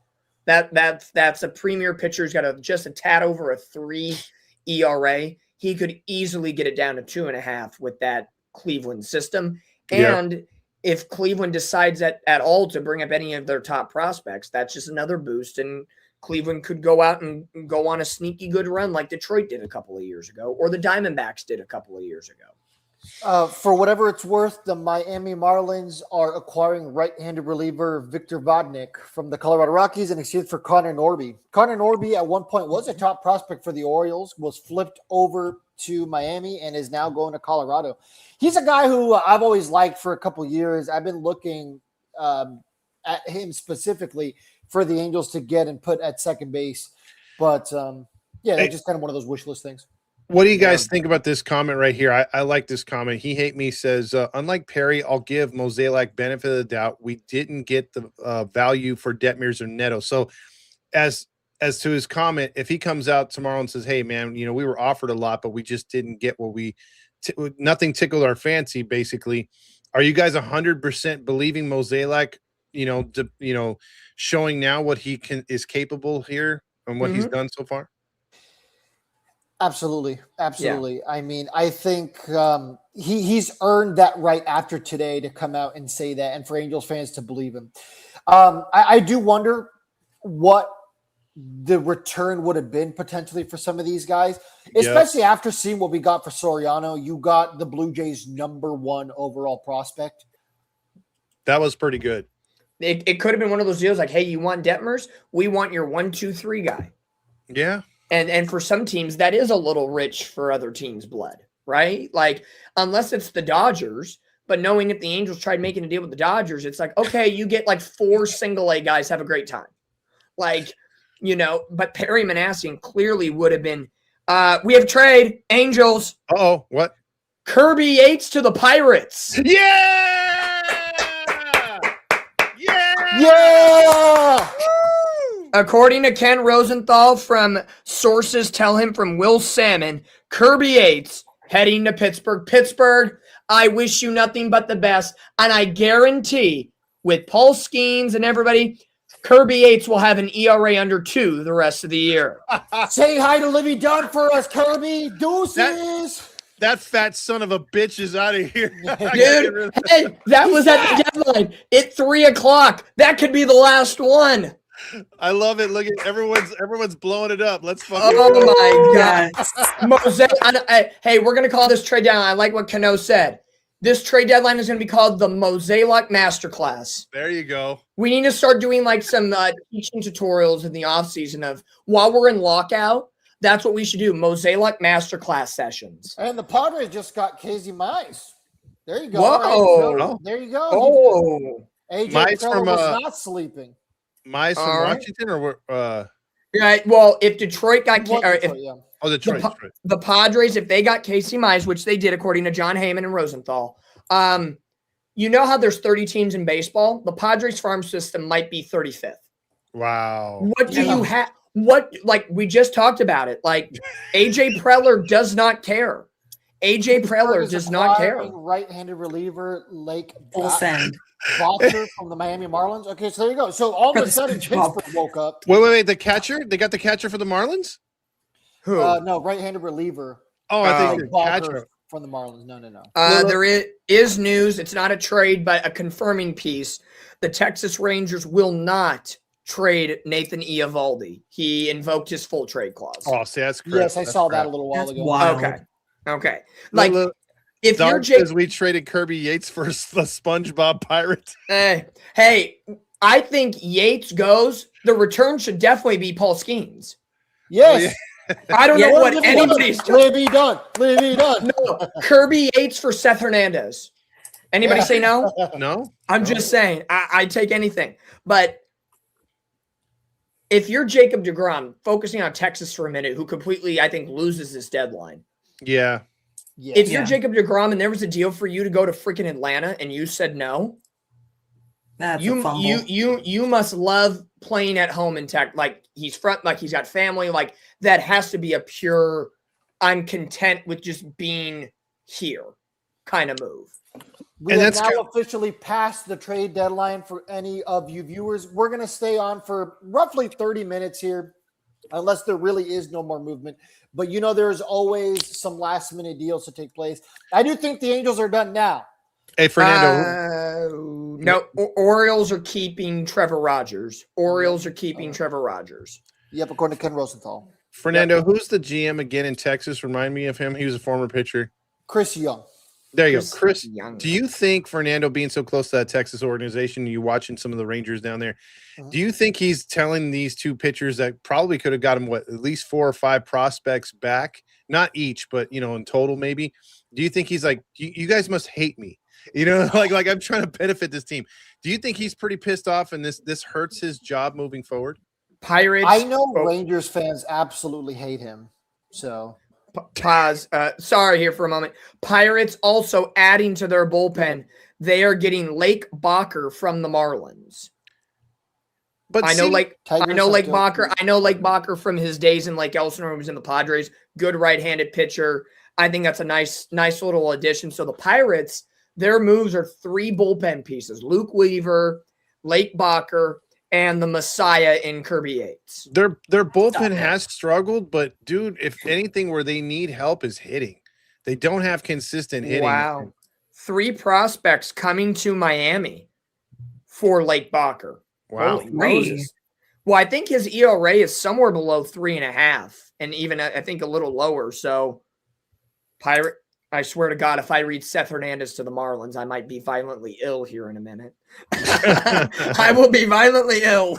Yeah, we're still waiting on the return, but Kirby Yates is a Pirate.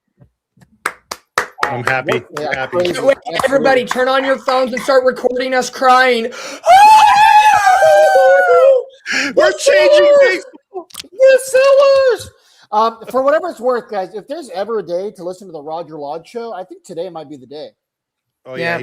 Yeah. I hate to see how these guys go. Angels fight on. I said it. I broke it. I'm Ken Rosenthal today. It's Skeens for Yates. Yeah. Oh, my God. Yeah, hey, I think we would have be a heart attack. we might be happy. Not even Paul Skeens, like Livy Dunn for Kirby Yates. Yeah. Courtney's like, I'm out. I can't do this anymore. I can't do this. I want to say thank you for everyone that's been on the chat since Fernando decided to go early today, and everyone that's been in here, all the guests. We're almost over. We're almost to 1,000 people on here, and that's pretty damn cool. That just tells you how much people give a funk about this team, although we're in bad shape, and how excited that we are to sell. I mean, the fans want a winner, and maybe this is finally. Ooh. Like Fernando said the other day, we use every tool, spork to dig ourselves deeper as an organization. Maybe finally we were like, yeah, this is rock bottom. Let's start to make our way back out of this hole. Maybe today's that day, folks. We have the return on the Casey Mize deal. Party at Chico's, by the way. It's Casey Mize and Gage Workman in exchange for Cash Mayfield, who is the number 2 prospect for the Padres, and Jackson Wolf. I'm going to see if he's in their top 30. And it doesn't look like it. So the big take in that is Casey Mize for Cash Mayfield. A number 2 prospect for the Padres is gone. Is there any chance that for Kirby Yates it's anything more than just a cash considerations type thing? Cash considerations and soda. I think it's going to be a salary dump, right? It's either that or we get their head guy from security. I think that'd be about it. Hey, I think the Angels need that. I hear their security is fighting the fans now. Yeah, plus there's fights in the stands between fans, which is Well, here's somewhat of a question now. Now that the Angels have sold in a way, do the sell the team chants continue at a rapid pace? Yes. Well, yeah, we want the team sold. Full force. I'm just saying. I wonder, like, do they ramp? Do they where they are now? Do they ramp even further up? I think you edit those. You say complete the sell. Complete the sell. I wonder how much it even more ramps up, because now that we have started one phase, it's like, okay, thank you for doing that. But like, if Mozeliak and Molly Jolly are the messiahs of the Artie Whisperer, does Artie now start taking a back seat and not inflict pain on I want this, I want that, I now trust you mentality? I think he's too narcissistic in order to do that. I still think he wants his name attached to this, to whatever this is. Breaking news. Oh, let's hear it. Zach Neto and Reed Detmers will stay in Angel Red. Sorry. That would be massive news. Hey, Dominic, I love you, but that one's for you. I know, that was a little low. I know. I try my hardest. That's my Niner Dominic. Yes, that's the full start of our relationship coming out. Well, so we're going to keep going here for a couple more minutes, just in case there's any other stragglers that are coming in. Real quick, let's assume that this is it. Oh, okay. And now there's official word that Jorge Soler is also remaining as an Angel. I knew who was really going to take a 203 hitter right now. It wouldn't have been more than just cash considerations. I would say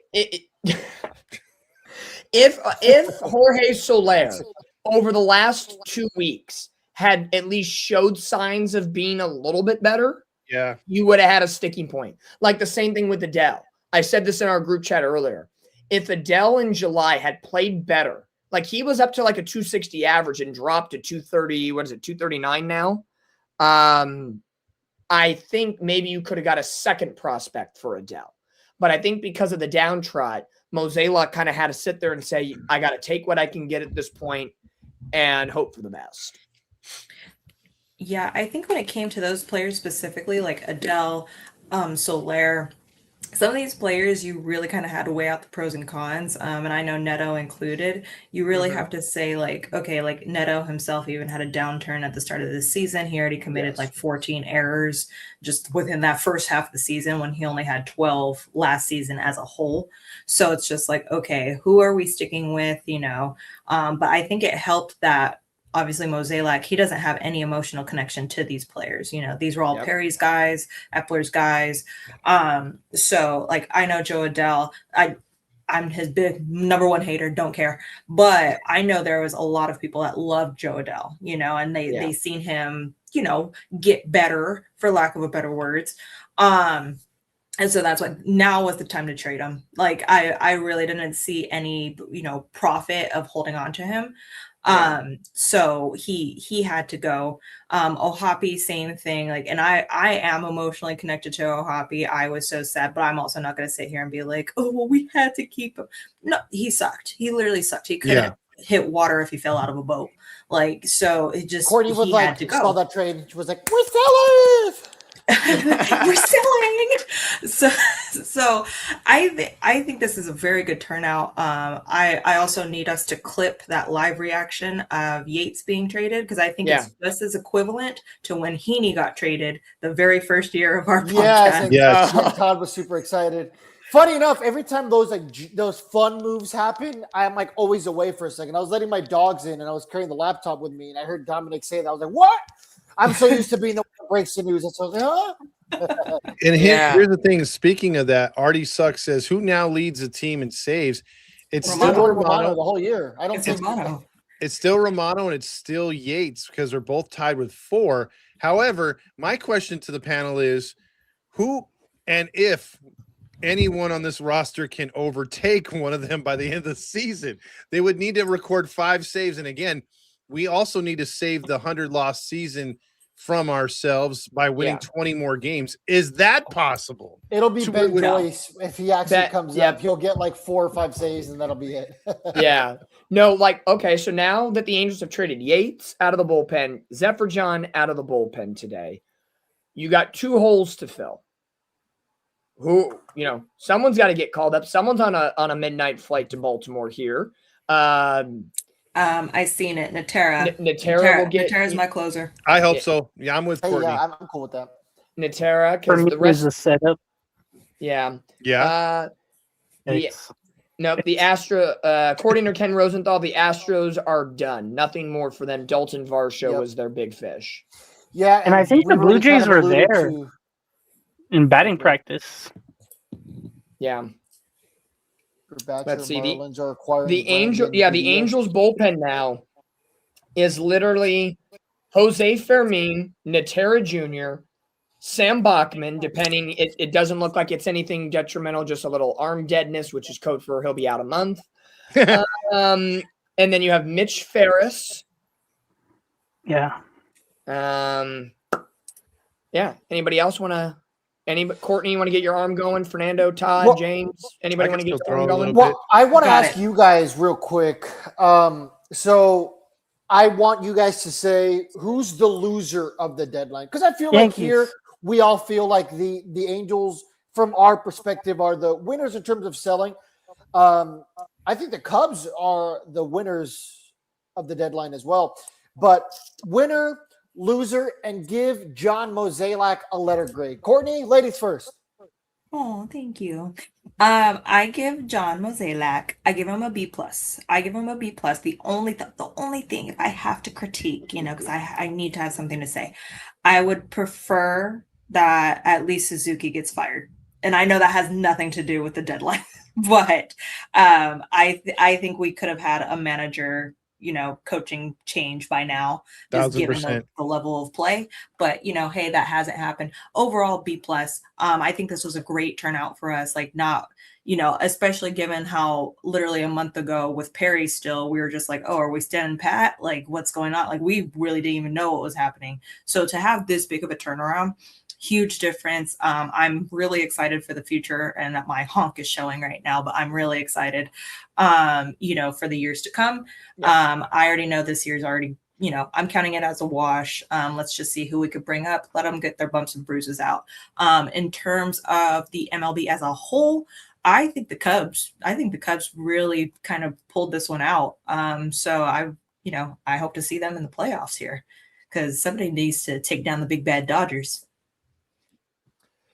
Todd?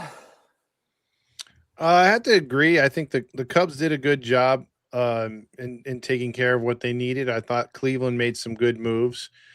Disappointments for me, like I said earlier, Atlanta. I thought Milwaukee did a good job here, but they just missed on a frontline starter.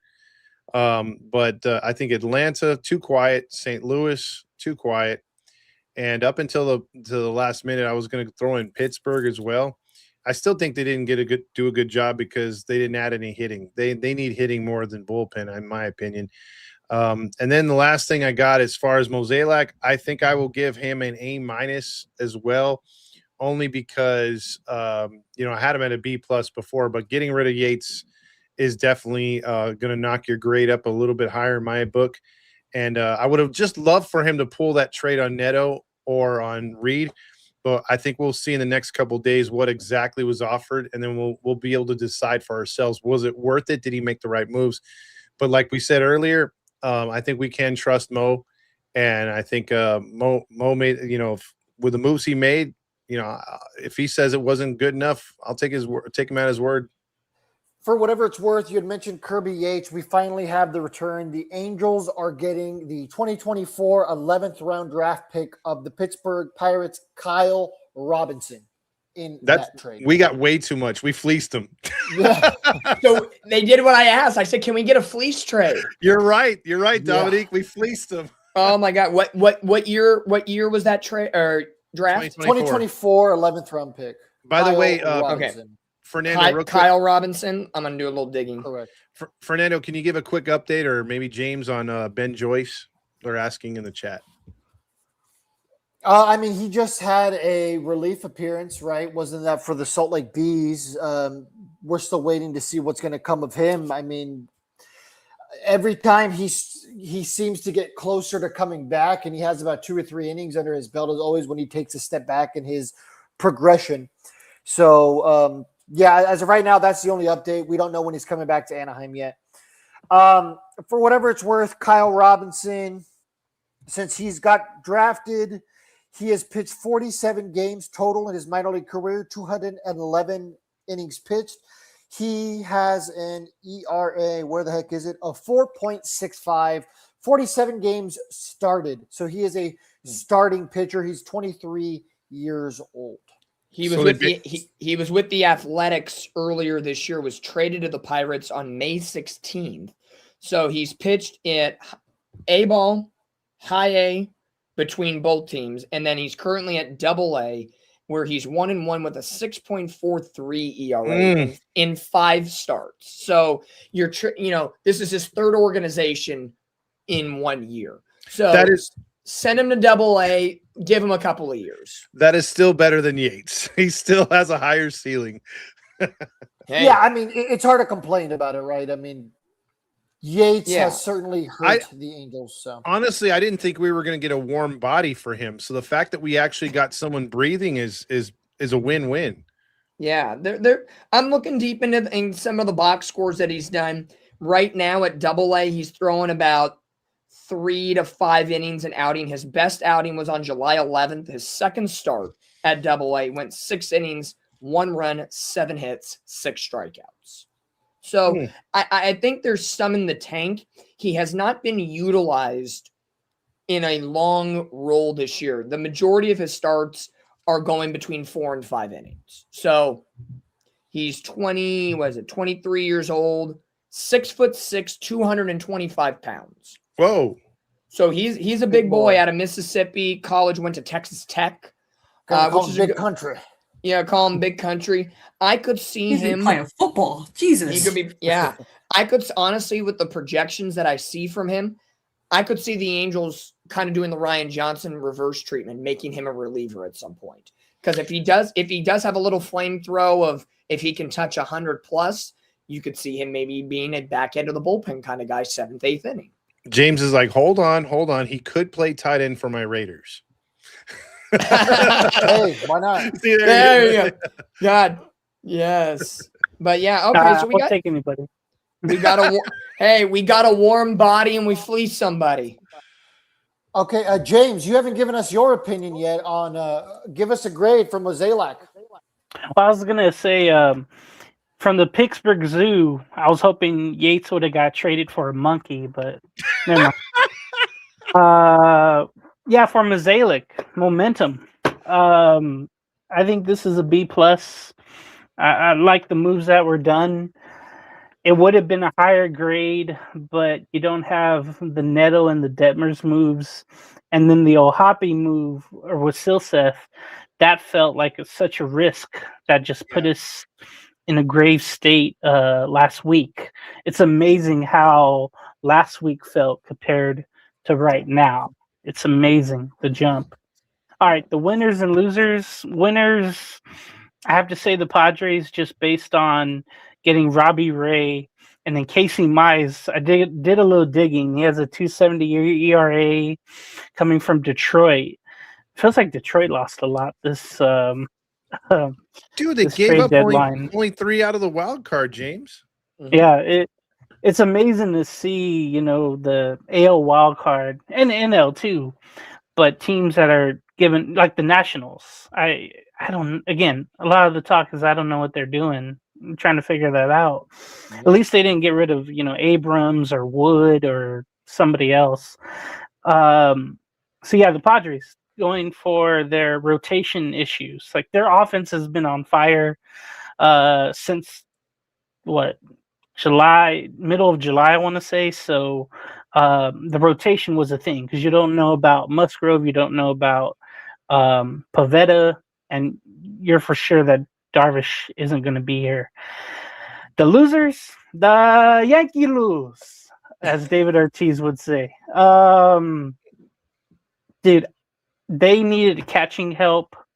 I know they have Austin Wells, but it felt like they needed more pop in that position there, and they also could have needed another starter because you don't know about their young pitchers right now, and they also needed outfield help. Aaron Judge feels like he's taking his time to come back. His injury is really, really bad, I guess, but they're waiting for him to come back and everybody else. So maybe that's why they weren't as efficient at the deadline. And you throw in Milwaukee too, just based on knowing that they have the best farm system, but still didn't pull the trigger on Skubal. But it was great too because today, you know, normally I want to take the day off and just watch this trade deadline. And, you know, 24-25, you know, I worked on the deadline and nothing really happened. We remember 2023, you know, as a busy deadline, ended up not working for the Angels. But today I'm happy that I took the day off because things happened. And thank you, John Mozeliak. I don't know how long he'll be here. The hope is that he gets the itch to, you know, keep building on what he's doing. My only problem is Artie is still here. Yeah. And I have, and lady too, I have this issue. I have this thought that Artie basically said you could trade everybody else, but not Trout, Detmers, and Neto. Those are the untouchables. Yeah. Everybody else you could trade. Do you think that happened with Artie? I think Trout, yes. I think the other 2 guys, he probably just warned him. He's like, you better get a really good return. No. Yeah, 100%. For me, I kind of agree with Courtney. I think B plus for today's day. I wish, and I don't think it's Mozeliak's fault. I wish we could have got a little more for Joe Adell, but I think that's just his play the last couple of weeks kind of deterred that from happening. What boosts it up, you know, you got rid of Kirby Yates. You got a nice haul in return for Ryan Zephyr-John, who kind of the opposite of Joe Adell. Started off weak, built up strong, and you got Moises Ballesteros out of it. I'm okay with keeping Detmers and Neto. Maybe the deal just wasn't right. So overall, I think this is a good, nice little move for the Angels to go in a much better direction. Hopefully you get to see some of the prospects that we already have in the system get a chance, especially after the September 1st call-up point. I like it. I think this is a nice day for the Angels. Around the league, definitely a loser today is the Texas Rangers. I think in a division that is completely winnable, Houston kind of took the life out of them. Even without the division, they could still go out and win this wild card. and they decided to just stand pat and do nothing. So they must feel content with what they have and galvanize what they have still, pitching, hitting, and a little bit of everywhere. So really the Texas Rangers' biggest deal was Chase Silseth and Logan O'Hoppe. And they must feel confident in that moving forward. A winner for today, I guess easily the quick answer would be the Cubs. I think they address their pitching staff very quickly. You know their offense, what it is. If I had to give a 1A, 1B, I would honestly say the Cleveland Guardians addressed a lot of needs in a winnable division. I think Cleveland, I think Joe Adell, it's going to be interesting to see how he hits in that ballpark because Cleveland is not so much a friendly hitter's ballpark. So how does he make that transition from West Coast to Midwest baseball? But I think the Foster Griffin move definitely amps up their pitching staff a little bit and can fight with the White Sox now for that divisional crown.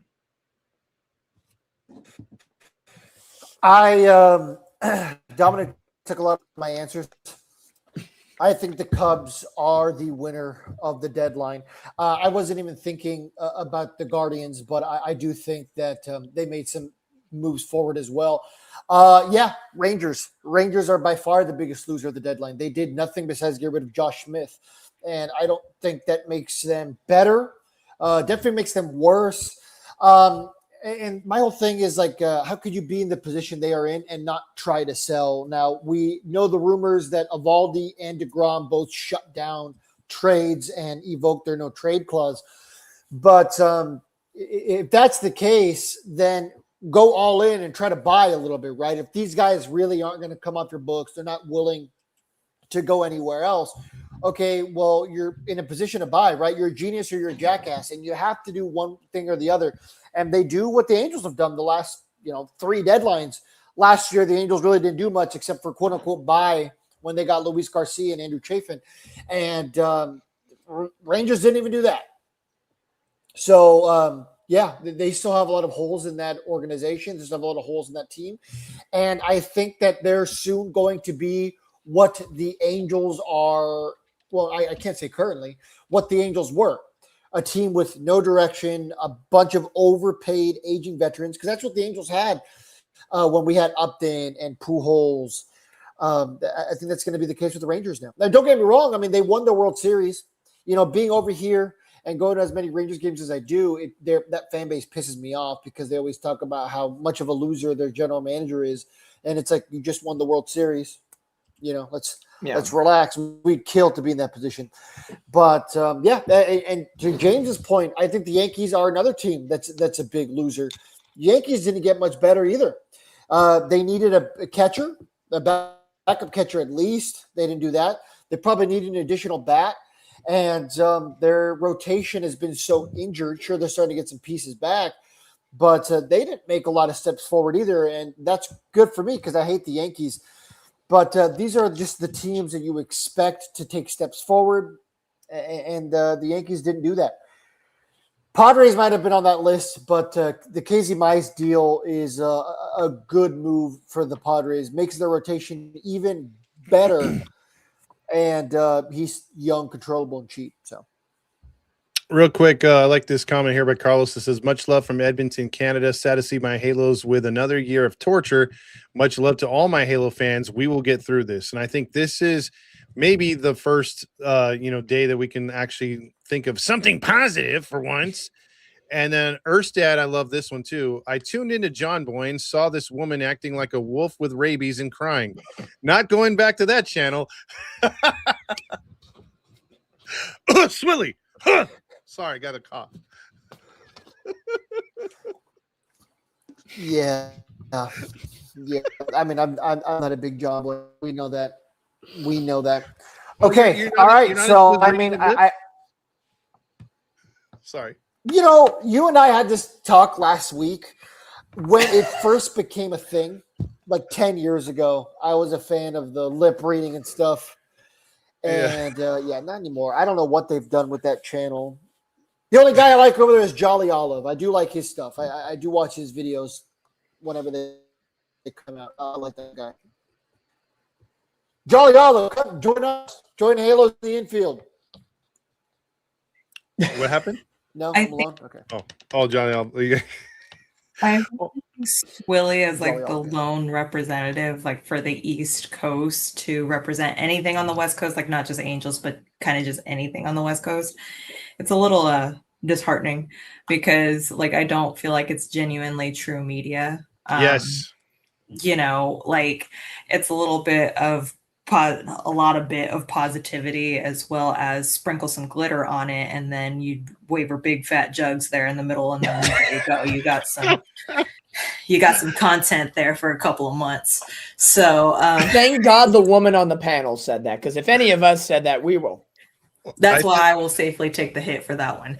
I'm no stranger to it. It's, you know, pretty privilege. You know, it's something that women have when they look semi decent. That's why Brie Delio doesn't. And I can't hate. Ooh. Sidebar, not to interrupt, but there was, I don't know if this is officially true. I'm getting there was one last deal for Tampa Bay at the buzzer. With the They're Dodgers? acquiring Dodgers Jack Zawinski. Who? So he minor kind of AAA outfielder. Give him a little depth probably when the September 1st call up hits. He played a lot for Cleveland in Pittsburgh. He had a lot of time at the major league level at Pittsburgh, I think last year and the tail end of the year before. So They're gonna say they're gonna break Wander Franco out, but that's all right. Yeah, you know, it's tough, but yeah. I So just that might have been the last move. Oh, Caleb Ferguson. Ooh, a reliever. Another reliever. Another reliever gets sent to the Cardinals from Cincinnati in exchange for $250,000 of international pool money. That's the money that will bust out Wander Franco. There you go. Yeah, right. For human money. So there you go. One thing, I have last to thing use I the sound got. clip one more time, real quick. Go Go ahead. Oh, last thing Okay. I got, is real quick is 714 tickets. Where if you guys are interested in tickets for concerts, baseball, basketball, football, it doesn't matter what it is. We got your ticket to go to see the game, and by using our code in the apply now, which is back to normal, it's HITI, no month included. It's just simply HITI. Use as much as you want to go as much as you want. So go to 714 Tickets app or call them, mention us, and you'll get that 10% off plus 5% into your created account, which is free. And after a few ticket purchases, you can buy tickets for free with that ticket money that you have in the reserve. So 714 Tickets gives back to the community. So why don't you give them a try? No tickets or no service fees, no taxes, I should say, and the best customer service. Back to you, Fernando. Yeah, no. Let me just say with 714 Tickets, hey, you know, we were like the OG people that were holding it down for 714 Tickets. We're big fans of what they're doing. We still are big fans of what they're doing. And I will say, some of the other pages joined to get that sweet payday. Well, we're still here. 714 Tickets. We are going to keep, as long as they're willing to work with us, we're going to keep on supporting 714 Tickets. So head on over that way. But as we close out here, I just want to say, guys, let's all celebrate together.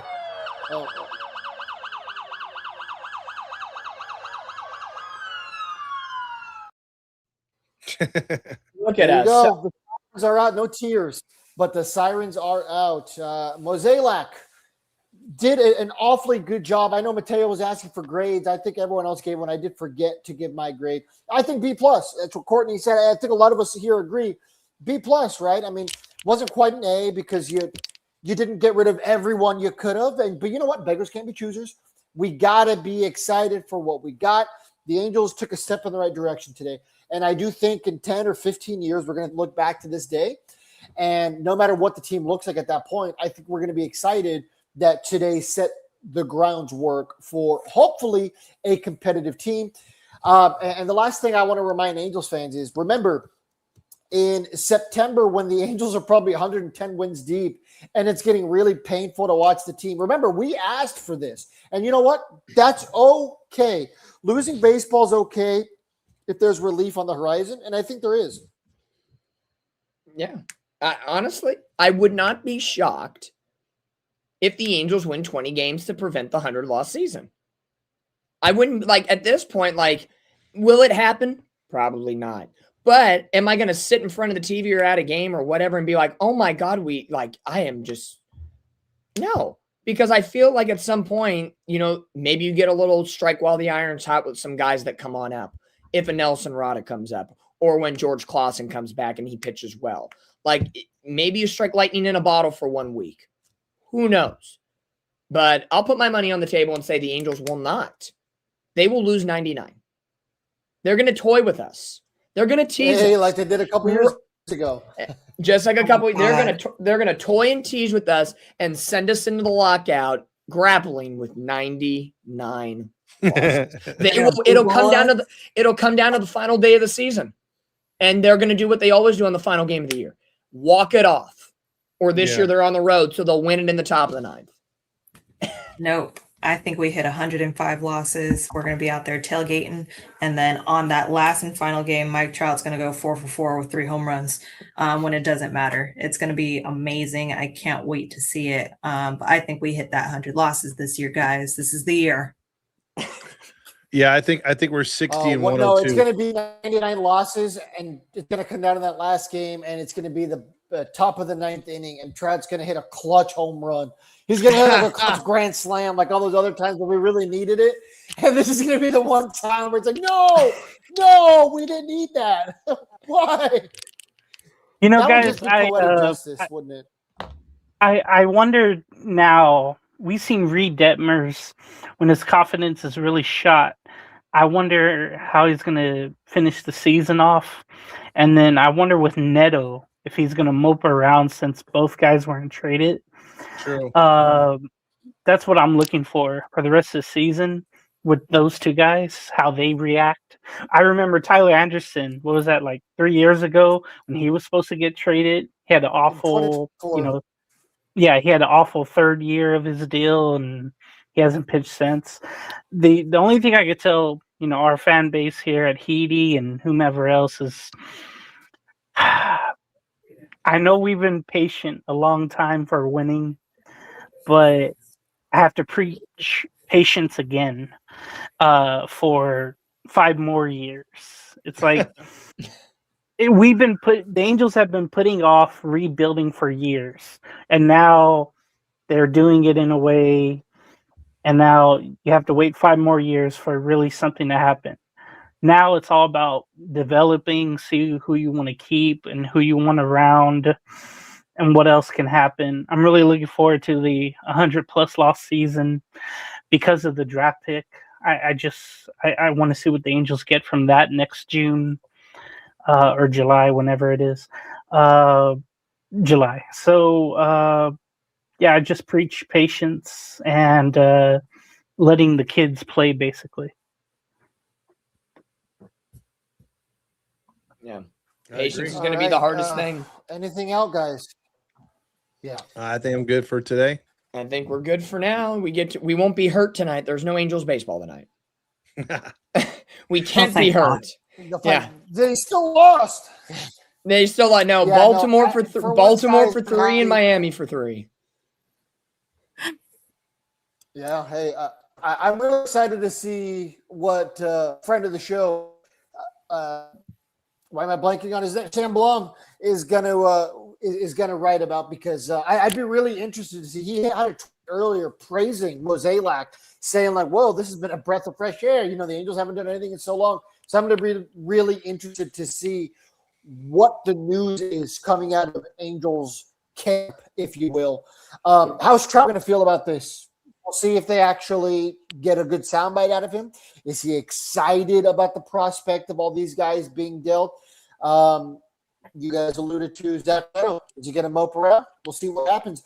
There is a lot of storylines to come out of today, but I think I speak on behalf of all of us when I say, guys, today it feels pretty good to be an Angels. There's some hope. I know, that's weird. What's that? I feel that for once. I'm actually smiling as an Angels fan. And it sucks that it's come to this, right? It sucks that we're celebrating Logan O'Hoppe going to another team, Jose Soriano pitching for the Blue Jays. But you know what? In my opinion, that Soriano trade, I still think is the best trade in my opinion. I'm excited about Moises coming over from the Cubs. But I really love the idea of the Angels getting a top 50 prospect. What more do you want out of a guy with 2 Tommy John surgeries? So lots to be excited about. Yep, 100%. All right. I think everyone's at a loss for words. I think it's been a long day. So thank you for being here, guys. Thank you guys for being here, taking the day off or being at work. I greatly appreciate everyone making the time. And for everyone in the chat, thank you guys so much for your support. Let your friends know what we got going on here. If you're new here, subscribe, like, follow us on all the social medias, and we will see you guys next time. Have a great rest of your day, everyone. Bye now. Thank you all for watching the Halos in the Infield podcast. Make sure to like and subscribe on your way out.